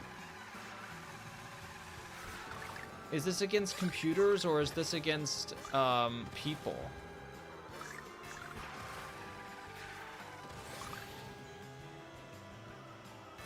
That's gonna be a tough one.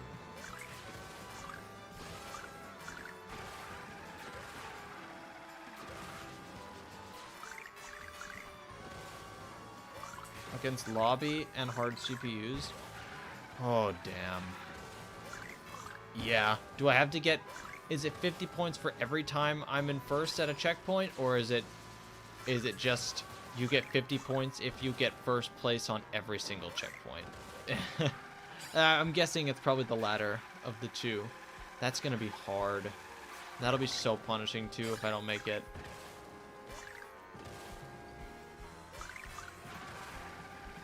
No 50 points if you do it all. Okay. Damn. That is a challenge where it's like so much effort for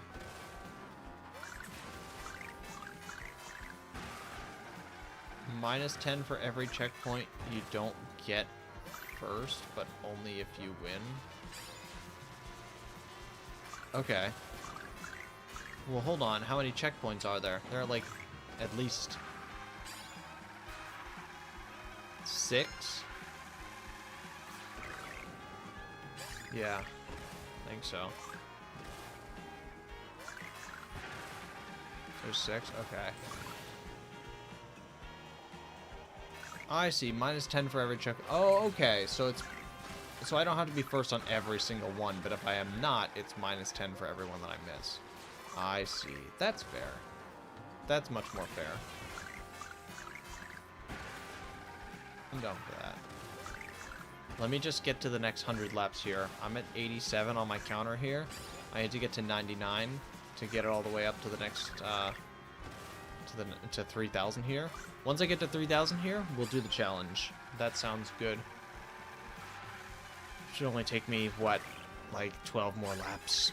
So... that's good.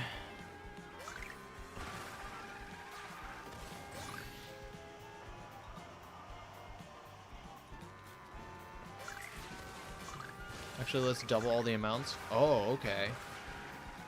So it's 100 points if I get... Okay. And then it's -20 for each. Okay. You got it. Sounds good to me. I like that. Big points. That's big points. I could get 100 for winning. If I get first every single checkpoint. Still a tall order. But... okay. I'm down. Let me just get to 3,000 here, which I'm at 80. I'm at 2,989. Yeah, 2,989. Almost there.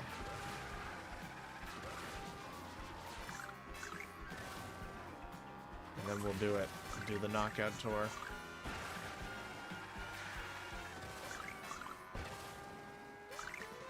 It's gonna be a good time.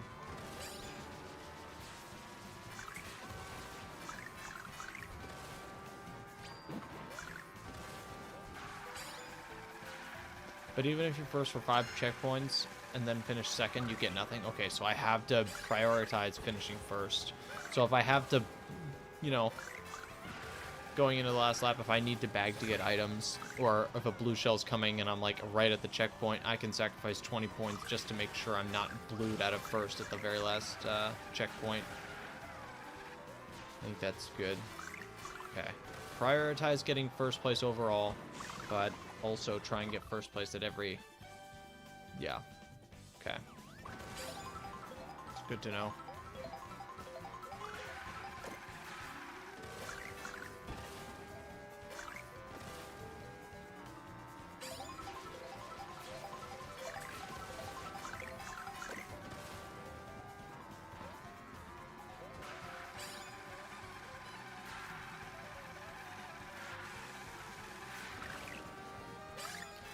That can earn me up to 100 points, which would mean that I would effectively only have 300 to go if I do it, if I play a perfect race. That would definitely be something. And if I don't win anything, I at least get a break from this, and I get to do a knockout tour. So, win-win.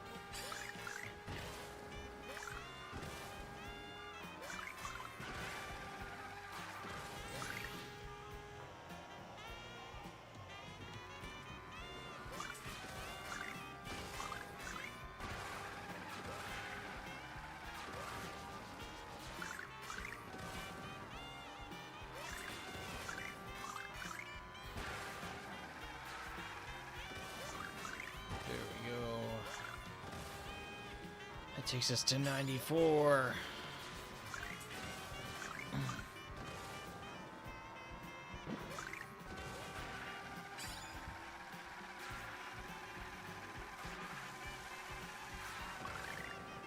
Wiggling the controller to get the drifts out faster. I wonder if you wiggle it really fast, does it help, or do I have to do it in like a like a kind of a rhythm? I have no idea what charges me to turbo the fastest.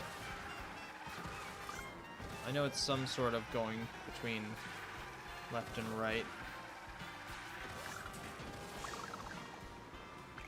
No.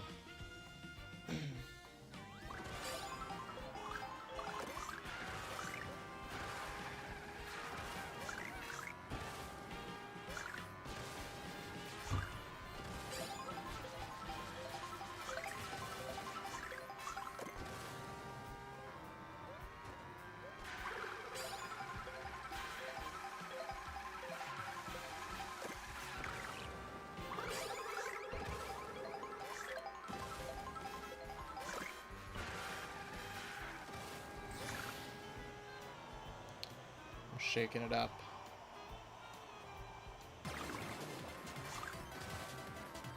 We're taking this way. Oh, look at that star cut. That, if you have a dodge item, you use it right there. And you go through just like that. Big cut. That's where you want to use your dodge item. Because if you get shocked on the glider there, you're fine. But if you get shocked in that shortcut, yeah, that would suck.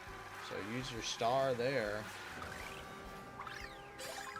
And then after that, you really only need to take one mushroom cut. But it's kind of optional at that point.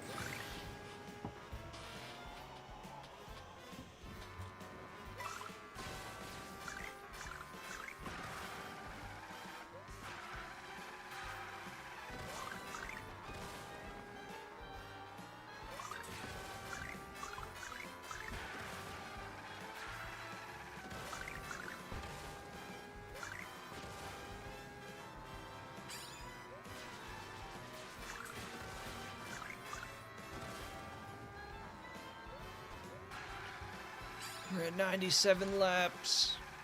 Okay.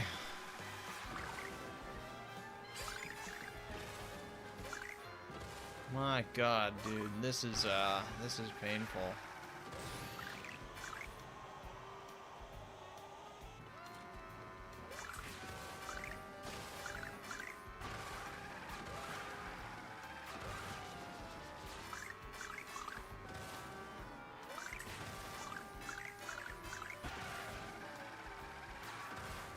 It's 98 laps here.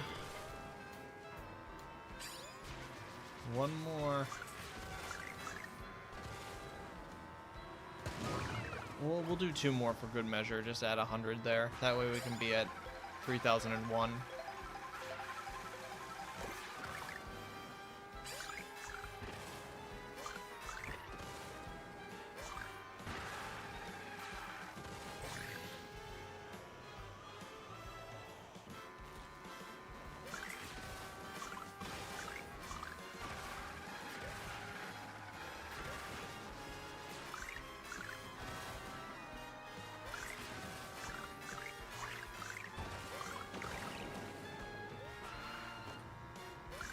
There we go.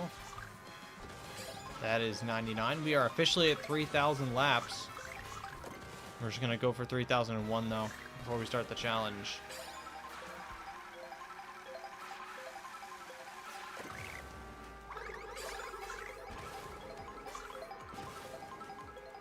Are you hyped for your last challenge? I so am. I so totally am. I'm ready.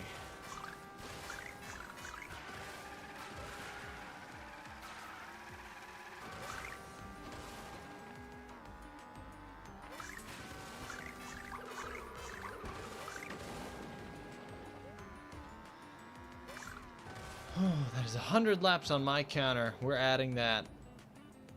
Boys, big number incoming. 3,000 laps. Oh my God, dude. 400 to go. And it could be 300 if we win the challenge. All right. Let's do this. Knockout tour with calm difficulties on hard. Good? Good.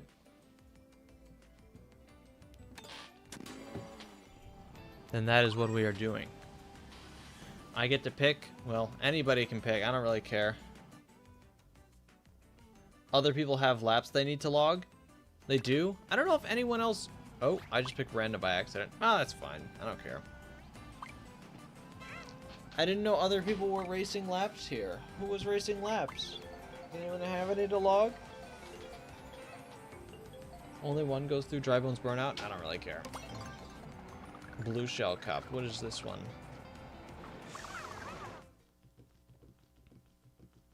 Oh, it ends on Wario Shipyard. Shoot. Oh, Tool League has 34. Okay, Tool League has 34 to log, so we'll log those after this. Very sick. Thank you, Tool League. That was at 4:06, so it was a while ago. Well, thank you, Tool League. I appreciate that.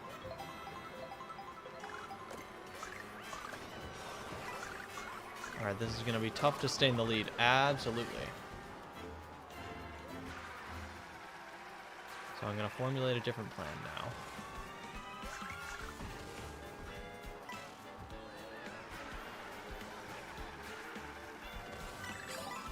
Here we go. Perfect.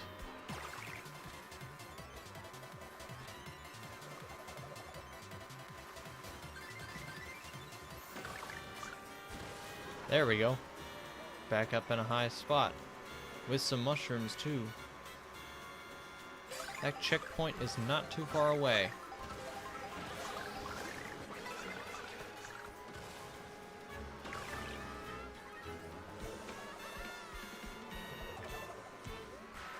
Oh shoot, that boomerang. Okay, that's first place for one checkpoint.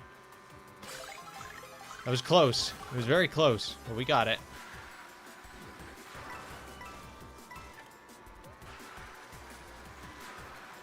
Now we need to see if we can pull a lead here. I see a boomerang up ahead. Caden has mushrooms. He's going to pass. It's okay. Oh, no, he lost them. Okay, that's good. No! That's so unlucky. That's so unfortunate. I think that's a CPU, though. I can get past him.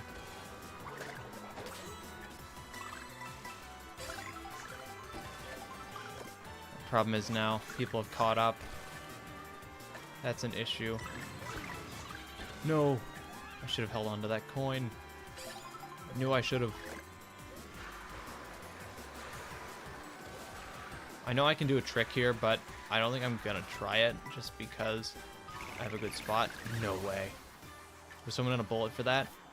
Please don't tell me. Okay, nobody has items. I think I got this now. Oh, someone's catching up with the golden. That's okay. I think I'm good. That's first place for 2 checkpoints so far. That means if I get first place here, I at least have 40. Okay, things might change here. Whoa! Oh, I shouldn't have kept that coin. That was really stupid.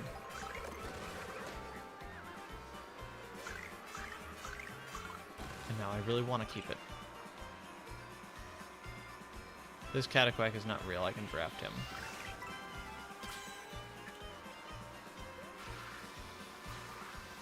I want to keep these probably.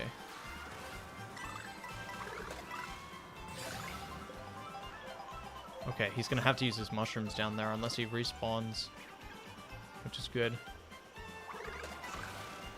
It's a good place to hit people.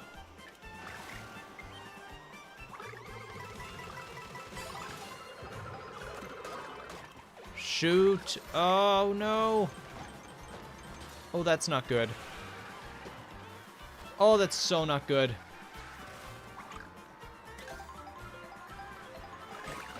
Oh, that's so not good.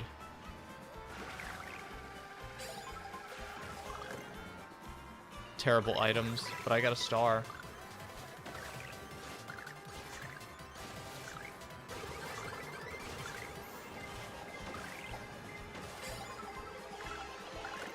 That almost went for me.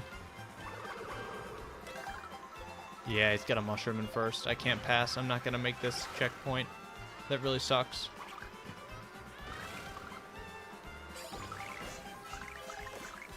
What? I only got one item? That sucks. I'm missing it on this checkpoint.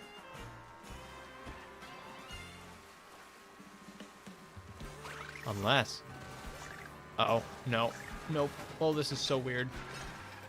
Okay, that's one checkpoint that I missed. That's fine. I still have 40 possible points if I win. So I lost 20, I guess. I should go by that, so I'm at 80.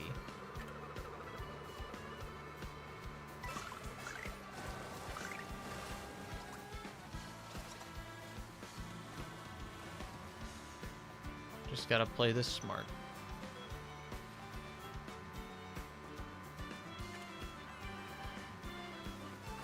Honestly, I got the water speed. I'm just gonna go this way.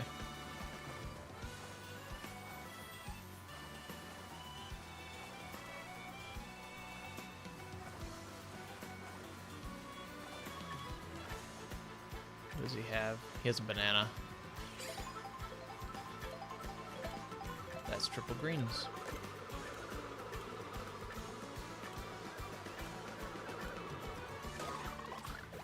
No way, dude. Oh, that sucks so much.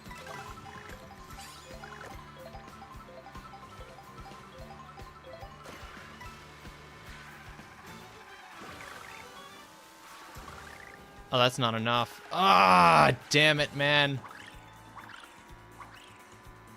That really sucks. Now I'm at 60.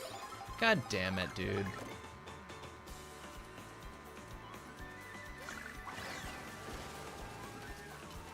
Just a crazy, copious amount of greens.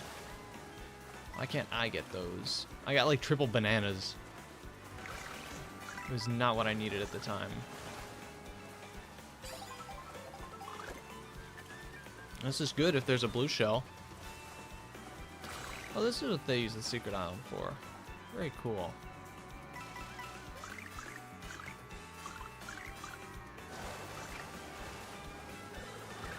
What? There was a boat over there. I should have taken the boat. That would have been so smart. It's good to know that there is one there, though. Alright, I just got to watch out for a second now.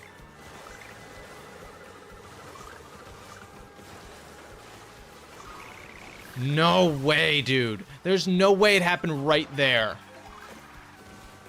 That's such BS, dude.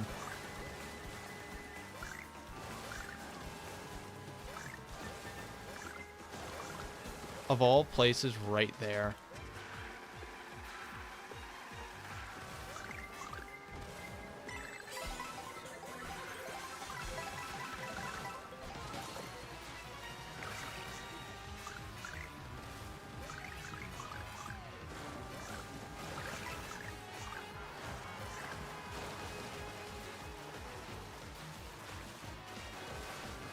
I'm not even going for it. I missed the opportunity. That's gonna cost me a lot of time here, though. That's really not good. I think I have to keep this. I need to have some sort of defense. I'm not gonna risk getting a coin block there.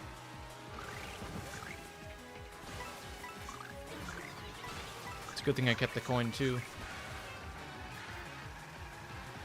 Okay, I got to keep 60 points. That's good. I'll take that. 60 points. That's 60 laps. Okay. No, I'll fine. I'll be fine. I'll be fine with that. Ah, that's super annoying, too. The 2 times I got passed was just such BS. Okay. I'll take that. That's 60 points for that challenge that I won out of a possible 100, which kind of sucks. But 60 plus the 34 that Tulig did, which brings our total up to 3,095. I'm gonna pee, and then we're gonna do more races at Dry Bones Burnout.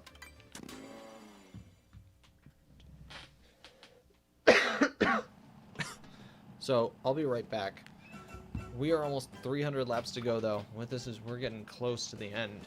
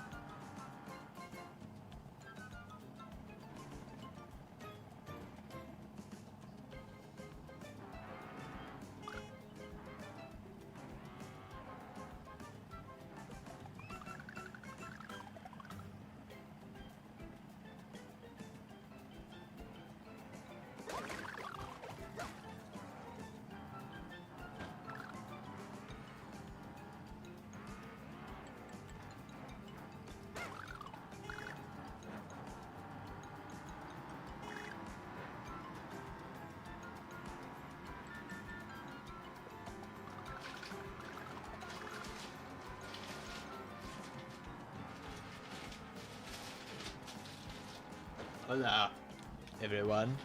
I'm back. Chair stream. I know you guys love the chair stream. So cool.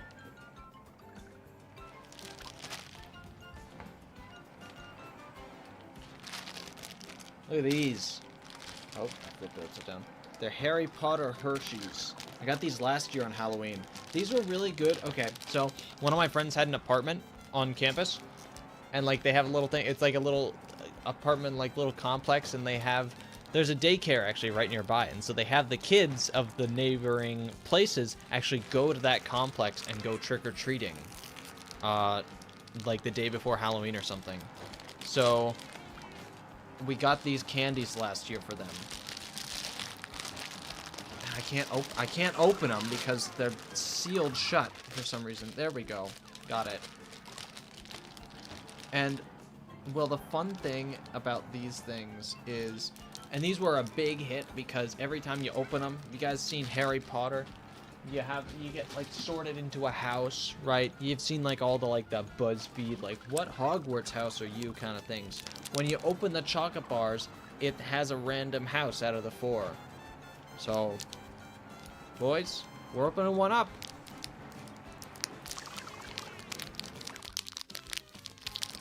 See what I get. Here we go. Ready? Right in front of the camera. What does it say? I can't see what it says. It says Hufflepuff. Fuck that, dude. I'm not a Hufflepuff. Really? We're starting with the Hufflepuff? Anyway. Pretty cool. I like chocolate, so I just got these. You want to have? No, I'm not! Dude, I'm a Ravenclaw. I'm a Ravenclaw, not a Hufflepuff. Hufflepuffs? Fucking idiots.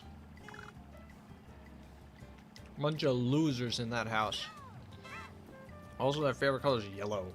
Whose favorite color is yellow? It's the color of pee. Don't be mean to yourself. I'm not, don't worry.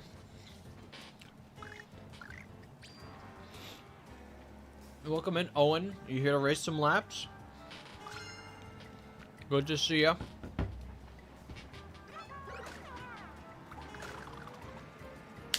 One second, I need to charge my phone for the counter. I guess? Alright, cool. Well, thank you. Thank you for helping. We only have 300 laps to go. If we all buckle down and we run laps, all of us here, we could get this done. We could be done. I could be free from this torment. This nightmare, this never-ending nightmare.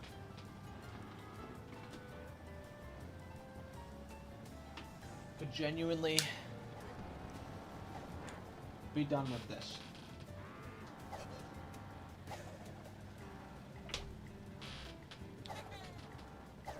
Alright, we're charging the phone.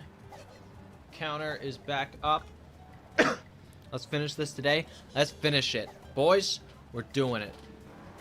Everybody make sure to tell me what laps you got over however many times that you race. Yeah.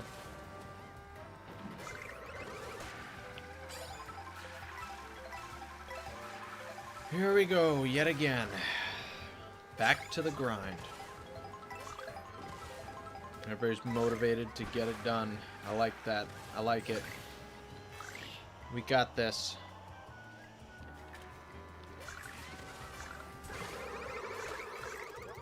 Whoops. Whoops. Nope. Come on. Get on the rail. Get on the railing. We can do it. There we go. I had a ping in Discord saying my favorite combo to use in offline Grand Prix. I'm just gonna tell him Fishbone B Dasher. It's always Fishbone on the B Dasher. That's my favorite combo, offline and online.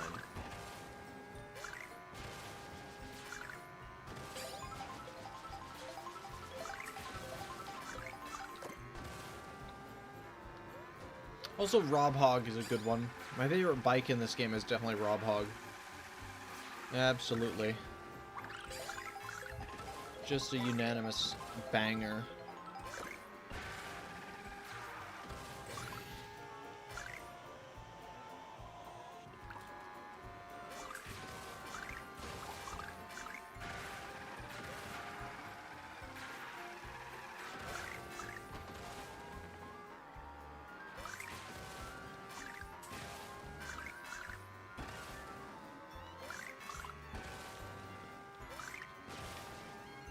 I'm gonna do the Moki in 10 minutes, then grind out laps with you once it's done. Alright, sounds good.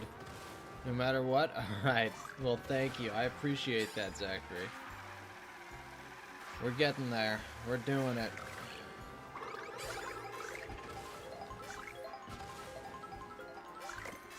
The grind is so real.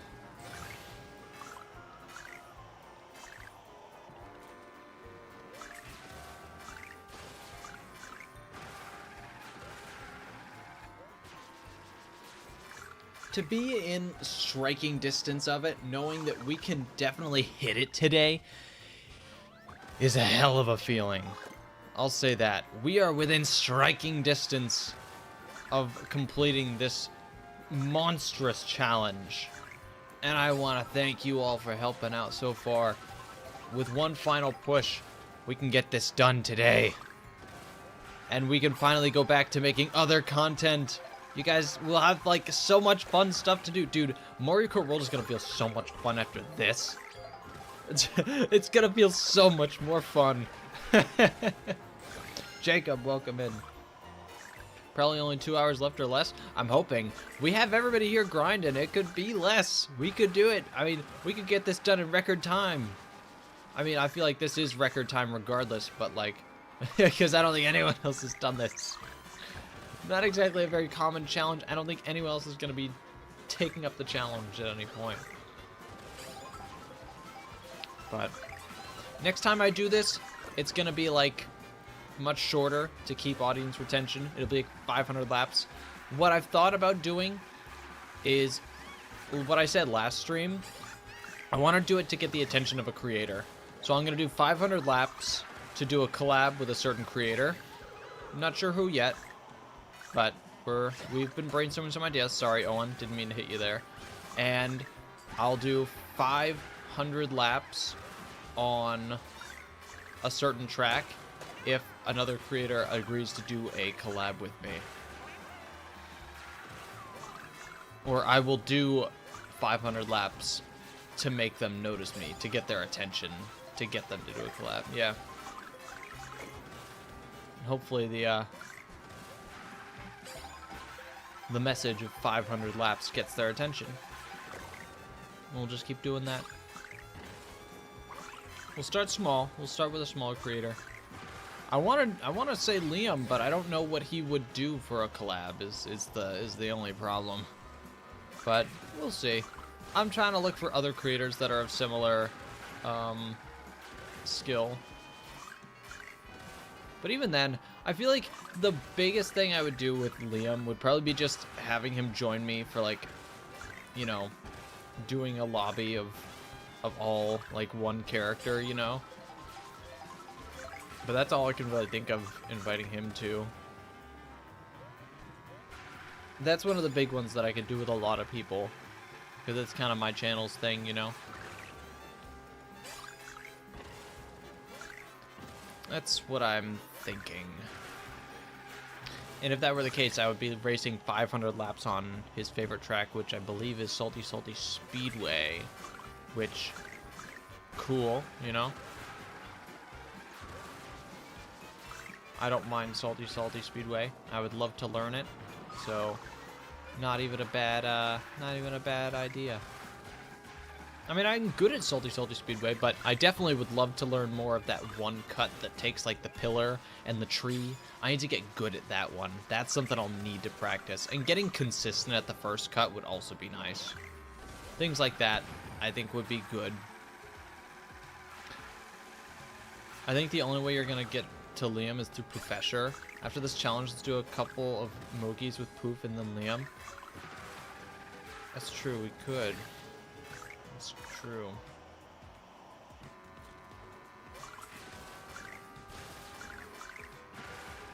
Only way I'm gonna get to Liam is through Professor is a crazy statement. Professor has, I feel like, has way more subscribers and attention. I feel like it'd be really hard to get Professor's attention. He would be a really fun collab though, because he's funny. I don't know if I'd be able to keep up with his humor, but he is very funny. Ever getting him in a video would be sick. Especially if it were like, oh, wouldn't it be so cool if for one of the videos where like we raid a lobby with one character, we could do like Toad on the little dumpy and we got Professor to be in the lobby? Dude, that would be so sick. Who knows? Who knows? We'll try. I don't know what his favorite track is. We'd have to figure out his favorite track and race on it a bunch.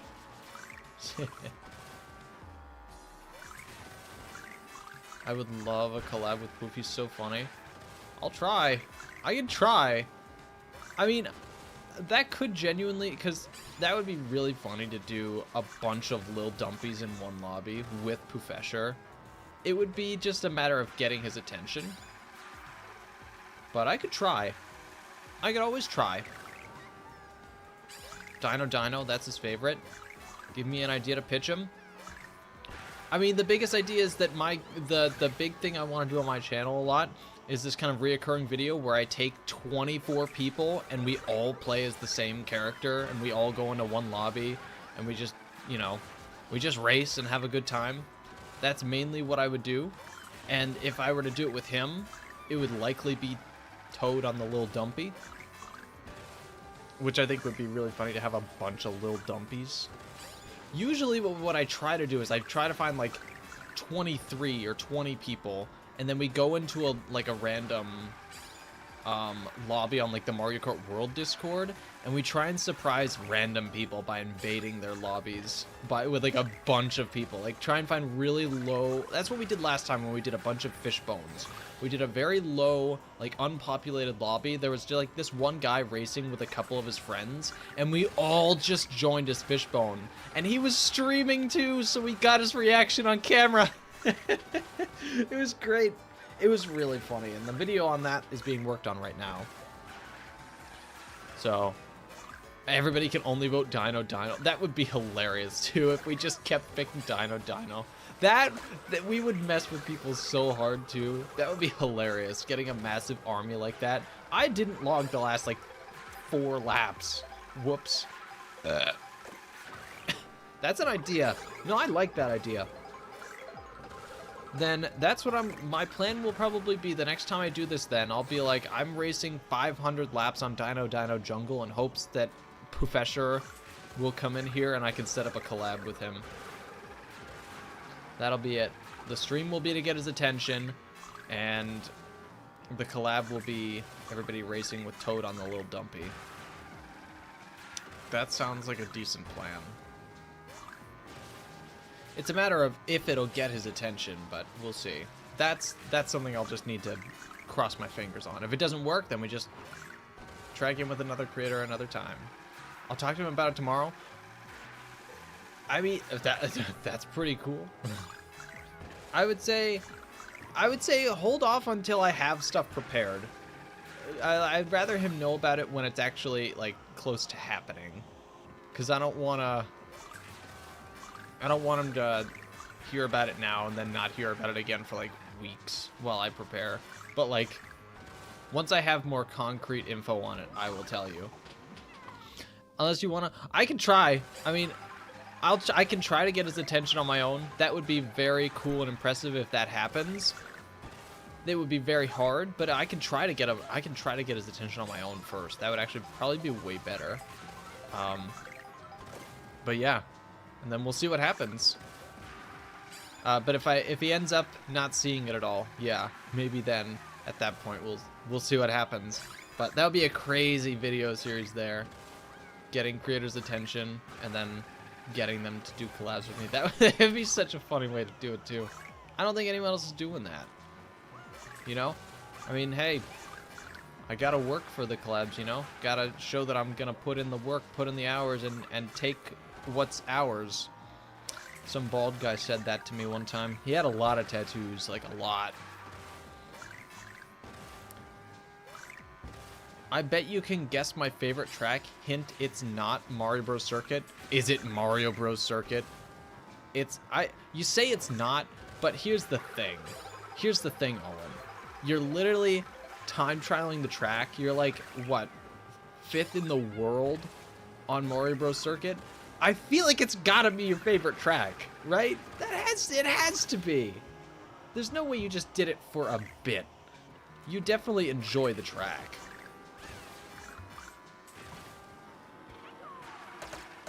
Oh, I fell off. I kind of fell off on my own though. But Dino Dino Jungle is a track I would also love to learn, because I know there are a lot of really good shortcuts there that you just need to kind of perfect over time.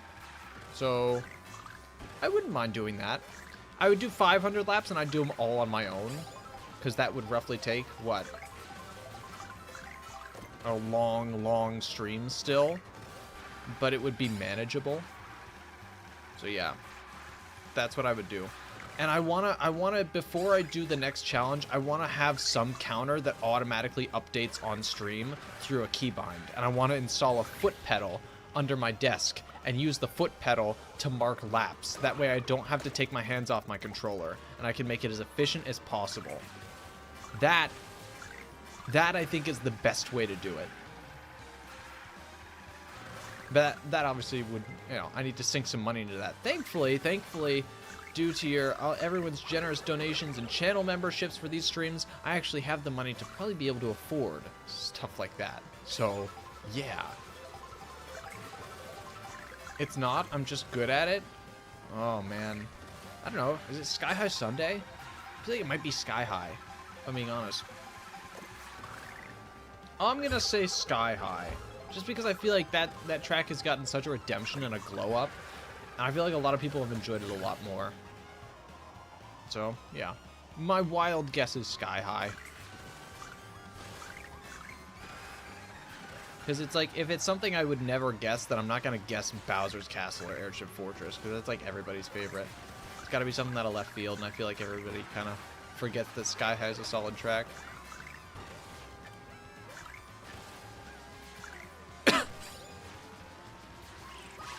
Ah! No!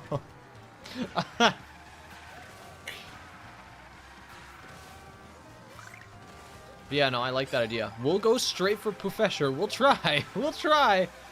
We'll see what happens.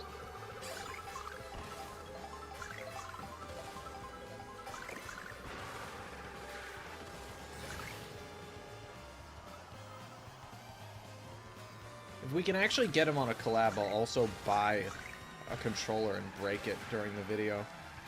Celebratory thing. We'll break a controller for the video. Buy like a Wii remote or something.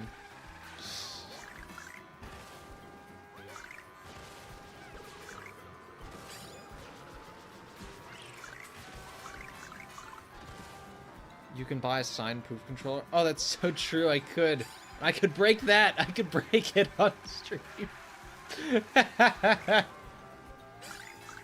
That's so true. Yeah, no, I like that idea. I like that idea a lot. So much you could do there.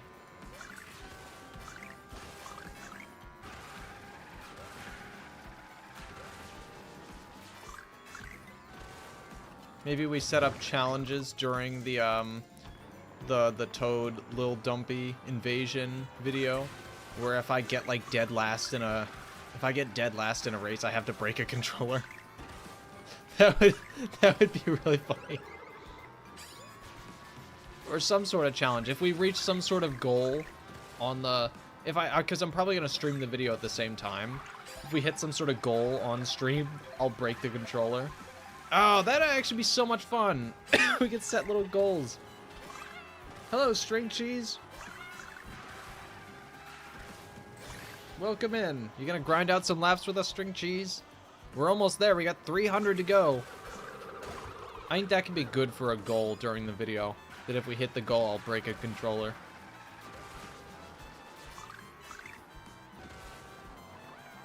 How much are his controllers? I don't know how much they cost.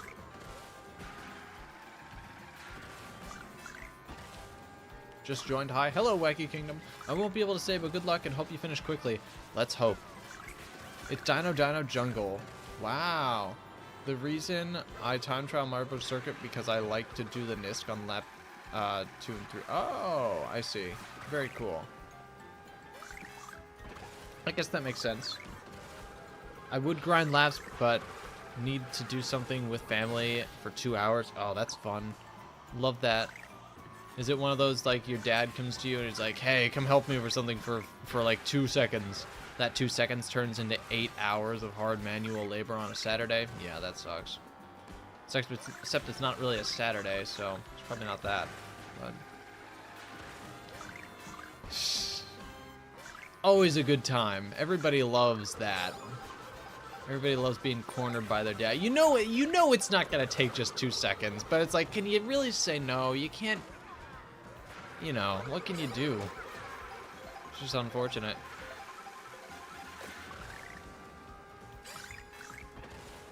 It's nothing like your dad asking you for your help for a second. You know, 10 minutes later, you're on a ladder putting shingles on the roof. Goody. You know, always a great time. Out with the old pop.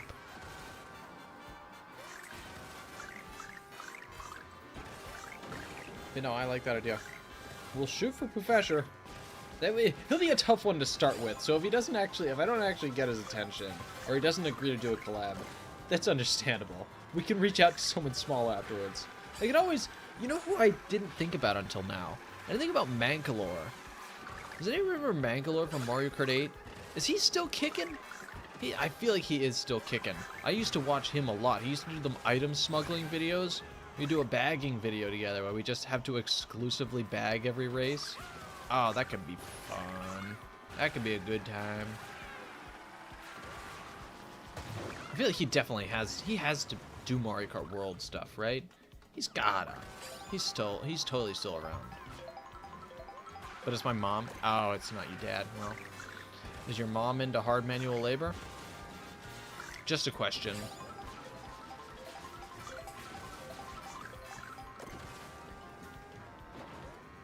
Look at all these people grinding out laps. Thank you guys so much.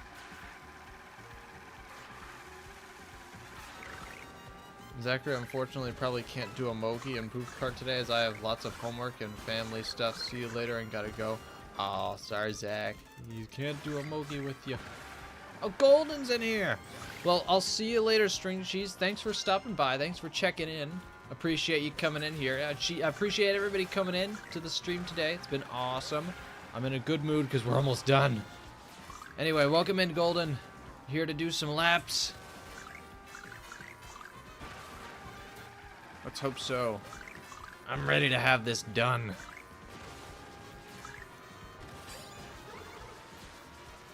I will try tomorrow, but I don't know what my school has in store. Yes, hello, welcome in, Golden. Good to see ya, good to see ya. Hope you've been having a lovely, lovely day so far. I sure have. It's been literally this. I went to class, went to the store, made lunch, Mario Kart. The music ended right as I said that. That was perfect. Perfect emphasis on the word. Perfect musical timing. Oh my god, dude, I'm so good at that cut, dude. I'm so good at that cut, dude. Uh-oh, hello, Kirby.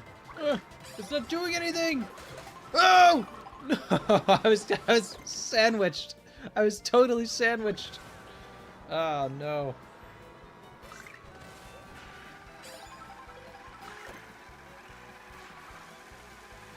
Here we go. Oh, Owen getting the fancy trick there. Yeah, I got homework later too. Ah. No worries, Wacky Kingdom. Thanks for stopping in though. Good to see you here.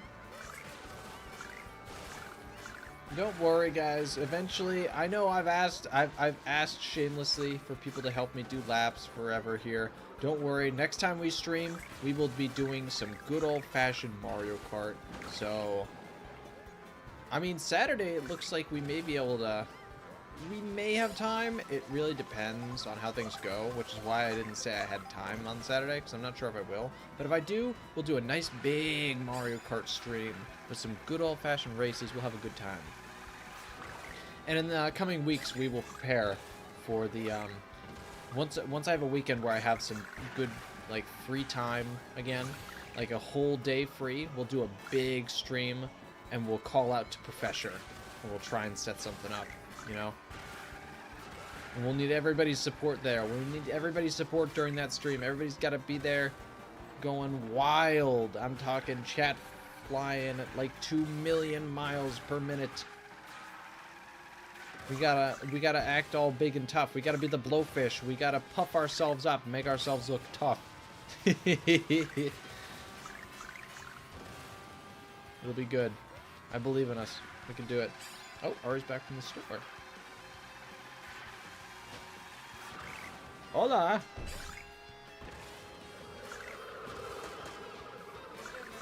Yes, I am saying hola to you. I like that sweater. Oh, it is. It takes some time, but yeah. You probably could. Or has a crocheted sweater on right now. Very cool.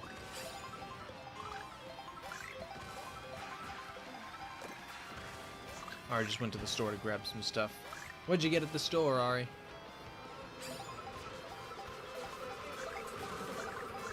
The what? The biggest grapes I will ever see in my life. Alright. No, you're good.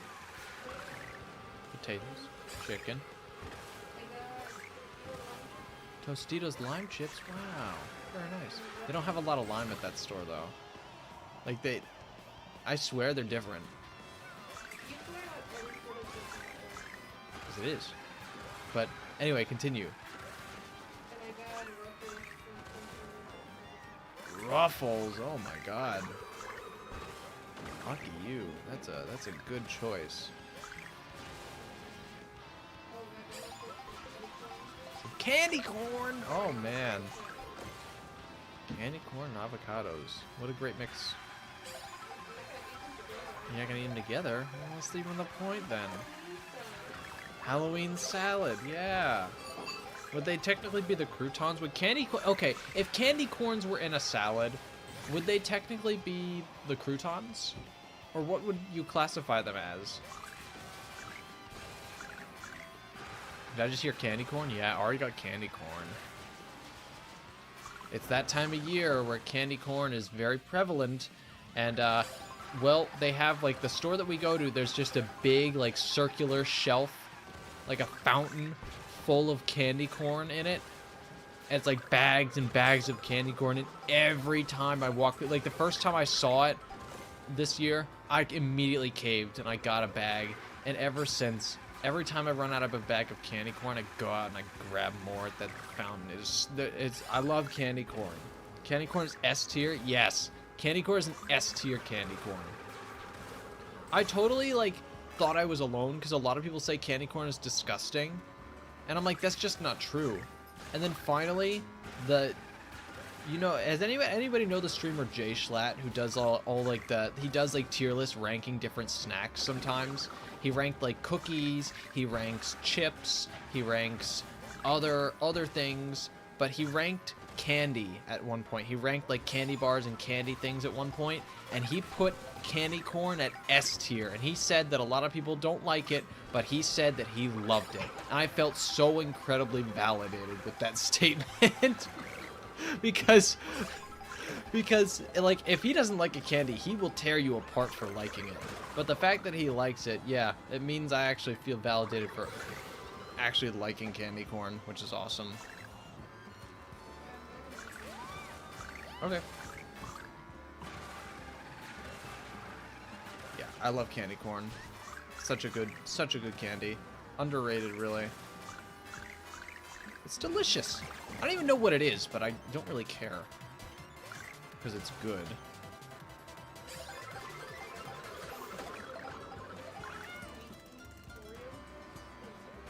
Reese's Oreo things. Wow. Is it like just peanut butter in an Oreo or what? Oh. I see. Wow. Wow.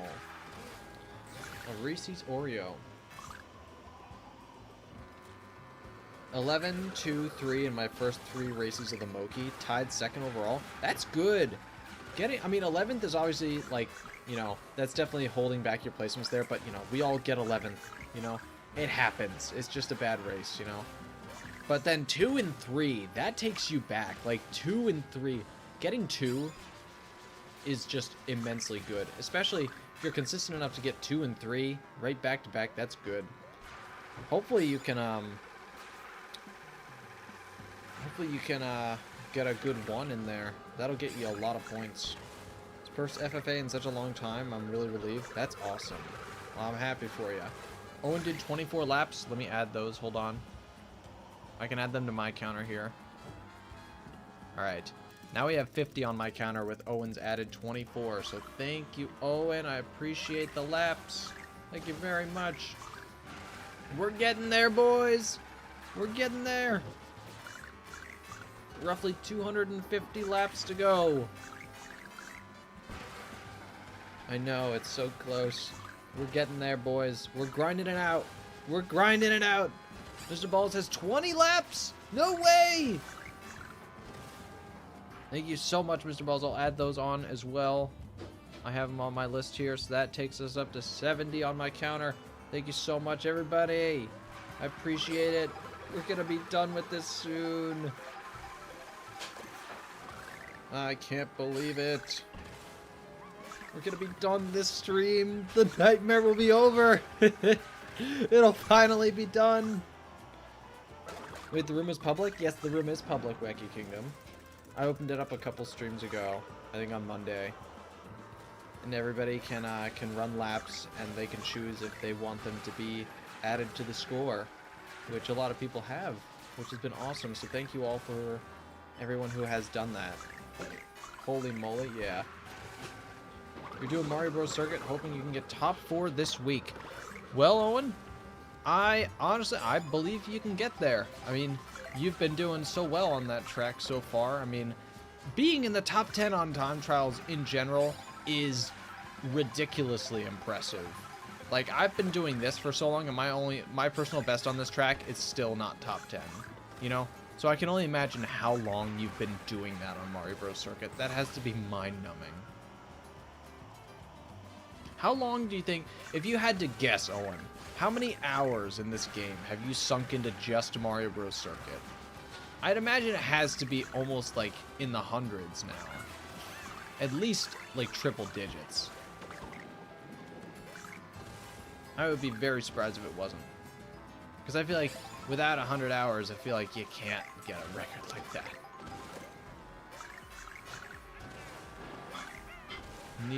You need all that time to really pull it off.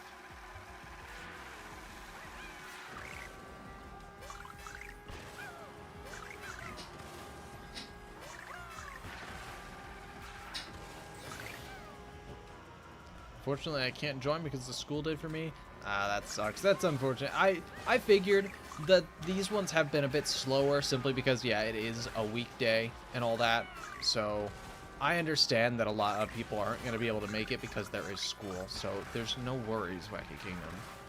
I'm sure you'll be here for this weekend if I decide to do a stream on Saturday, which I may be able to. So keep on the lookout for that. We might just be streaming on Saturday.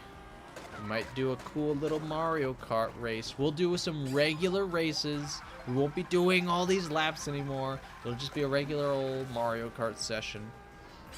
And then later on, stay tuned for later in the channel's lifespan here, because next thing we're going to be doing very soon is a Pokemon Legends ZA playthrough on stream as well.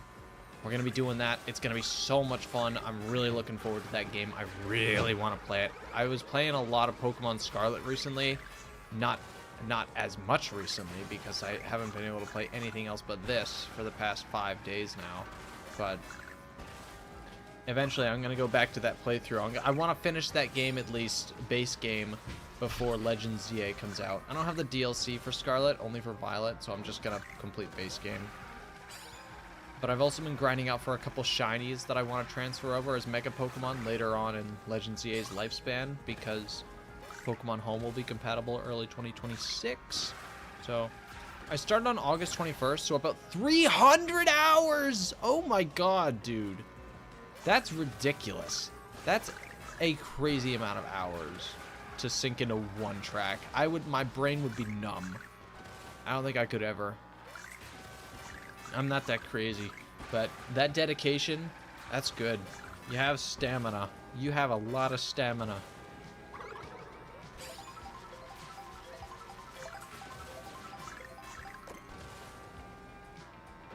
Thankfully, my quest is just about over. Almost there. Really happy about it. It's like, the finish line is in sight now. We are on the home stretch. Well, home stretch would be 100 points left. Like, home stretch would definitely be 100 laps left. Geek Loliet? Thank you for subscribing. It's a tough one to pronounce, but thank you. I appreciate that. No! No! Keep in mind, I have 490 hours on this game, so you spent more than half of your time in this game just on one track. That's insane. Absolutely insane. Why would you do such a thing to yourself? Well, I understand why. It's for the love of the craft. It's the love of the game, really. Just for the glory. It's for the glory of it. Why are you doing it?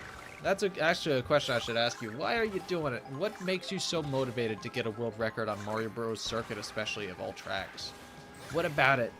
Because it's not even your favorite track. So what about it? What about it calls out to you? Besides, I guess, the shortcut that you like to do on laps 2 and 3. That one I think you already covered.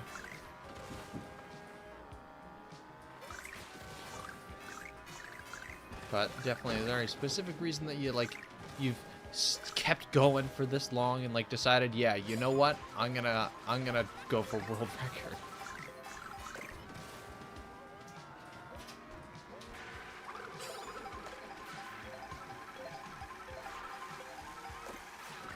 Oh boy. Alright. It's 80 laps. Oh my god. I will log these once I get to 105 or something. That way it can be an even 3.1k.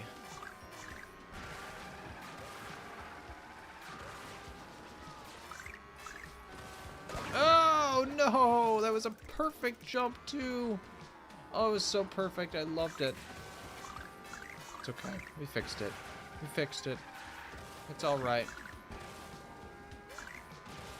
Ari, would you like a Harry Potter chocolate bar? Do you remember those ones? I got more of them. You can get to see what your house is. Here, come over here. You don't need to come into frame or anything. Here. Have a chocolate bar. Oh, you're gonna choose it. Okay, my bad. My bad. Tell me what house you get. Everybody, we're gonna see what Ari's house is. She likes Slytherin, so we'll see what she actually gets, though. Can Slytherin. You got Slytherin? That's crazy. I'm destined. Destined. Yep. Ari's a little evil. Ari's petty, yeah, that's what she said. She said that, not me. She's petty, and that's why she got Slytherin. It's a fact. I can confirm. You are quite petty, but it's okay, because I love you anyway.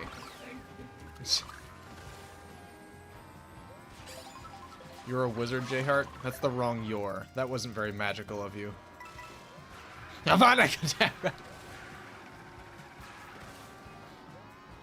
Because I think it's not super hard to do all of the sets. I just think it's fun in time trials. Nice. That's a good reason to run it. Just enjoying time trials just for the love of it. That's the reason to do something. Do something because you love it. So sorry, I didn't mean to throw the banana. Did you hit me?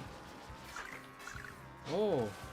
I honestly, it's, everything just kind of blurs together now, Golden. It's like, I don't even remember anymore.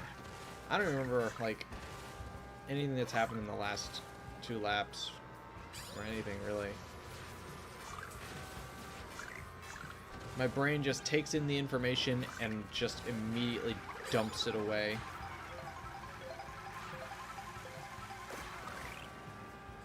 Well, understandable, yeah. I just ran Rainbow Road and won. Nice! I'm assuming you got the ending cut as well. It's probably, I mean, you probably did if you won. Because that's definitely almost required if you're running. So congratulations. Rainbow Road is a big one to win. So you got a first place in competitive. That's, with your 2 and your 3, that's obviously going to put you, like, are you first in the Mookie right now? Nobody does ending cut? Wow.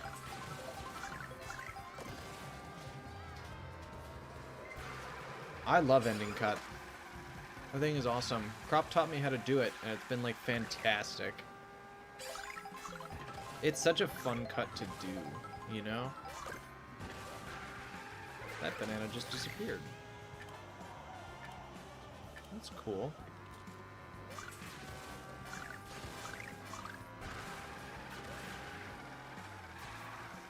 Oh, I'm not setting myself up for the charge jump, so I'll just go this way. I don't know which one would be better for online, the charge jump or this one. I mean, honestly, it's probably just going to be the mini turbo one, because unless I get hit during that jump, it's safer. And honestly, if I got hit on the charge jump one, I'd be in an even worse spot. So I think the mini turbo one is probably just going to be safer online. Until I get ultra consistent with the charge jumps. Which could happen. I'm surprised I'm not 100% consistent already, but it's a hard one. I think if I had a little less speed, like if I was using the Rob Hog, I think it would be a lot easier to pull off that cut consistently. Because the B-Dasher just has such a wide hitbox that you have to deal with, and also it's faster than the Rob Hog, so you have less time to start a charge jump. But that's, again, very small things.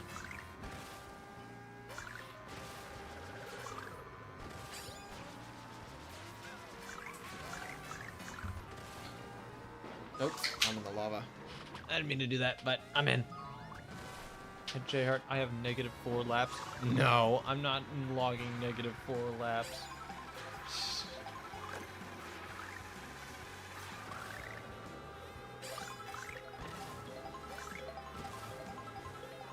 So I'm assuming your standings in the Mookie are probably pretty good at the moment. Holy shit, I just ran Spaceport and got a crown win! Yo, crown! Yeah, you're definitely with 2 1s in a row, and with a 2 and a 3, you're probably in first right now.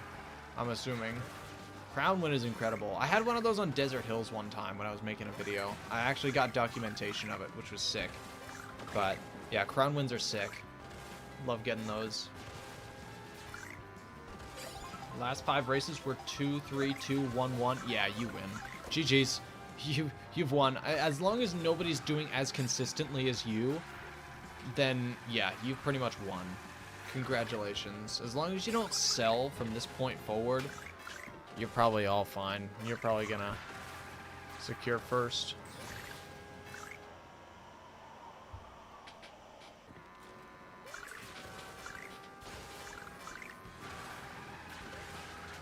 You got this, Zach. You got this. Get the win. Get the dub. My top score of the season was 106, and I'm at 64 after 6. You could beat your top score then. Go for it. Try to beat it. You got the drive and the motivation right now. You got the morale. Go for it. Don't lose focus and lock in.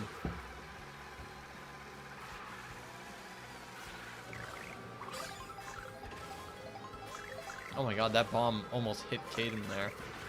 That would have been nuts.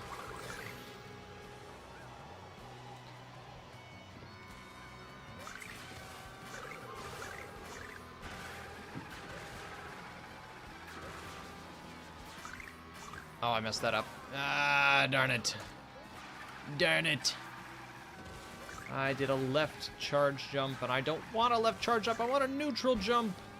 Because it's better.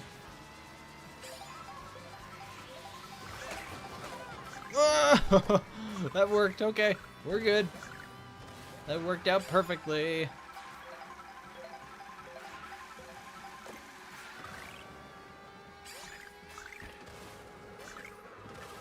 Hello, green shell. I do like how safe I am if I don't go on those rails, because those green shells will just never hit me unless they're going really straight, because otherwise they're just going to hit that rail.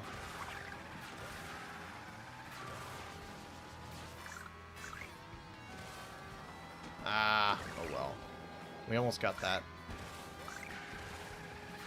At least if I go this way, when I go that way, I know where to land tricks on the ground there. I know what I'm doing with that. Whoops. Speaking of knowing what I'm doing, that wasn't it. Just add another lap on there. I'm at 90 laps on the counter right now, so thank you guys for submitting those laps. Once we get to 105, I'll submit that. I'll put them on the thing. I'll update the lap counter on stream. Soon I'll have a live counter. For next time, I want to have a live counter. And yeah, it's going to be so cool. I have such a cool plan. It includes buying a foot pedal, mapping it to a keybind, adding some code on a widget for this counter, so I can actually increase the counter for every time I press on the foot pedal. And tell me that's not genius, because then I don't have to take my hands off the controller.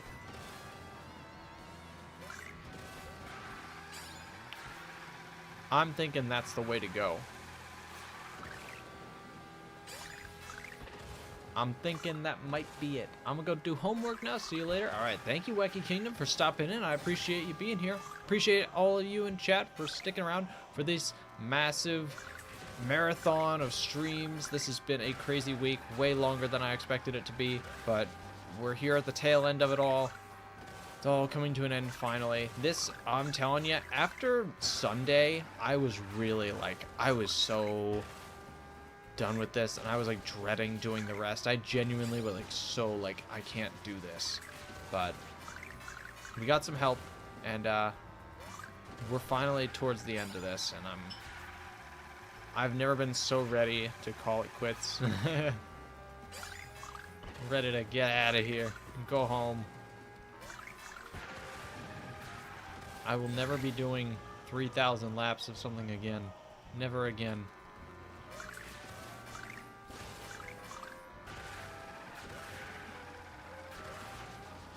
$500 to $1,000 is the most I'll ever do. But realistically, only ever gonna do 500.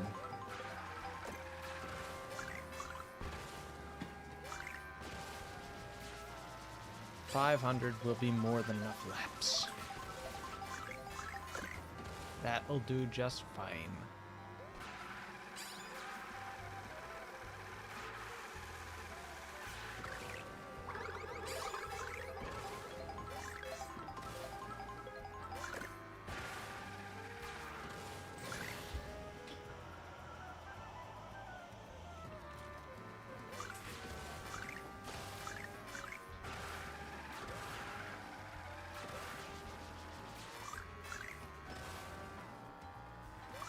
Brother's taking a picture trying to block me. Not how it works. You ain't stopping me.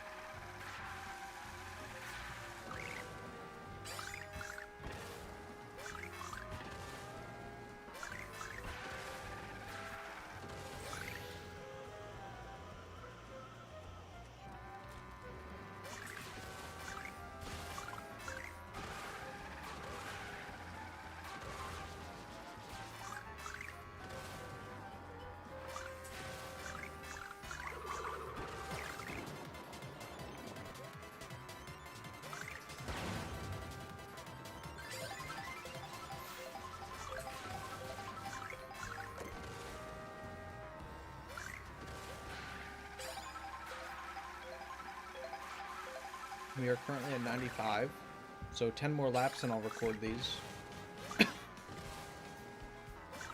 also on the second... I'm recording all this onto my second hard drive right now. Finally broke it out of its box. So this is all being recorded again, even though I'm probably never going to use it. The only one I'll ever realistically use is the one where I got the personal best. And I may upload that one just as a little highlight of the stream, you know?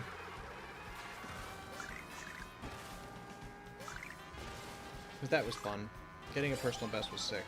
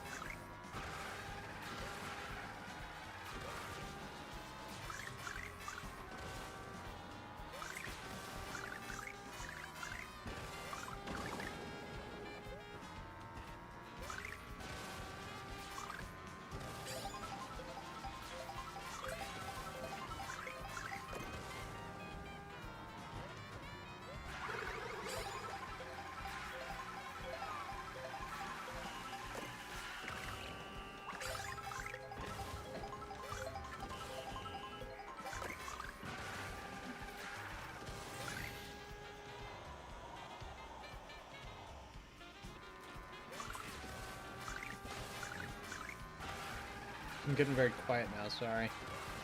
Commentary's a little slim, mostly because... oh, I'm running out of things to say!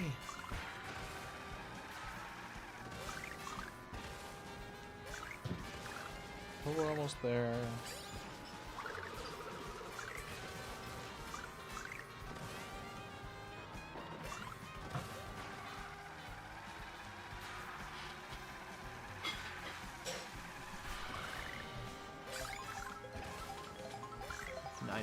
Laps.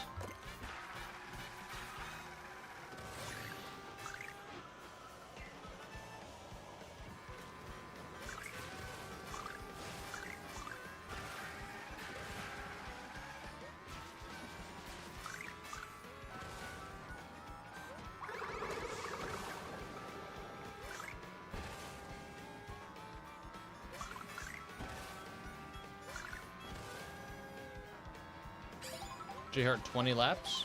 You did 20 laps? Alright, thank you. Let me add those real quick. Whoa! That would be up to...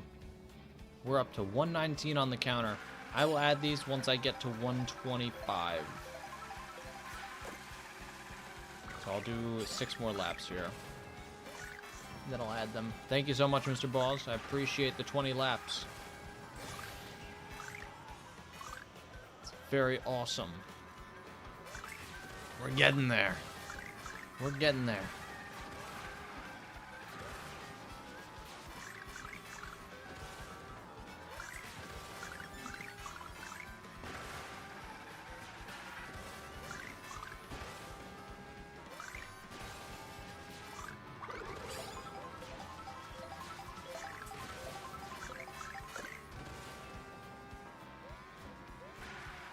Is there a way to add any more laps to the counter? Not anymore. There used to be through donations and memberships, but that is no longer a thing. So don't donate anything because it won't add to the lap counter anymore. We did that for the first 4 streams, but for this one, we're too close to the end. I'm not letting people add more because I want to be done with this now. We're cutting it off.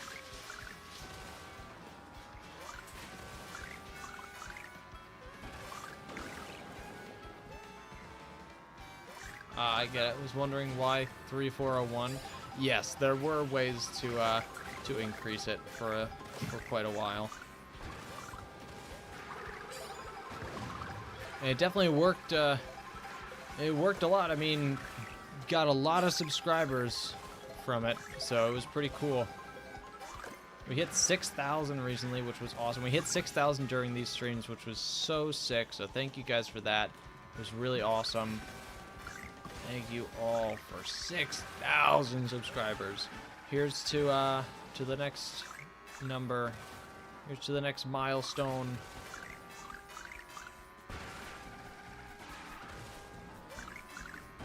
Last 3 races were 6.82. 2 mid races, then another good one. Yeah, that was good. Next milestone is 6.7k. Yeah, you bet. Is this an infinite money glitch? Infinite money glitch? It might be, except it's, you know, not exactly the most fun thing. Great track, but doing it this many times can really do a number on someone's mental state.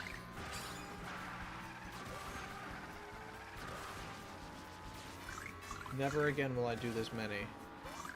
This was a mistake. I grossly underestimated how many viewers were dedicated on this channel. Very much appreciate it, though. Respect the grind. At least it ain't a begathon. That's true. It's not. I ain't begging. In fact, no, it kind of is, because I'm begging people not to donate anymore. In fact, I had to shut it down. Also, would you pick this track in worldwides? Absolutely. Every time I saw it, I would pick it. Because I'm good at it now. I'm really good at it. So, yeah. Because I would definitely be able to... I would love to be able to show off these skills. At least when I pick it in worldwides, I wouldn't be picking it every single second. So whenever I go back to it, it would just feel like a nice drive. Alright, and that is 125 laps on my counter here. Thank you to some other people for contributing to that as well. And we're going to add those to the live counter because I don't have it, so it updates live because I'm not that tech savvy. So 125 added onto that means we are at 3,120 laps now. Striking distance. No. Wait. We were already at 3,100. I'm sorry. We were, right? Right? No, we weren't. No, we were. No, we were at 3,000. Okay, hold on. We were at 3,095. So that would add up to, okay, 3,220. Because 95 plus 125 is 220. That's math. If anyone wants to correct me on that, please feel free to look back at what the number was before, and you can correct me if I am wrong. Add 36 so far. Oh, Golden has 36 as well. Thank you so much for the 36. Okay, that adds up to 3,256. So, with that in mind, we have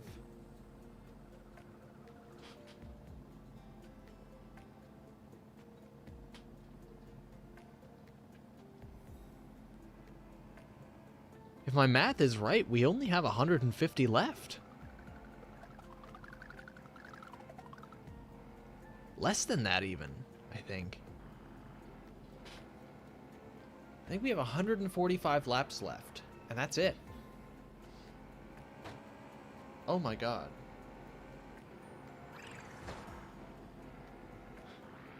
Okay.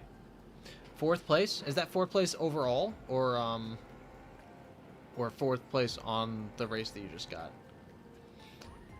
Do Koopa Troopa Beach next and start at 1 million laps. I'm sure you're going to get good at it around lap 600,000. Dude, I'd get good at it after lap 3, dude. It's such an easy track.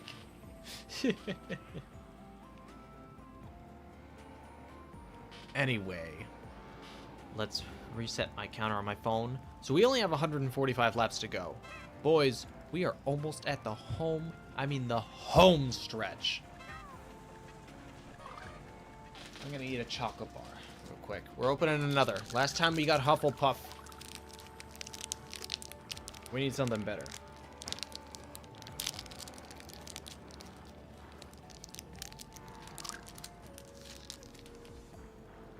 Oh my god, it's Hufflepuff again. I'm not even... It's Hufflepuff again. I don't know if you guys can see the writing on there. It may be a little blurry because this webcam is dog shit, but it's Hufflepuff for a second time. The world's trying to tell me something, and I don't want to listen. I hate that so much. Actually, so stupid. That's so dumb. 96 after 10. Only need 11 points. Last 2 races to PB. I mean, that's literally like you get... If you get second place in either of the 2 races, you beat your personal best. No pressure. No pressure at all. Dude, 2 Hufflepuffs in a row is such bullshit, dude. I'd use... No. At this point, you're Hufflepuff? I'm not! I'm not! I'm not! I resent that.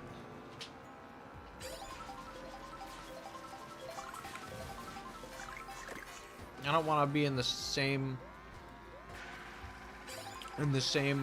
house as Cedric Diggory. What a fucking loser.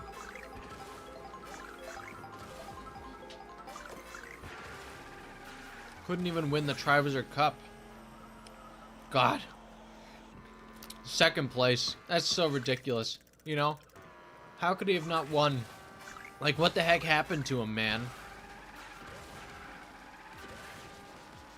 What a loser.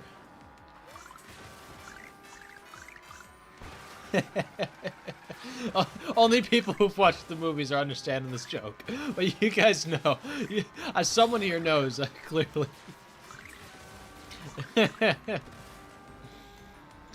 Oh, man.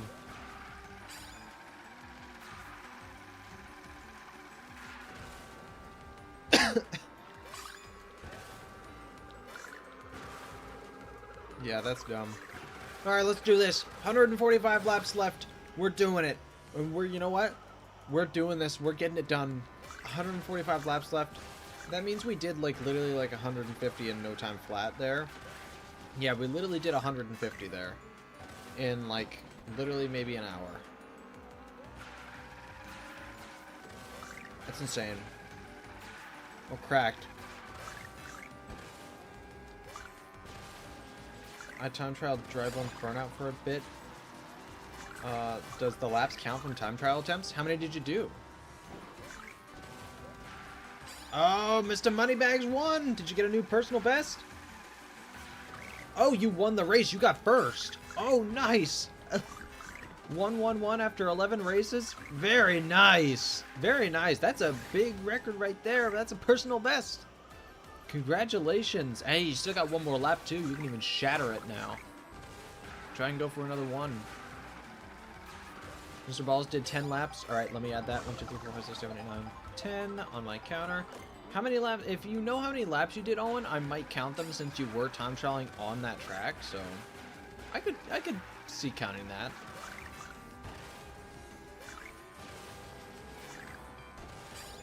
I wouldn't mind. Locked in and win. Gotta see how many points I can get last race. Yeah. Try and get first place. Get that bag, man. Get that bag. Oh, no, I didn't mean to hit you. I meant to hit your banana because I thought you were going to drop it. I honestly thought you were someone else. I'm so sorry, Golden. Whoops. I did about 37-ish laps. Okay, since it was in time trials and it wasn't in this lobby, I am going to cut those in half. Just to be fair, because I didn't let anyone else do that. Because I said you had to be in the lobby. But you didn't necessarily know that, and you did grind out a bunch of laps on there. So I'll count half of them. That sounds fair. So half of 37, I'm going to round down. It's okay, LOL. Sorry about that, Golden. That's, half of 37 is, what? 17?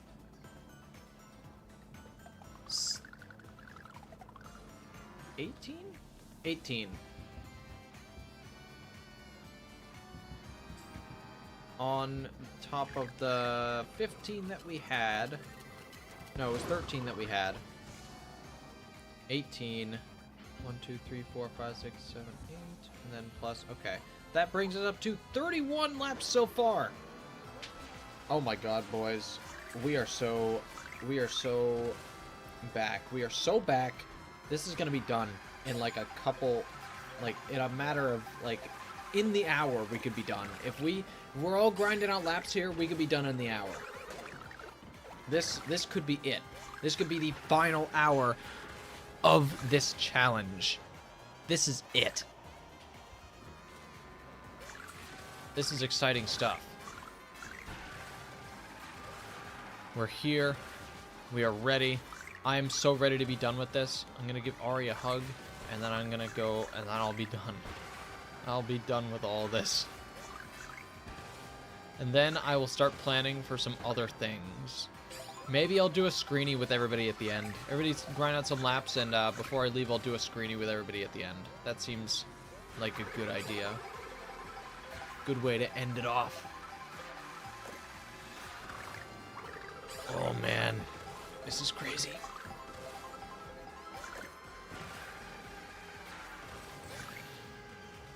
I'm gonna be so happy to be done with all this. I'm gonna be so happy to be done.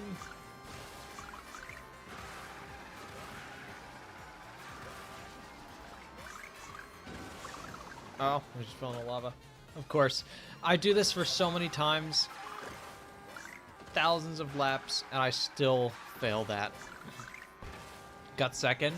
17-point PB. Wow! Second place on the last one! That's perfect. So you got first place overall, I'm assuming. You see, it seems like you did, because that many first places, that's gotta put you... That's gotta put you first overall. Yeah, you did. Congratulations. That's a good, solid win. Only by 10 points? Yeah, but, like, it's a solid win. You had a lot of firsts, a lot of seconds and thirds there. That was good. You only had a couple fumbles. And, like, other than that, you had a really solid session. So, I don't blame you there.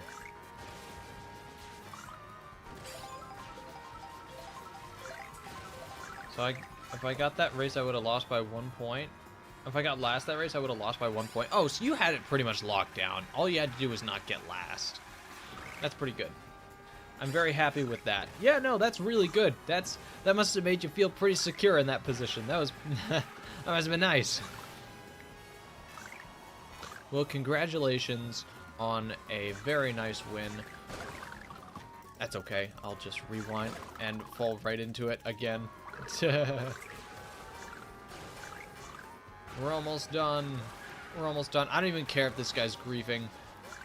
We're almost over anyway, and I'm just gonna ban him afterwards. I'm just gonna find him on Switch and block him so he can't join my lobbies.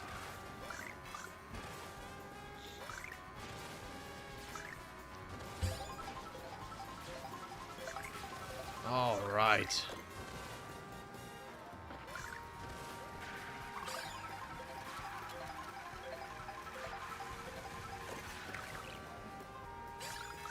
Oh, I cannot wait to make a celebratory pizza after this. Cannot wait.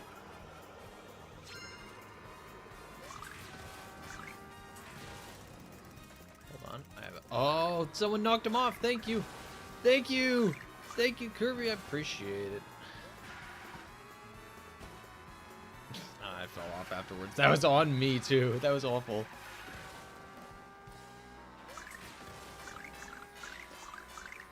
Oh man, this is it, dude. This is it. It's almost over. Look at all the fish bones here. So many fish bones.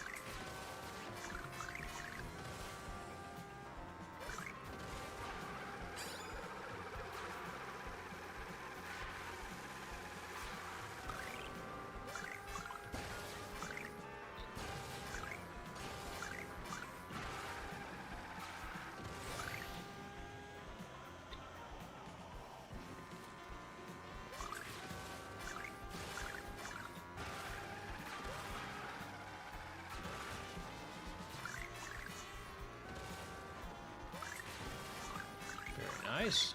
Very clean. Very clean. What am I doing? What am I doing? Where am I going? Alright, I'm taking this way, I guess. Oh, I didn't get up to the glider. I kind of messed it up, so that's fine.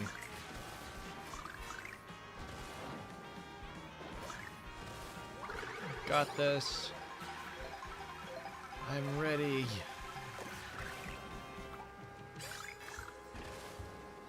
Hello, Goppo. Welcome in.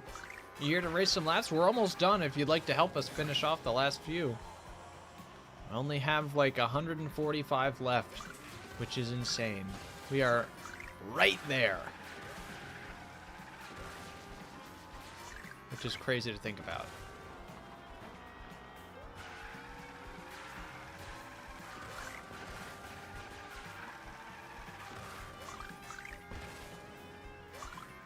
I would love to. I'll join right now. Awesome. Perfect. Just keep a counter of how many laps you have and let me know once you have them, and just log them in once you feel like you have a significant amount. I would say honestly log them like every 10 laps now, since we're so close. We could hit it at any point, so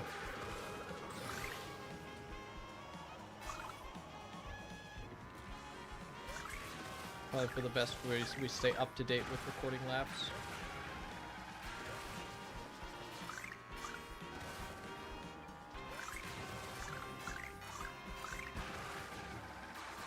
This is big. Once I get to 44 laps here, I'm gonna record them on the thing. That way we are literally 100 away. Or once I get to 45, I guess. Because that would mean literally 100 away. Exciting stuff. I'm not going to join to help you finish it out because you're so close.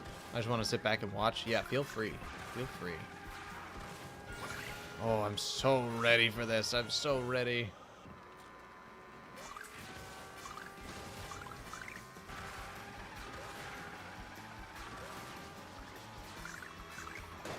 Oh. It's fine. That would actually happen in a race, honestly, so probably for the best that I have to deal with that sometimes. I'll have to learn how to pivot from that.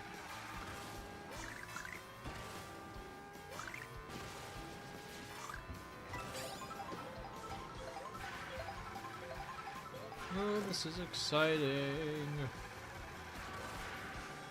I'm so excited to be done.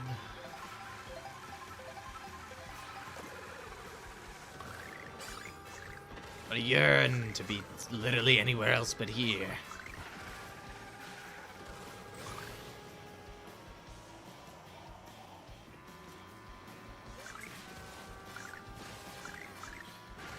Is the ID under chat up to date? It's not working for some reason. It should be working. Is the code in chat not working for anyone else? The S at the end, the one at the end is an S, not a 5 if you're entering a 5. I have 10 laps? Okay. AJ, thank you for 10 laps. Let's put those on here. Oh, I'm going to put them on my counter, actually. 1, 2, 3, 4, 5, 6, 7, 8, 9, 10. All right, that's 50.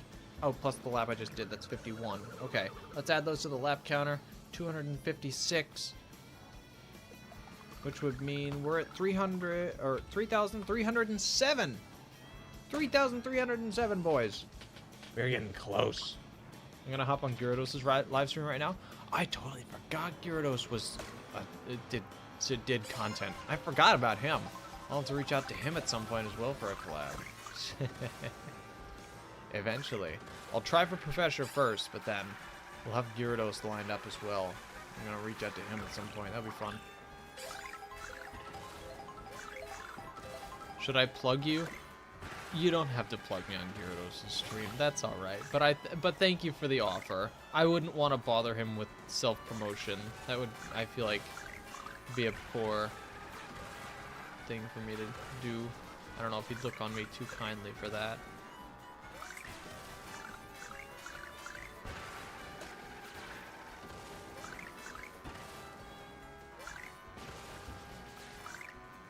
Ten laps. Mr. Balls has 10 laps. All right. Awesome. You're in? Okay, awesome. It did work. Good to know, Goppo. Let's put those 10 laps on. I'll put them on my counter, just so I don't keep updating. I'll ask him to raid you at the end of his stream if you're still going. I don't know if I'll still be going. Also, does he live stream on Twitch or YouTube? Also, I didn't even know you could raid out on YouTube. Can you even do that? If so, I'm completely unaware.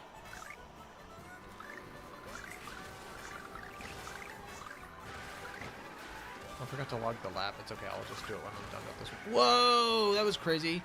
I actually got a trick there. Okay, that was cool. Alright, I'll go for this way then. The fancy way. Didn't really do it right, but that's fine.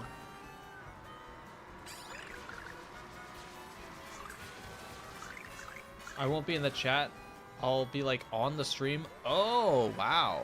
Oh, cool. Very sick.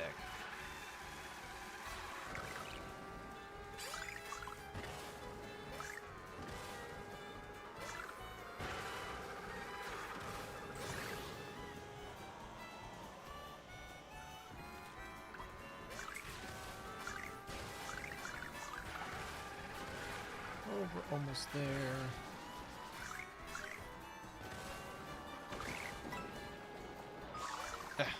Perfect. Oh, done. That one.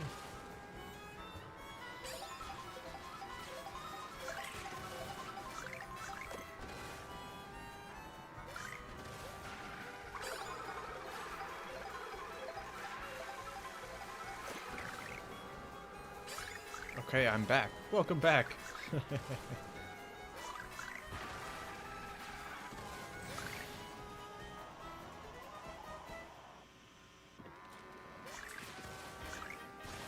I didn't add that lap. I literally was waiting to add that lap until I got to a flat part of the track, and then I didn't even add the lap. I'm stupid. Will you update? When will you update the counter? Once we get a little, once we have a couple more laps, I'll update it. Once we get closer, once we get to around like 50 laps, I'll update it. Or I guess specifically, I'm at 14 laps right now. I'll update it once we get to like 43 or 44. That way that'll take us to either 50 or 51. That way we'll be exactly 50 laps away. And that's so cool.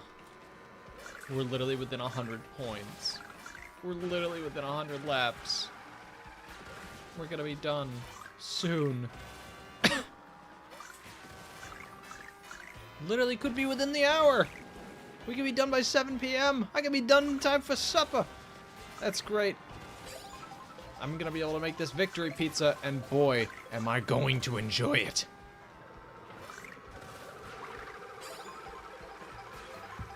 This has been far too much. I am ready to be done. What type of pizza? Oh, you missed the whole pizza thing, didn't you? Ah. It's gonna be a pepperoni pizza, but without sauce, because I like pizza without sauce, and everybody... There were two people in chat when I talked about it. One person was appalled, and another person was like, that's fair, that actually sounds interesting. So, I guess, to each his own. No sauce? I see. You're you're one of the people who thinks I'm crazy. Yes, no sauce. It's delicious. You should try it sometime. I don't know. It's probably not for everyone, but when my girlfriend tried it, she said it was okay. Just not the biggest fan of the sauce. I don't think you're crazy for wanting no sauce. Okay, that's good. That's good. Sorry. I had a group of friends back then who always called me crazy for it, and always... Yeah. That's all. So... Oh, that was good. I think I did a side trick there. I think that really killed it. Pepperoni without sauce is diabolical. What can I say? I like it. I like it that way.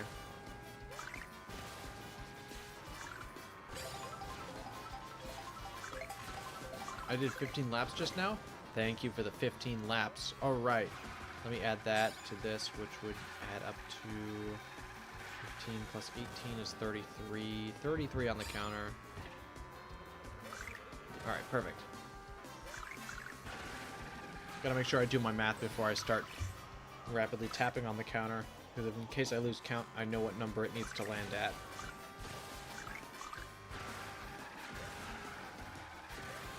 Thank you, Owen, for the 15 laps. So crazy. We're getting close. We're getting close. The final push, boys. The final push. We are doing this. With so many people grinding it out at the same time, we're definitely going to have this done very soon. It's inevitable at this point. Oh, boy. Oh, boy, oh, boy, oh, boy. I'm almost like tunnel vision right now, realizing just how close we are to being done.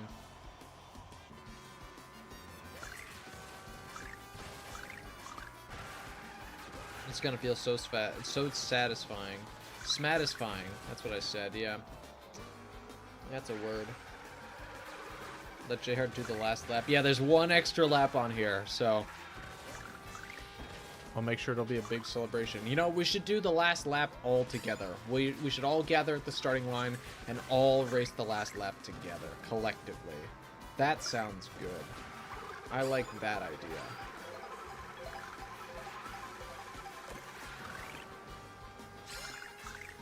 Name a random language. Do you just know a bunch of languages? Russian. No, German. Yeah, German.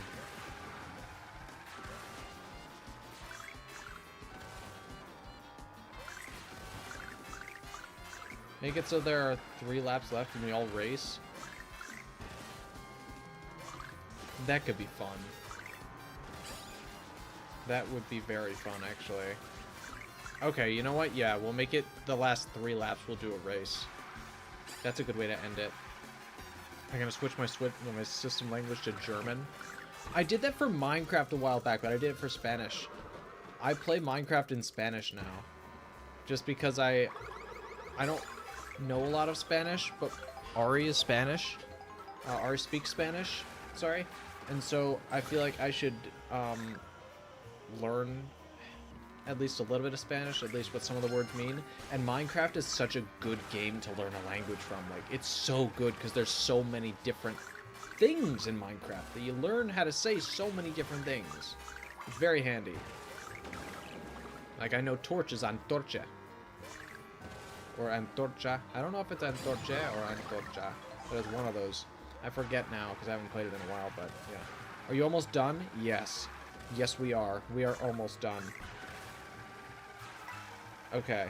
I have 15 laps. I did 10. Okay. We have someone with 15 and someone with 10. Okay. That is 25. 25 plus the 37 that I have here.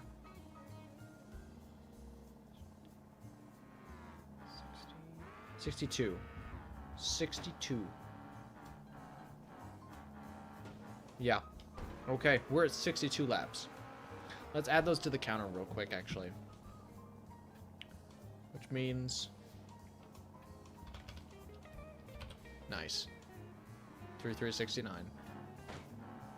Make it the last 9 races? No, we'll do it the last 1 race. The last 1 race. That's all we're gonna do. I'm only doing 1 like that. You can do 3 races of Dry Bones Burnout and do a screenshot after. Oh, you know what? You do have a good point, actually.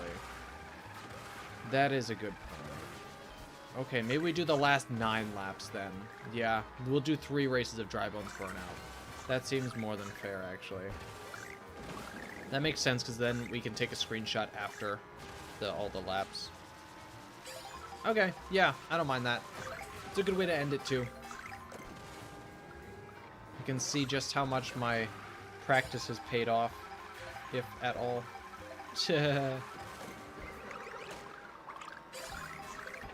Stream next Thursday?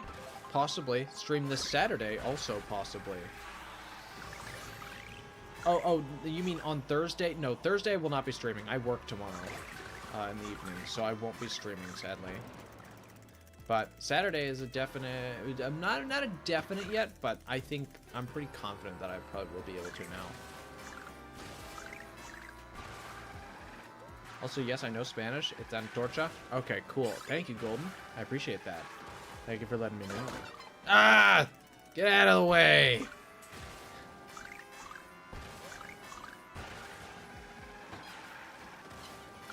Oh, Golden's got 25. Oh my god. Okay, hold on. 25. I just did another, so that's 27. 27. Okay, everybody stop. Stop running laps. We have 27 here. That's 27 plus 69. 7 plus 9. 6.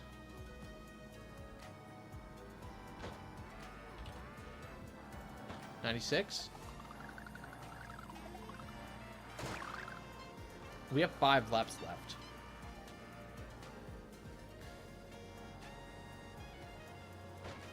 But now, we have 9 laps left. And we're going to do a Grand Prix to finish them all. 3 races. Each of them Dry Bones Burnout, okay? And we're going to end it like that. This is how we're ending it. So everybody pick Dry Bones Burnout each time. Please, pretty please. Every single time, pick Dry Bones Burnout. That's all I ask. If you don't, you're banned from all future streams, alright? Don't ruin this. I'm serious. I'm putting this counter away. The counter's finally gone. We're doing the last 9 laps in actual races. If you don't win, you start over. Final challenge? Hell no. Okay. Versus race. We don't need any comms. Well, there's plenty of us here. 10-second intermissions. 3 races. Let's do this.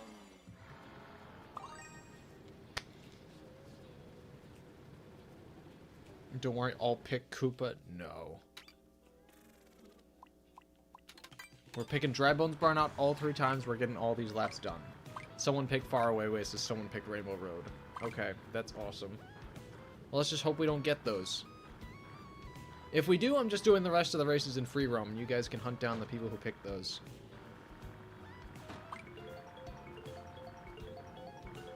You didn't turn comms off? Yes, I did. Did I not? Are they on easy? Shoot, did I actually not turn them off?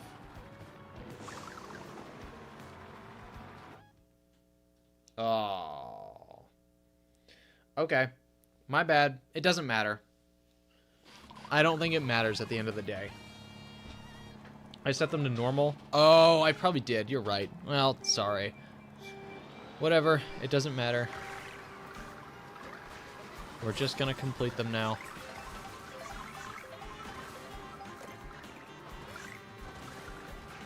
Here we go. Grab those 3 coins.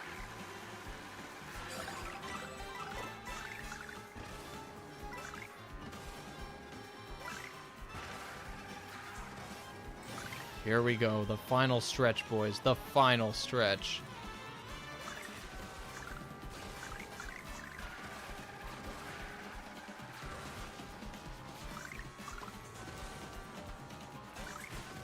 Oh, God. We're pros. We're pros now.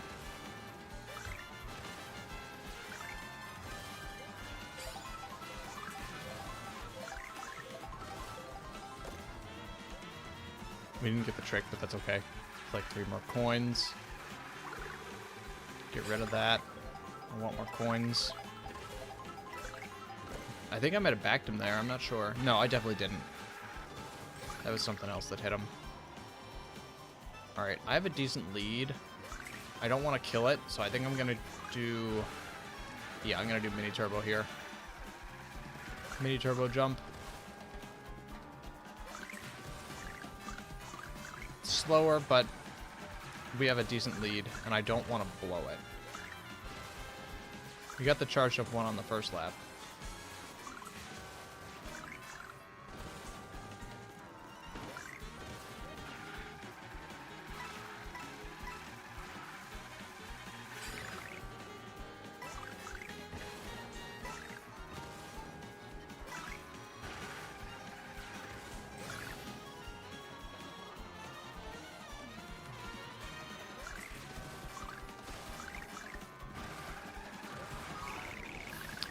Okay, Mini turbo trick. I should grow back in time. Yeah.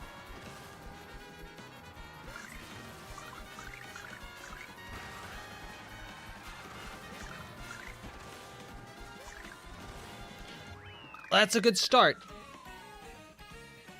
That's a very good start.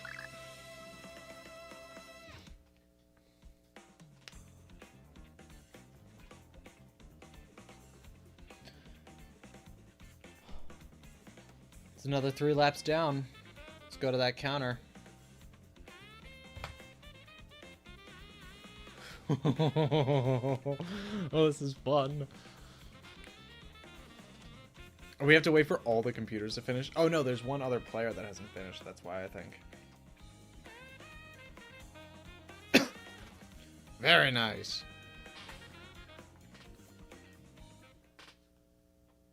Final pick with you on the crown on would be so tough. It would if no one knocks it off. We have Famine here.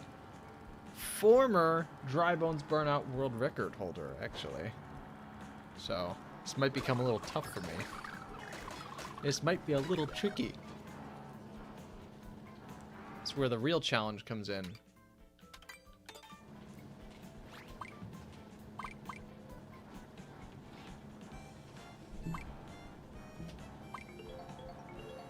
Still have 2 people being losers. Okay, good. That was close. Listen.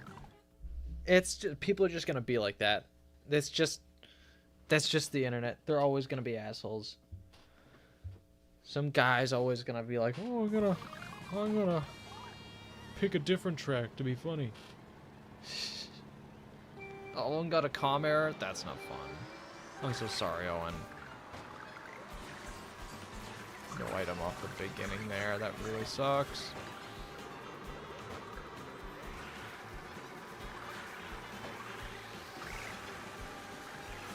We got a drift there. Really good. No, they're all gone now. Someone has greens there. That's scary. I think they all broke, though. I think I'm good.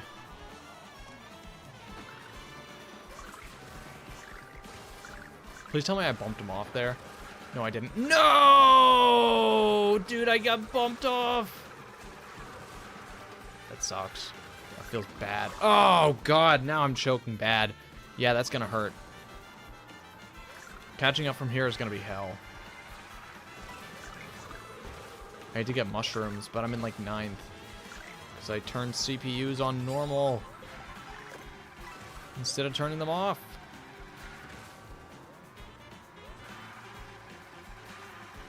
Okay, whoever the fishbone in the lead is, that might be Fam. No, I got a coin shell, are you kidding me? Of all the things I could have gotten, when no one else had boxes, I got a coin shell. Whoa. Oh, you totally got punished for spamming that red backwards. That was a hard punish.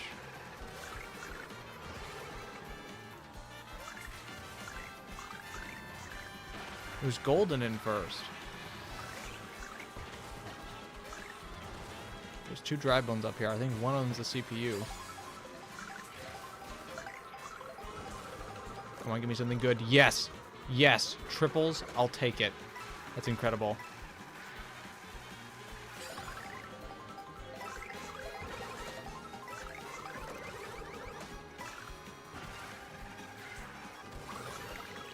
Oh, I think I got him there.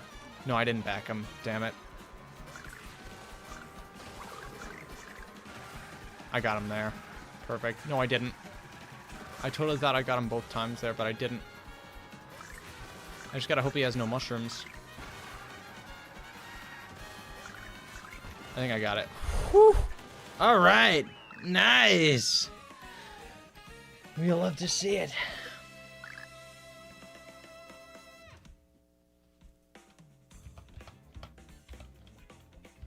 Boys, we're in the home stretch. This is it. This is the very last few laps. 3 left. 3 left. So just in case one of the assholes who's picking like the other tracks, in case one of their tracks gets picked, let's all just disconnect and we're just gonna go to a different lobby and we'll do one last race. All right, we're not gonna give them the time of day if they pick them. They can go play alone. Because judging by how they're, you know, judging by how they're probably trolls, I don't think they have many friends to play with anyway, so they can do that by themselves, like always.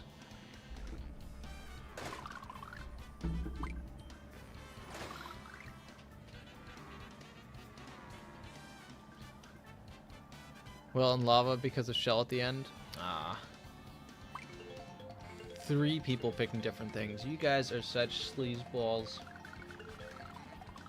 Nice, we got it. Nice. You are such losers, dude. You're such losers. All right, let's do this. They tried and still did not succeed. And when stream ends, that's going to be unfortunate for them because they're going to go back to having no one else to play with.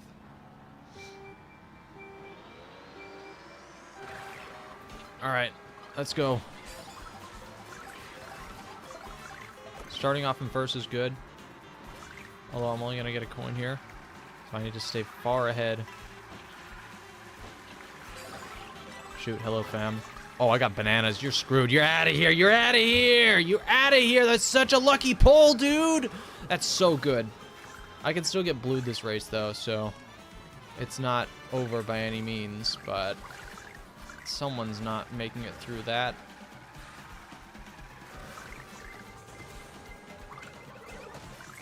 Oh, I thought I could get that red shell with the banana. Thank God it hit the only one I had left. Oh, people had a lot of mushrooms there for the cuts. That's not good for me. I shouldn't be shaking the... I shouldn't be moving the... Oh, dude. What the heck? All right. Well, shock could still happen and take this away. That actually happened. Shock happened that set on the second lap last time. It's going to be a very unpredictable shock because it's CPUs. Hopefully, I can keep this horn. I have double defense, which is incredible. Not as necessary as it was in Mario Kart 8, but double defense is always something nice. Something I will smile at. Okay, even with the mushroom, I don't think people can catch up here. But they definitely have them. They definitely have them. That's good to know. Oh, I didn't get the trick. I was right there. I could have gotten that trick, too. That sucks. You're going to get all 20 coins here. Nice. Here's to hoping a blue shell shows up before the shock. If not, it will kill my race. But if they can't get mushrooms here, it may be over anyway.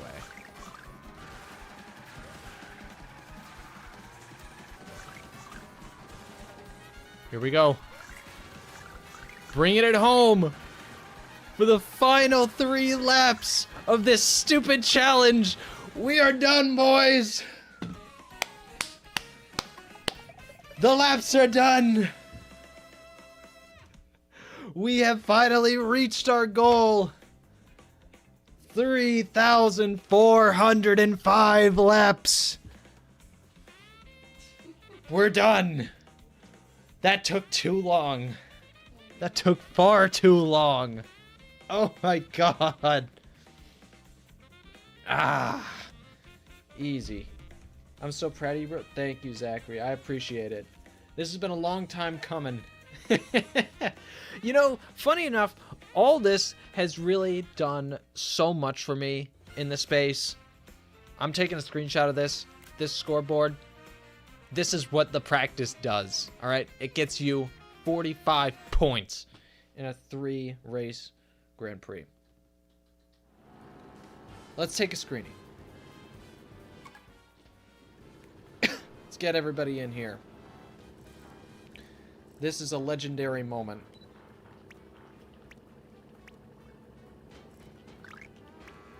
Oh my god.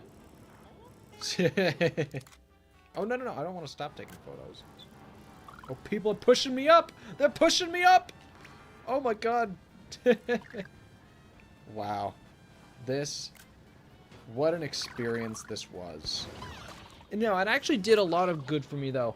Because I got a lot of people, new viewers in the chat. We have a lot of new people who joined in just because of these videos, or these streams, which has been incredible. So thank you to every single person who stopped in here and did laps with me and just stuck around to chat along the way. It has been a long one. Thank you, Owen. Thank you, Goppo, Golden, Zachary, Mr. Balls, Owen.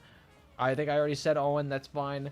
There are some more people. Thank you to the content creators who came in here and grinded out laps with me. Dolphin, Sobri, and Crop. You guys are all incredible, and I thank you all. I'm so grateful for everybody making this challenge just a little bit more bearable. And to everybody who donated laps and all that, thank you all so much. Oh, you have no idea how much this all means to me. I love how you're floating. I know, I'm literally floating in the sky. We got a personal best, a grand personal best of 210.8 something something. That's incredible. I'm loving that. That's a really good record. You better make this a vid. I'll see if I can. If I can sift through all the footage. I'll tell you this. I'm at least gonna post a video of gaining my personal best from these streams. I will at least be posting that, because I think that's a pretty meaningful and impactful part of these streams. That was definitely the biggest one. So yeah. This has been a journey.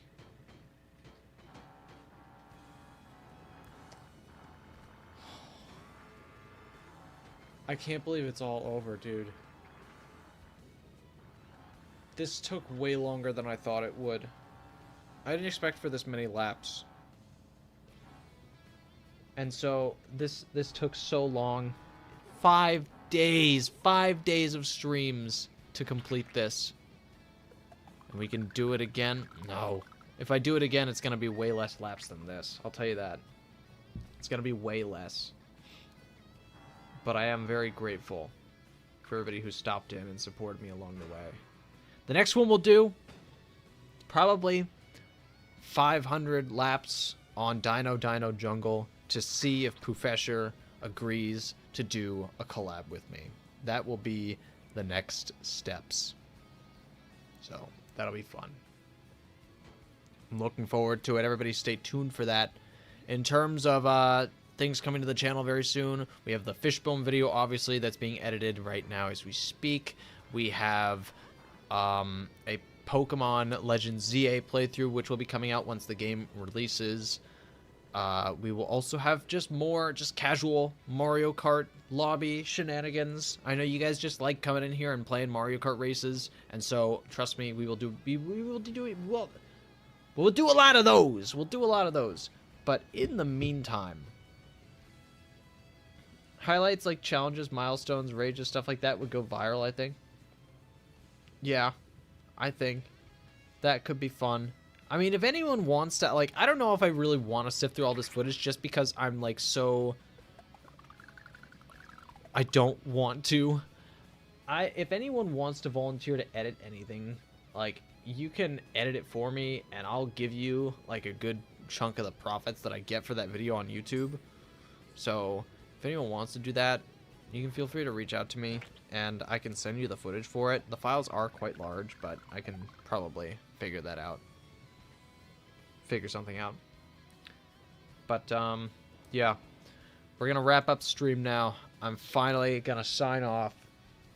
Thank you all so much for watching this crazy, crazy journey. I'm so glad to say we are done.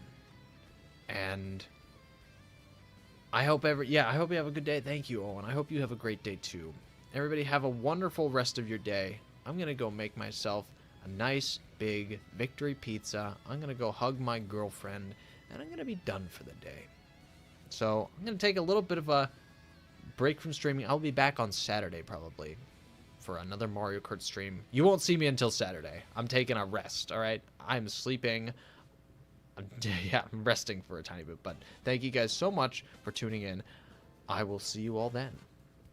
Bye-bye. Oh, the mic's not.